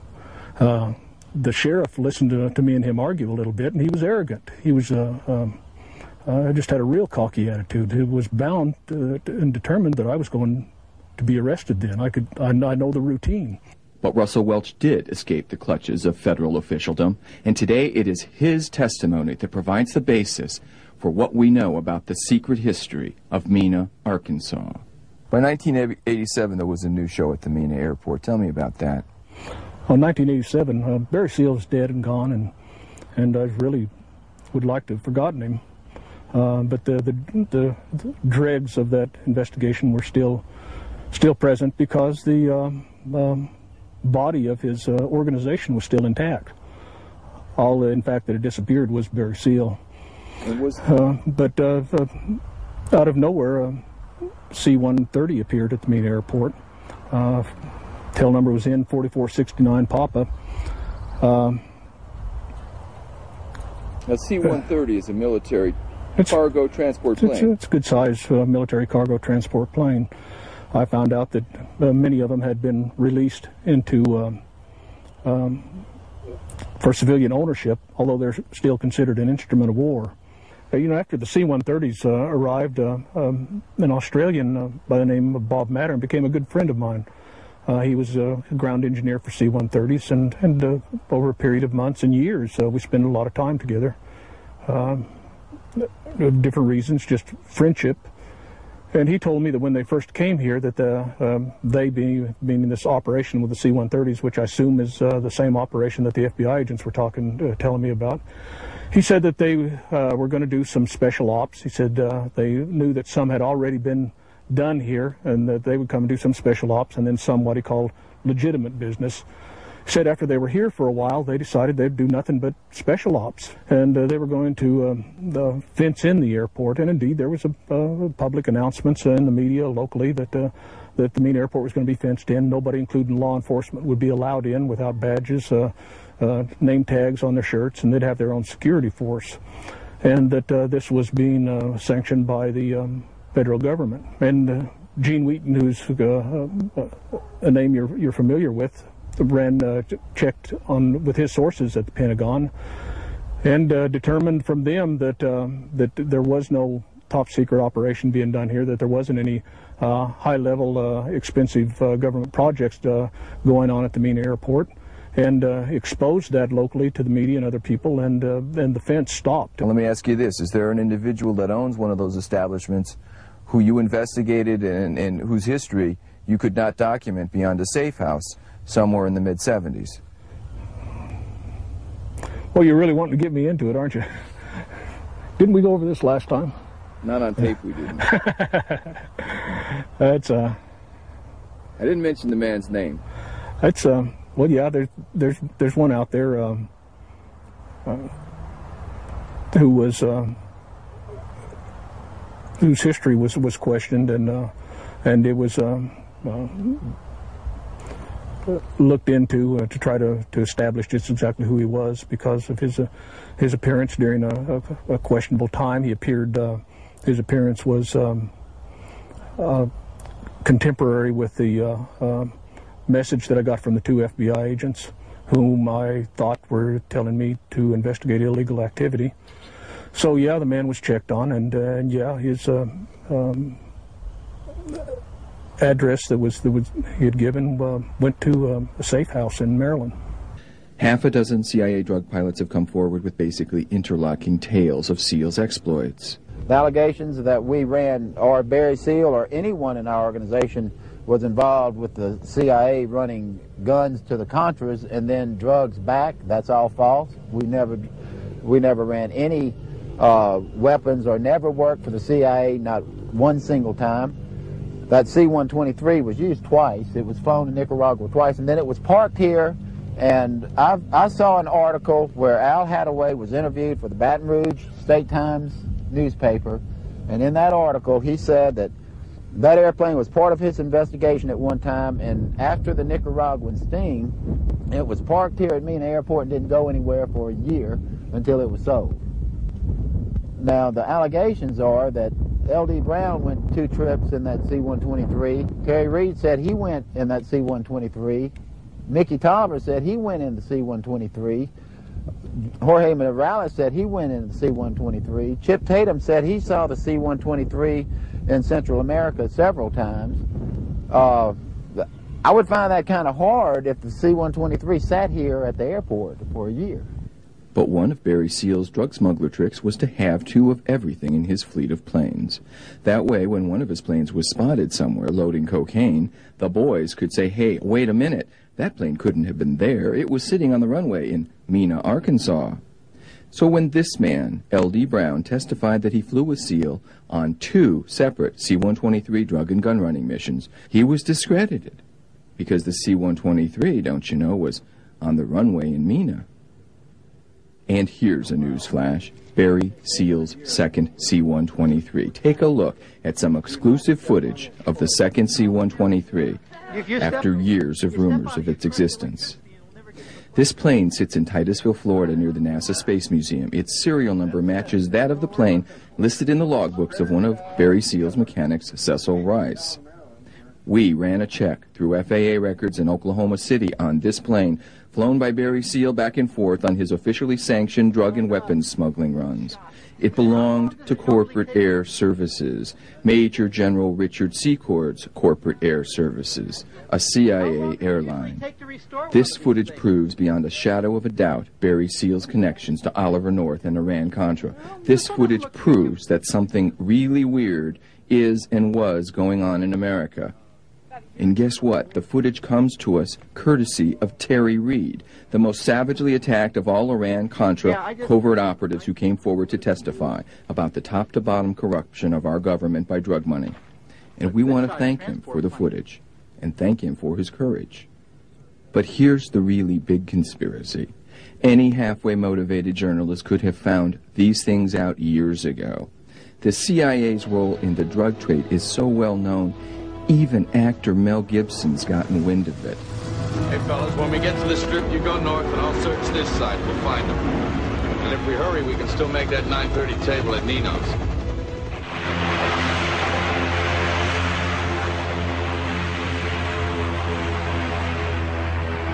We no go home now. Opium go home now. What? There was opium on that? You said it. Opium. And he took his opium instead of us? You helped him load it, pal. And surfer movies knew about Ollie North and cocaine. About the only way to get to Ollie's Point is by boat. The locals named Ollie's Point after Oliver North. Supposedly, the CIA had a secret base up the valley that supplied arms to the Contra rebels in Nicaragua. It was a big secret. That's why they called it Ollie's Point. Everyone knew about it except Congress. We wonder if the big fix hasn't been in now for so long that nothing's going to blast the truth loose from it. We're afraid we're just discovering what screenwriter Robert Towne was trying to tell us about America over 20 years ago. Forget it, Jake. It's Chinatown.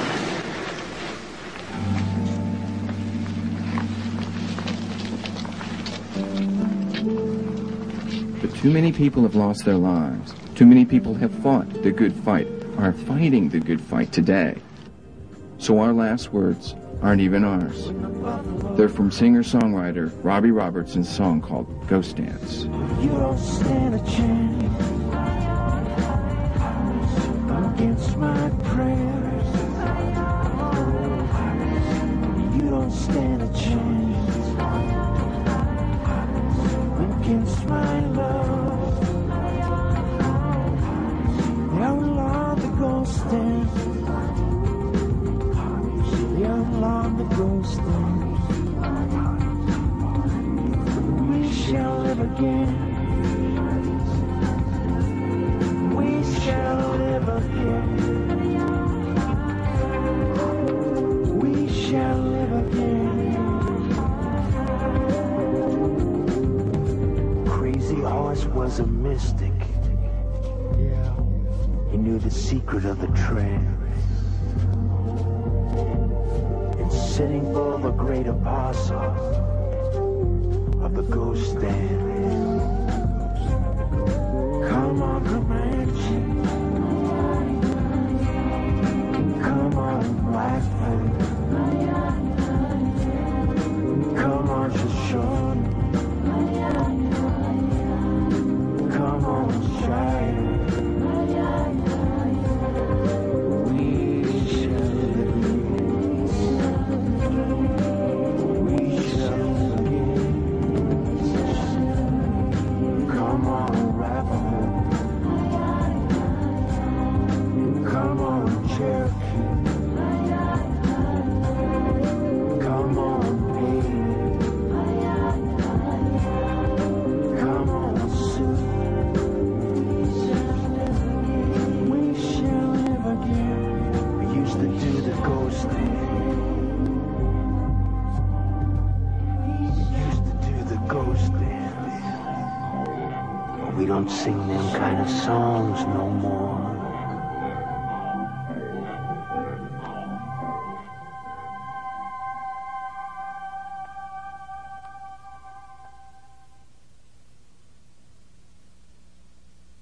Hi, welcome to West 57th. Our first story tonight is about gun running, drug smuggling, the CIA, and the White House. It's complicated, but it's a story that raises serious questions about whether White House officials knowingly broke the law.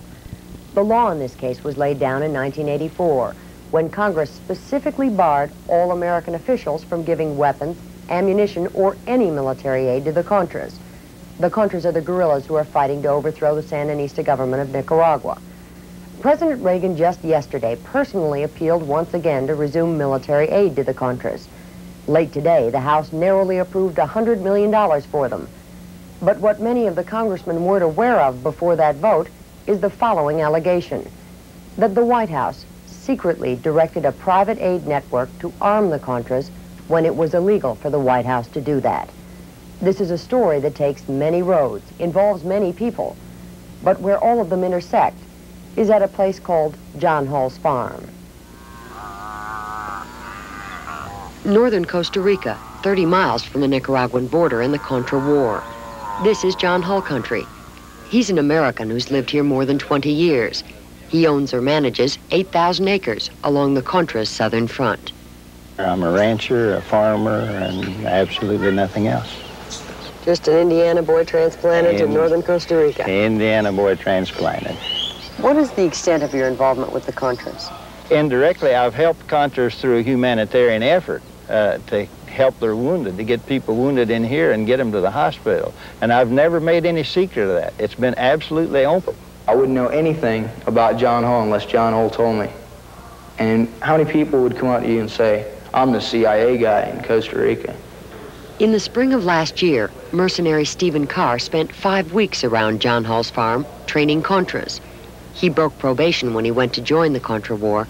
He's now serving time in an American jail. Carr says John Hall supplied the Contras their food and their weapons. John was the man in Costa Rica. He told you where you're going. We want this here, we want that there. he was the organizer. Stephen Carr is a liar. Stephen Carr is a boy that's been in trouble all of his life. He's some of the dregs of humanity that the communists use to produce misinformation, to push their point across anywhere. Peter Glibbery is another mercenary who trained Contras, taking his orders, he says, from John Hull. He took us to see the campsite where he worked along the border in 1985. We met John Hull on Saturday 9th March, and we flew out of Miami Sunday 10th. Where did you meet him? I met him in the restaurant of the Howard Johnson Hotel opposite Miami Airport. Essentially, he wanted to know our military skills, how long we were prepared to commit to the war for. What kinds of things did he ask you about your military experience? He wanted to know if we could use 60mm mortars, if we knew how to use a .50 caliber Browning machine gun. This campsite, he claims, is on land John Hull controls. He started telling us about this friend of his on the National Security Council. What did he say? He said, my friend sends me $10,000 a month for the support of the FDN in Costa Rica. Did he ever tell you what the $10,000 a month was for? Yes, it was for paying the military commandante, also providing food, the rice and the beans, and the ammunition for the troops in the field. Firing ranges were up over on that hill. And this is the log where we used to sit and drink coffee with the Civil Guard in the morning. So. How many of you were living here? 14 or 15. There were 3 trainers and the rest were Contras. Do you know anybody on the National Security Council? No, I do not. It's the same as you say with the CIA. I probably wouldn't know them if they walked in the door. There are many allegations that have been made that surround his farms, that surround him individually, and he is certainly one of the figures that we would like to know more about as part of this investigation. Democratic Senator John Kerry, who sits on the Foreign Relations Committee, has been investigating whether the White House secretly violated the congressional ban on military aid to the Contras. That investigation is in its 5th month. If, in fact, they have been trying to circumvent the will of Congress and provide aid notwithstanding that, that seems to me to be a very serious infraction. It's a constitutional violation. It's an infringement on the stated law of this country, if you will. How do you know all these mercenaries? How do they know you? They came through here on their way. We talked to them. They stayed overnight. They had breakfast here, and they wanted to know where to go and which road to take to get to the northern border. They say you were running Contra operations on lands that you own or manage. That's not true. Never have? Never have. I never will.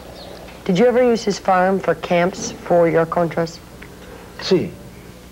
Until this year, Eden Pastor ran the largest Contra operation on the Southern Front. He was supplied off and on for 4 years by the CIA. He says John Hull was a critical link in the CIA supply line, receiving weapons from the United States, storing them, and moving them out to the Contra troops. If I told you he says he doesn't work for the CIA, he says he was never involved in any of this stuff. He says he was merely a man who transported the wounded. Is that true? Bueno, está en juego su palabra con el de la CIA. Well, it's his word against that of the CIA. El jefe de la CIA en Costa Rica a mí me dijo que era de la CIA. The head of the CIA in Costa Rica told me that he was CIA. You're certain he did things other than just transport wounded soldiers? Usted es cierto que él hizo cosas afuera de transportar heridos, soldados heridos. Me transportó a mí. He transported me.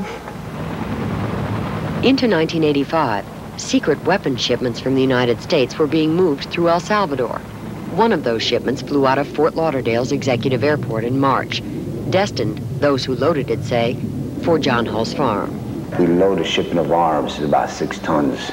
There was machine guns, 60s, motor tubes, C4. Jesus Garcia is an avid Contra supporter, in jail in Miami on a weapons charge. He says the CIA sanctioned the shipment. The arms were for John Hall. John Hall's? John Hall's farm. For whom? For John Hall. Was the CIA behind the weapon shipments, or the National Security Council, or the White House in any way that you're aware of? I don't know about directly, but I know they they had to have had knowledge.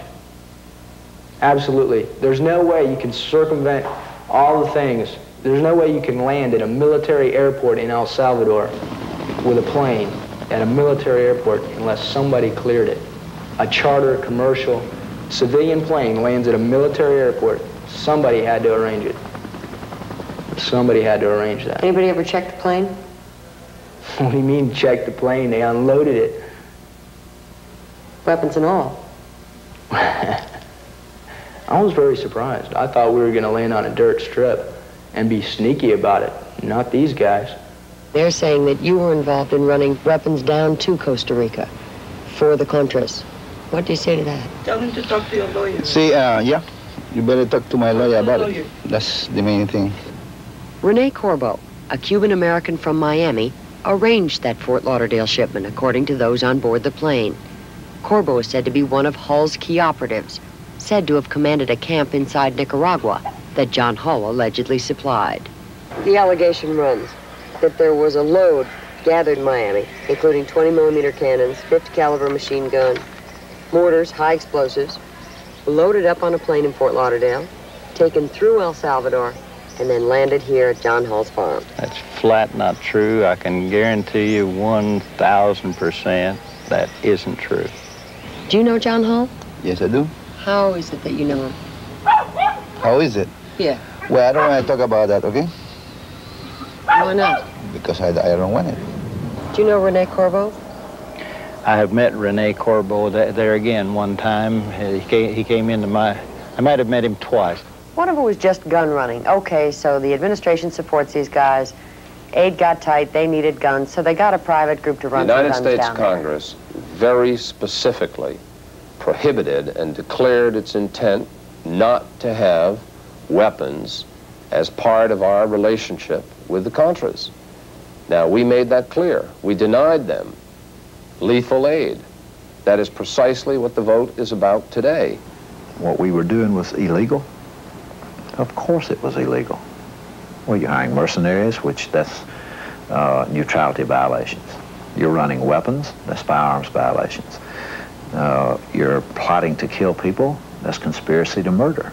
I mean, you could write a law book on some of the things that these people did.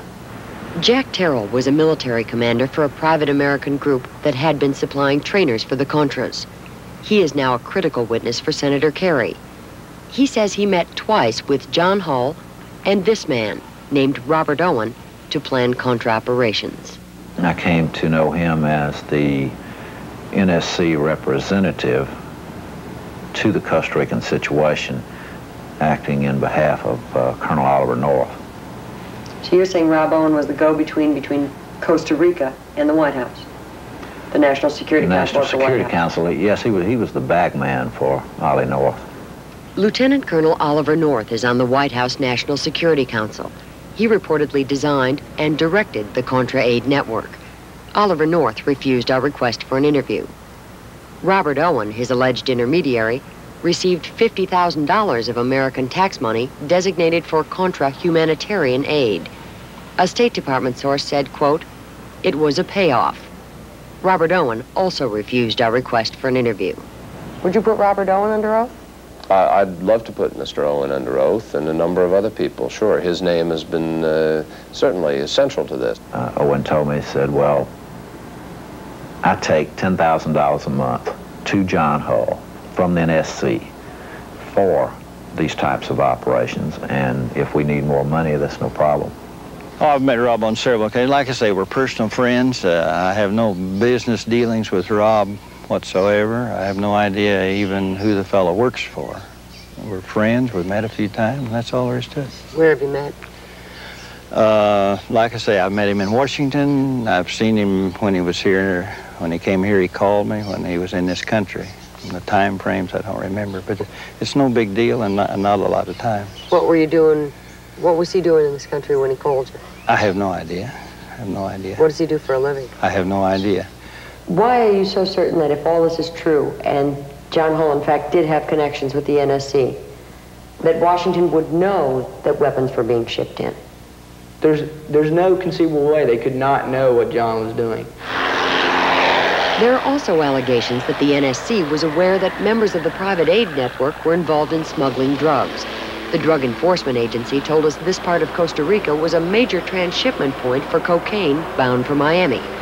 Allegations of drug running have surfaced centering around the private airstrips on and around John Hull's farm. According to many in the private aid network, some of the same secret routes used to bring weapons to the Contras carried cocaine back to the United States. Contra suppliers taking advantage of their covert connections to run cocaine. Airstrips have been set up. Clandestine flights have been set up. The law enforcement agencies have kind of been pushed aside or pulled back in certain instances. There is evidence of that. And it's been made easier for these people to then turn to use that access to our shores as well as to the shores of another country for illicit purposes. Run drugs. That's what it appears. That's correct, to run drugs.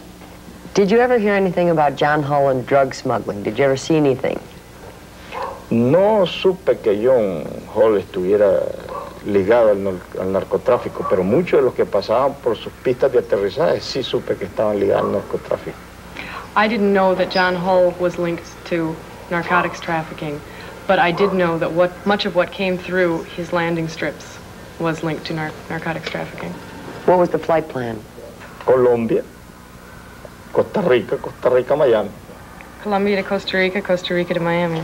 I have no contact with anybody in the drug business. I have never let a drug plane land or be refueled on any airport here at any time. We've got a cancer here. It's like Watergate. It's not going away. There is great possibilities here that this could become Contragate. It could have the same ramifications. It has certainly got a parallel start. You consider yourself a real American patriot? I sure do. And a real nice fellow. The CIA declined comment on this story, except to say that they always comply with congressional restrictions in Central America. The White House today quoted Colonel Oliver North as calling the private aid network nonsense. The White House also said, quote, "The president never approved any such plan," end quote. Yesterday, 2 congressmen filed a formal request demanding White House records of any contact between Oliver North, Robert Owen, and John Hull.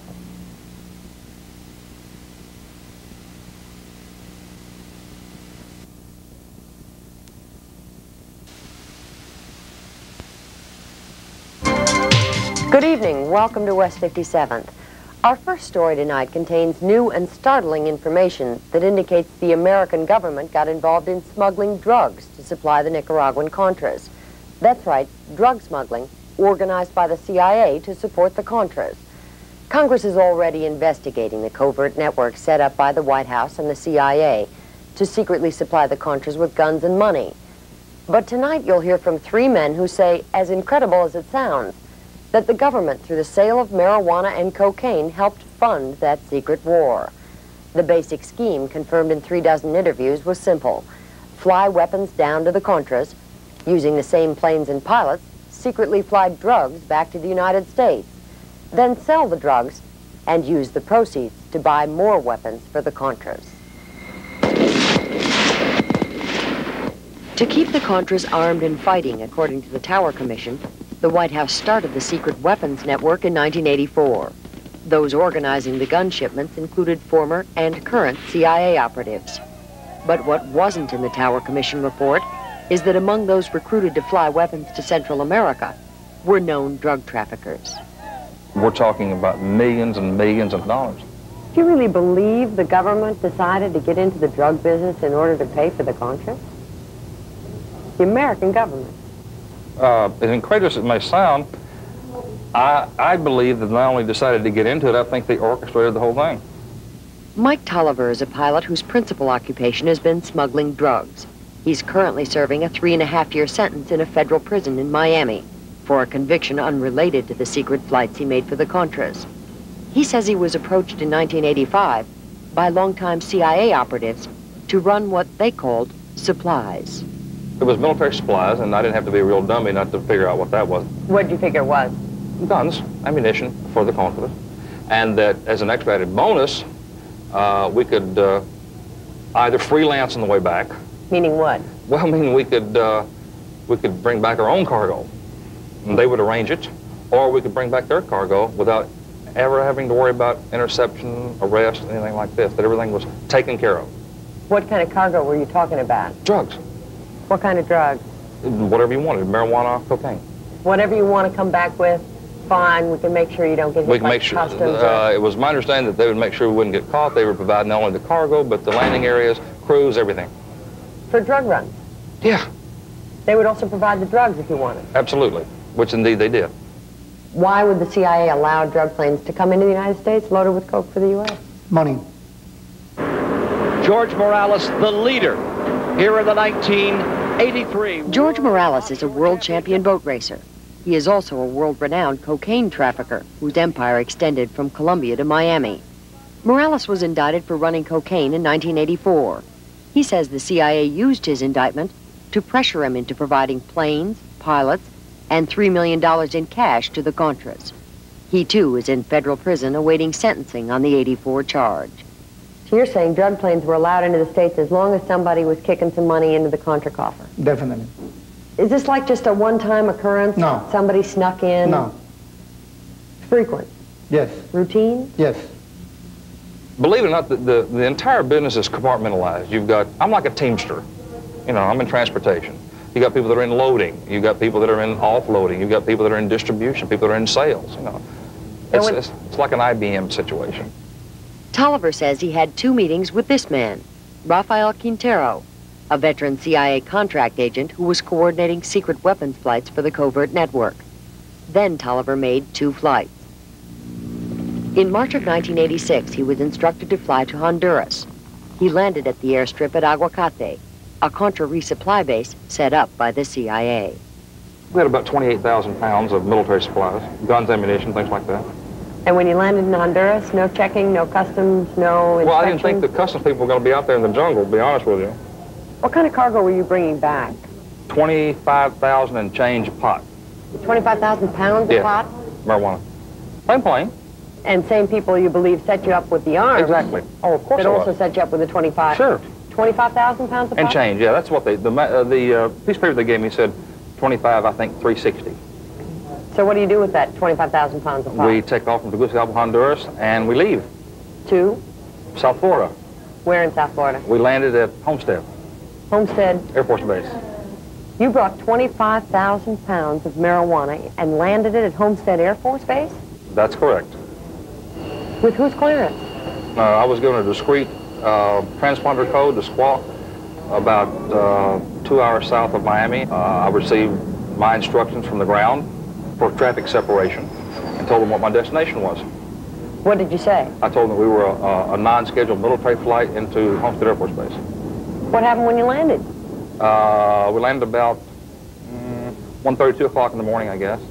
And a little blue truck came out and met us, and it had a little white sign on it that said, "Follow me." And you did? Two flashing lights, and we followed it, right. To where? Some area of the field. I have no idea. I've never been there before or since. Were you surprised you were going to land all this pot at Well, I was a Air little Force taken base? aback, to be honest with you. I was somewhat concerned about it. I figured it was a setup. They were going to, you know, or it was a DEA bust or a sting or something like that. And instead, nothing happens to you? No, the little guy in the truck puts us in the pickup truck and takes us out, and I get in a taxi cab. Did you get paid for the flight? $75,000. Tolliver identifies this as the plane he flew.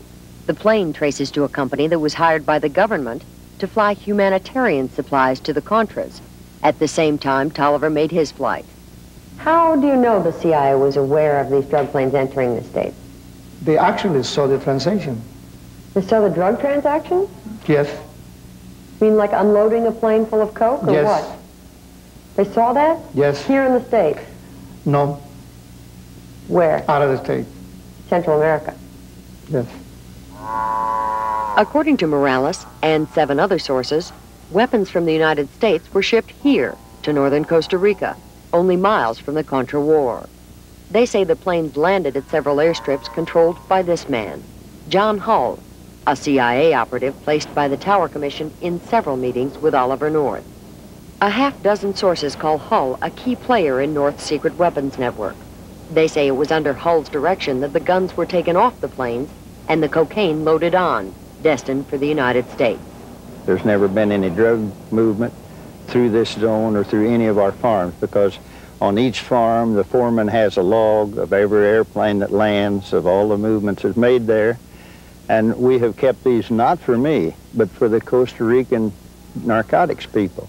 It's kept by your employees. Ostensibly, if you're any good at doing this kind of thing, you wouldn't put it in the law. I'm not that good, Jane. There's never been anyone land here that I didn't know exactly who they were. You are aware of planes loaded with drugs and planes loaded with weapons landing and using the airstrips of John Hull? Yes, I'm aware of that. Did they do this in the middle of the night? Perhaps they did it and he wouldn't be aware of it? Is it possible?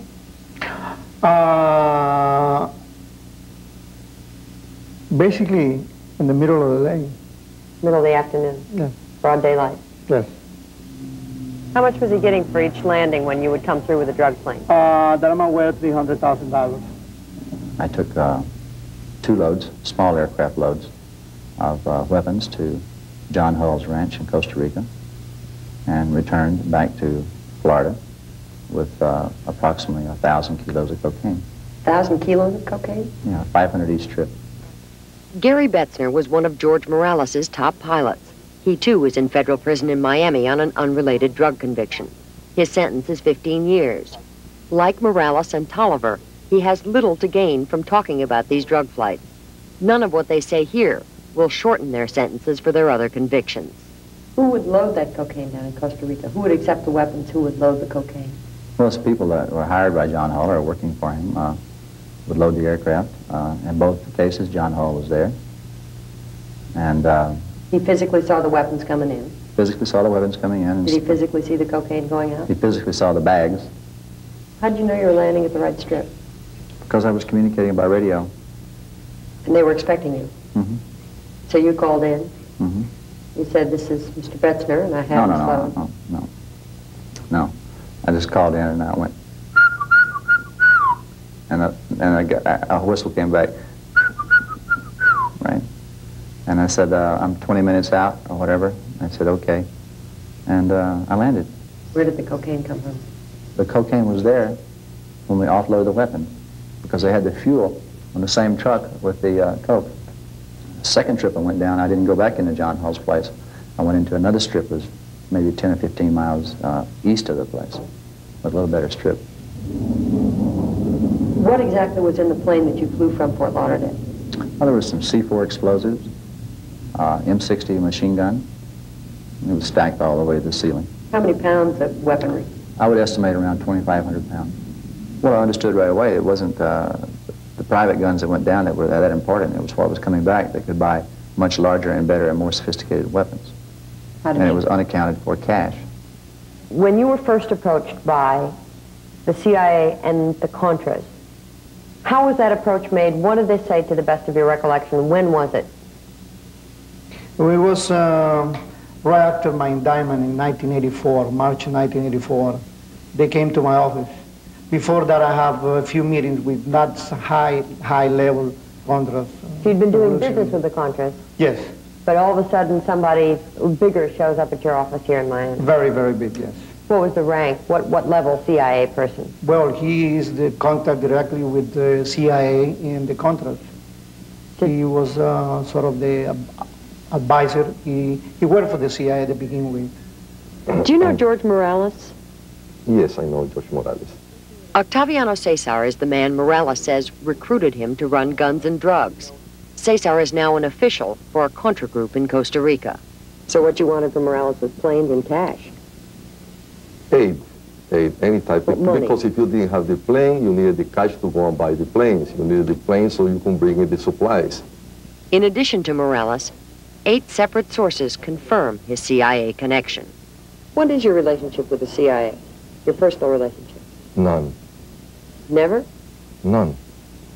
When he said that he checked this with Washington in high levels, what did that mean? What kind of high levels? That he will speak directly with, he told me that he directly speak with Vice President Bush about my situation.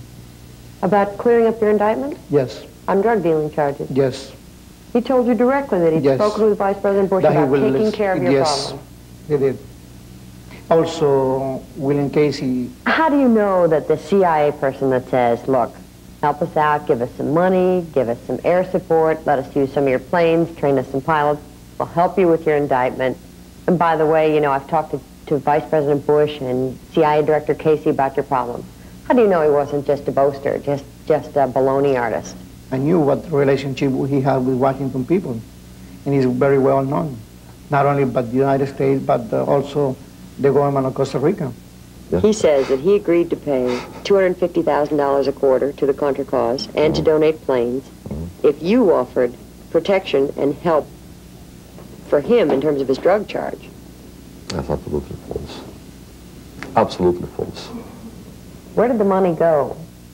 What type of arrangements would be made to receive this money? Who'd actually have some money went sent through banks, some money went sent directly, cash money, to them.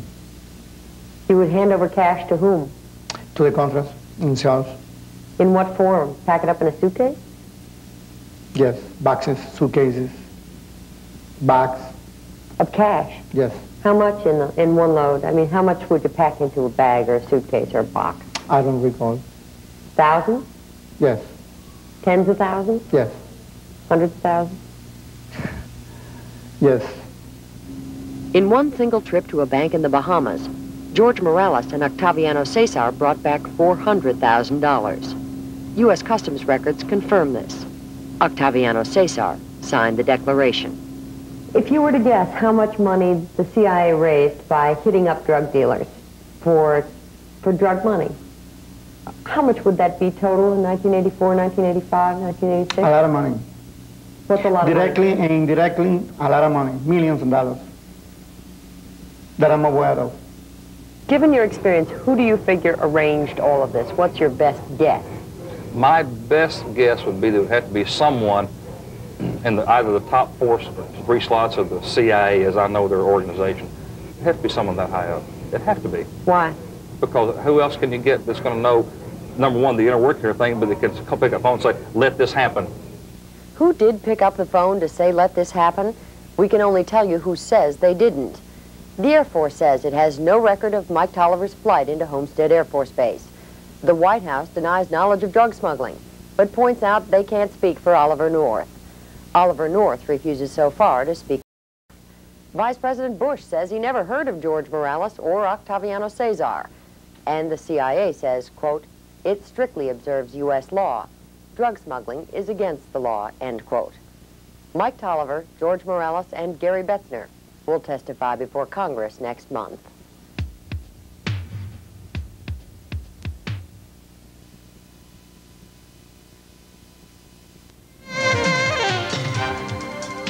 Hi, welcome to West 57th. Our first story tonight concerns more information on the connection between the Contras in Central America, the United States government, and cocaine. When we first reported that connection 3 months ago, we told you that the White House and the CIA had used known drug traffickers to arm the Contras. The guns were brought down to the Contras, and the drugs were brought back to the United States. The CIA called our story scandalous defamatory journalism at its worst.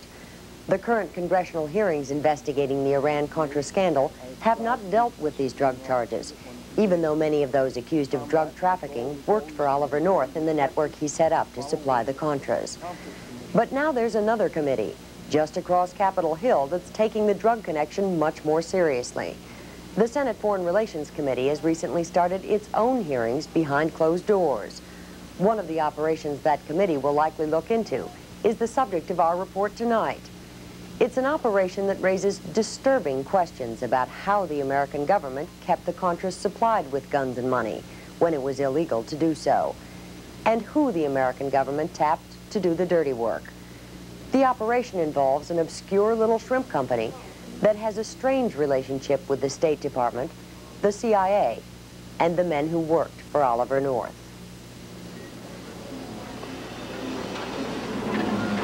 Our story begins in a sleepy port town in Costa Rica, a few hours south of the Contra War. It is here that those keeping the Contras in guns and money apparently joined forces with those suspected of keeping America supplied with cocaine. It started with a little shrimp company. 4 sources say the CIA found it first and used it as a CIA front. The company is called Frigoríficos de Punta Arenas. It has facilities in Costa Rica and an American partner tucked away in the back of a Miami shopping mall. The Miami partner is called Ocean Hunter. It was a company for seafood, importation of seafood. It was just a front. What they really wanted to import was cocaine. Jesus Garcia worked in the secret weapons network set up to supply arms to the Contras. He says while Ocean Hunter was importing cocaine, it was exporting guns and money to the Contras. He is now in prison on an unrelated weapons charge, due for release later this year. The CIA, they have a lot of front companies for moving money, arms, supply, people. Ocean Hunter was established as a front. In March of 1985, Jesus Garcia helped load a secret illegal weapon shipment to the Contras that left from this Fort Lauderdale airport. He is one of 2 witnesses who said the flight was paid for by a partner in the Ocean Hunter company. We loaded a shipment of arms, about 6 tons. There was machine guns, 60s, motor tubes, C4. The weapons were flown to El Salvador to a military air base, the staging area for most of the secret weapons flights arranged by the White House and the CIA. Garcia says the arms he loaded up had been stored in Miami safe houses, including the home of Francisco Paco Chanis, a partner in the Ocean Hunter company. Garcia says Paco Chanis was running more than guns. Remember, Paco Chanis was moving Oliver North's arms shipment. Paco Chanis had a cocaine shipment 10 feet away from Oliver North's arms shipment. Yet, nothing is said, nothing will be said, because Paco could just turn around and put the finger on the U.S. government. The people involved in the network were involved in drugs. Including Ocean Hunter. Including Ocean Hunter. John Mattis is a public defender in Miami who stumbled on the murky arms and drug network while representing Jesus Garcia. It was the FBI agents themselves in interviews with Mr. Garcia that turned to Mr. Garcia when he says, indeed, it was Francisco Chanis, whose house I picked up weapons from. They turned to Mr. Garcia and said, we're investigating him for drugs. That was January 1986. We're now a long time beyond that, and nothing's happened. Hello. Hi, Paco Chanis here, please. We went looking for Francisco Paco Chanis at the Miami office where Ocean Hunter is still in business, whatever business it is that they're in. No one here wanted to talk. Could you tell me how to get hold of Mr. I don't know Mr. Chanis. Mr. Chanis owns this. Can you tell me what Ocean Hunter does, sir? Or who you might be? I'm Jane. What does Ocean Hunter do? Well, I don't know. I'm just visiting here. You're just visiting? Yeah. Who works here? Well, I don't know. I'm just delivering something. Well, what kind of stuff are you delivering? An envelope, that's it. An envelope. Well, do you know what they do for a living? I don't know. It's Can you tell me? lot of... Here you are, Paco. I'm the manager here, ma'am. What's your name? Out. Though he refused to identify himself, 2 sources later said this man is Paco Chanis. He declined our request for an interview. Ocean Hunter is not only accused of helping the Contras with weapons, they also allegedly gave cash. During the ban on government aid, Ocean Hunter's money man says he secretly delivered $200,000 a month to the Contras. Now, there seems to be a big thing to do about the CIA having connections with drugs. It might be news now, but it's something that has been quite prevalent for quite some time. Ramon Millan Rodriguez was one of the biggest dealers in dirty cash in the world before he was sentenced to 35 years in prison for money laundering and cocaine trafficking. He says his clients included the Colombian cocaine cartel, the CIA, and Ocean Hunter. Government sources confirm all 3 claims. Did anybody in the CIA ever suggest that you should work with Ocean Hunter?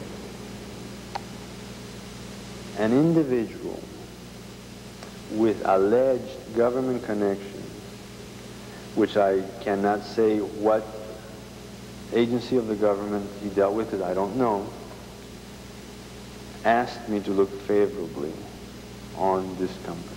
On the Ocean Hunter account? Yes. To please handle their money? Yes. Please do what they needed. Please duck large amounts of cash, make payments to the Contras, whatever they needed. Whatever they needed.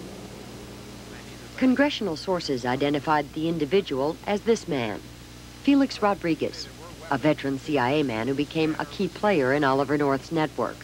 When Rodriguez appeared before the Iran-Contra Committee, he was not asked about drugs or Ocean Hunter. Did he say whether there was anything in it for you? There was nothing in it for me except goodwill. When did I need a lot of goodwill. When did he ask you to do that? Late 84. So somebody you know, in the past has worked for the CIA, may or may not be working for the CIA when he approaches you, may be working for the NSC, for example. Could have been working for Oliver North, could have been working for William Casey. Who knows? He just comes and says, do what you can for this Ocean Hunter firm. Precisely. Hello? When we went back to Costa Rica to ask if some of that cash had been moved through Ocean Hunter's partner company, we couldn't even get inside the gate. Could we please speak to Mr. Nunez? We were told the company director, Moises Nunez, doesn't even work here. I'd like to speak with Mr. Nunez, or make an appointment. Well, would you be Mr. Nunez? May I talk to you for a moment, please, sir? I'm Jane Wallace from CBS News, and I just want to speak with you for a moment. None of the Ocean Hunter principals would answer our inquiries by phone and registered letter about money laundering, Felix Rodriguez, or drug trafficking. Outside of the United States, drug dealers are very powerful people. They have cash. The CIA deals primarily with items outside of the U.S. If they're going to deal in foreign countries' policies and politics, they're going to run up against or run with the drug dealers. It cannot be done any other way. How does that relate to Ocean Hunter? Ocean Hunter is somewhere in between all of this. They obviously have contacts on both sides. CIA and drug dealers. Yes, and they obviously put these contacts to a mutually beneficial use. The State Department apparently found Ocean Hunter's contacts useful too. In January of 1986, the State Department began pouring humanitarian aid money into the company accounts. According to documents obtained by West 57th, they deposited at least $200,000 into these accounts. At the same time, the FBI was investigating Ocean Hunter for smuggling drugs. Is there any chance that those checks went to a company that was not involved in this drug smuggling, not involved in the gun running? The people were the same people. The two were part and parcel of the same entity. The man overseeing that account for the State Department was Robert Owen. Owen worked for Oliver North. His code name was the Courier. When Owen testified recently before the Iran-Contra Committee, he was not asked about Ocean Hunter and drug running. Owen declined our request for an interview. Does it bother you that Ocean Hunter was allegedly running drugs at the same time getting State Department humanitarian assistance money? Absolutely. Of course it bothers me. Why does it bother you? Because we shouldn't be involved with those kinds of people in so-called humanitarian efforts, or in any official or unofficial efforts of the United States government. Senator John Kerry is a Democrat on the Foreign Relations Committee. When he discovered taxpayers' money was going to suspected drug dealers, he reported it to the FBI. Nothing happened. From my perspective, what has been disturbing is that the information that we received April of last year and transferred to appropriate authorities within United States agencies has not been acted on to this point in time. In the spring of 1986, at the same time Senator Kerry was reporting Ocean Hunter to the FBI already had sent an agent here to Costa Rica. The FBI agent was supposed to be investigating this man, John Hull. Hull had been on the receiving end of the weapons allegedly paid for by the partner in Ocean Hunter. We've been following Hull's career for 2 years. He was a key player in Oliver North's weapons network. 8 sources name Hull as a former CIA operative. A half-dozen name Hull as being involved with cocaine. Are you in the shrimp business? No, I'm not in the shrimp business. I'm not in the drug business. I'm not in the arms business. I'm not in the explosive business. He's the one who received arms from Francisco Chanos's flights. He's the one who received those shipments into his own property in northern Costa Rica. He knew who was organizing those flights. He spent enough time in South Florida. He's met with the people in the network because he's part of that network. So he certainly knew who Ocean Hunter Seafood was and who was behind Ocean Hunter Seafood. Do you know the fellow that runs this Ocean Hunter firm? Never heard of it. Do you have any evidence, any proof, any ideas of whether the large sums of cash you had delivered to the Contras, whether it actually made it to the Contras? Whether it actually went to beans and rice or bullets or... There's no way to trace cash. What's your guess? My guess is that not all of it got there, you know, but I'm a cynic. Where would it have ended up? I would say that you're going to find a lot of it in nest eggs, foreign accounts, waiting for the day when the Contra issue is no longer popular, when Congress votes it out of existence, and they have to do something else for a living. 2 weeks ago, under heavy security, Ramon Milian Rodriguez was brought to Capitol Hill. Ocean Hunter, it appears, is just the beginning. Under oath, he told senators that the drug connection is much larger, that he'd handled a direct $10 million in cash contributions from the Colombian cocaine cartel to the Contras. The man who asked him to handle the money, he testified, was Felix Rodriguez. The Foreign Relations Committee has issued subpoenas for former CIA operative Rodriguez, former CIA operative John Hull, and is seeking testimony now from Robert Owen. Oliver North said in the hearings this week that reports linking him to drug smuggling are patently untrue. The State Department refuses comment. The CIA says it does not engage in or condone drug smuggling. On its relationship with Ocean Hunter, the CIA says it cannot confirm or deny intelligence activities or associations. The FBI claims it is still investigating Ocean Hunter and cannot comment on a pending investigation.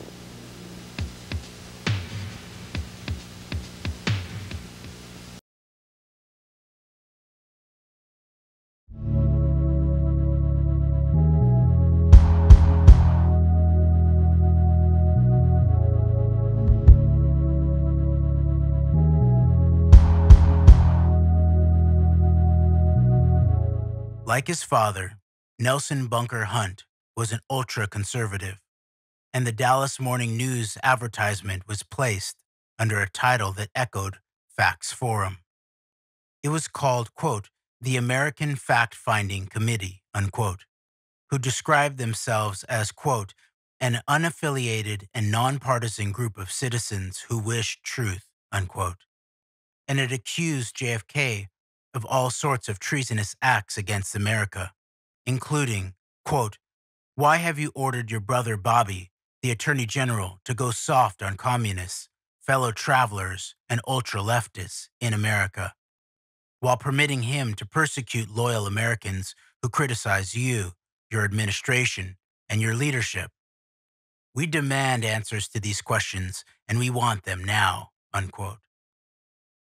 As a result, newspapers across America attacked Hunt's operations for, at the very least, creating the, quote, climate of hate, unquote, in Texas that contributed to the president's death.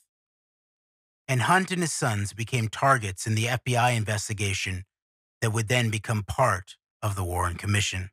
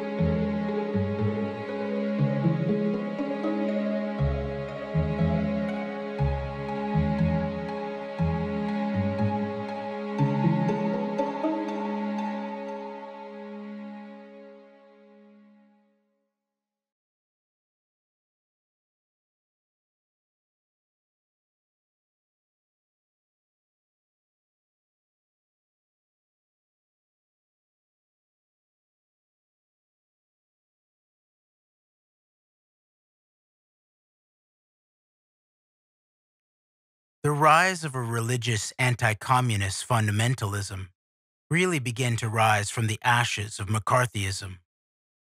The John Birch Society was one such group. Although in a 1964 interview with the New York Times, H.L. Hunt denied attending meetings and being a member of the John Birch Society, he is listed as a member along with other family members on sources online.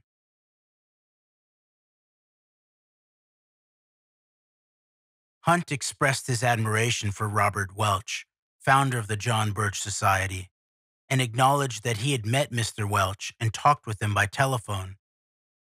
And leaflets around the Hunt oil offices at the time the interview was conducted promoted 2 pro-Goldwater books that were distributed by John Birch Society members.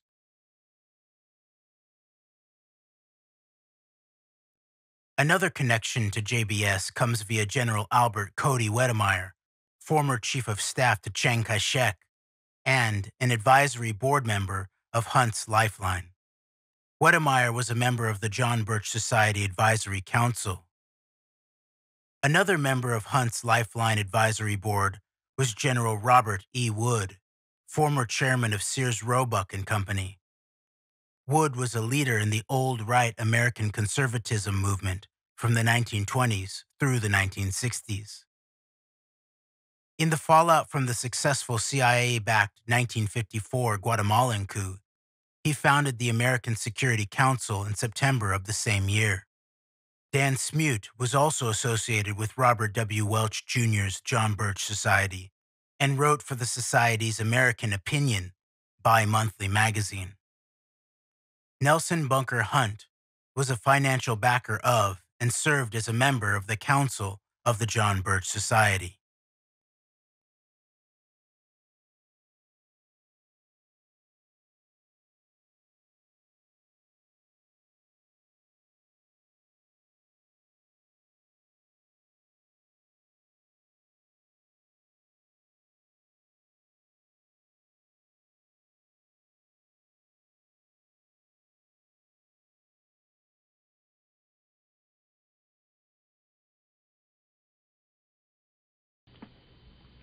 This section is called The Strange Case of Robert Surrey. Speaking of General Walker, General Walker's business partner and close aide Robert Surrey, whose wife was Walker's personal secretary, enters into both the Kennedy assassination and the attempt on General Walker in 2 strange ways. It was Surrey who produced an infamous leaflet attacking Kennedy called Wanted for Treason, which circulated through Dallas a few days before the assassination. Surrey knew about producing leaflets since he worked as a printing salesman for Johnson Printing Company in Dallas. He wrote the leaflet's text and set the type and print at Johnson Printing Company. He then had a salesman named Robert Krause print about 5,000 copies of the diatribe at a company called Letterhead Printing Company. By the way, I would note that he was assisted in this leaflet by the Conservatism USA or CUSA organization of Larry Schmidt. When Surrey was asked about all this during his testimony before the Warren Commission, he surprised the panel by taking the Fifth Amendment, although investigators for the commission knew all the details concerning the leaflet's production. Commissioner Hale Boggs noted that Surrey was, quote, the only witness out of hundreds who has pled the Fifth Amendment, unquote. But why did Surrey feel he had to take the Fifth when the leaflet was discussed? Surrey did, however, discuss his relationship with General Walker. He first met Walker in 1962 when he volunteered to help the general in his failed bid to become Texas governor. He also accompanied Walker to Oxford, Mississippi in September of 1962 during James Meredith's enrollment in the University of Mississippi. While at Oxford, Walker was arrested by the military on October 1, 1962 and charged with inciting to riot, sedition, and other crimes. He spent 4 months in a mental hospital at the instigation of a government psychiatrist before being released by a federal grand jury that refused to indict him. After the Texas election, Surrey and Walker formed their own business called the American Eagle Publishing Company, which issued a series of pamphlets. Surrey was the unpaid president of Eagle Publishing, while Walker, his only partner, put up the money for the operation. Surrey's other contribution to the Oswald affair came as a witness. According to Surrey, on the night of April 8, 1963, while driving past Walker's house, quote, I saw 2 men around the house peeking in windows and so forth, and reported this to the general the following morning, unquote. Walker in turn notified the Dallas police the next day, a Tuesday. That Wednesday, someone fired a shot into Walker's house. Some 15 minutes after the shooting, Walker called Surrey and told him about the attack. By the way, that attack has been blamed on Oswald. Continuing. Surrey's testimony has always held considerable weight with Warren Commission critics, since he says he observed two men, not one, lurking outside Walker's residence. Yet how could there be two men outside Walker's house if Oswald was the lone nut the Warren Commission said he was? With that fact duly noted, it does seem remarkable that just 2 days after Surrey's sighting, an attempt was made on Walker's life. General, will you describe for us just what happened last night? Well, the police from the city came in to investigate a rifle shot that was fired into the house, fired through the west window, and hit the sill and hit the wall across the room and went through the wall over the desk at which I was sitting. This happened at 9 o'clock last.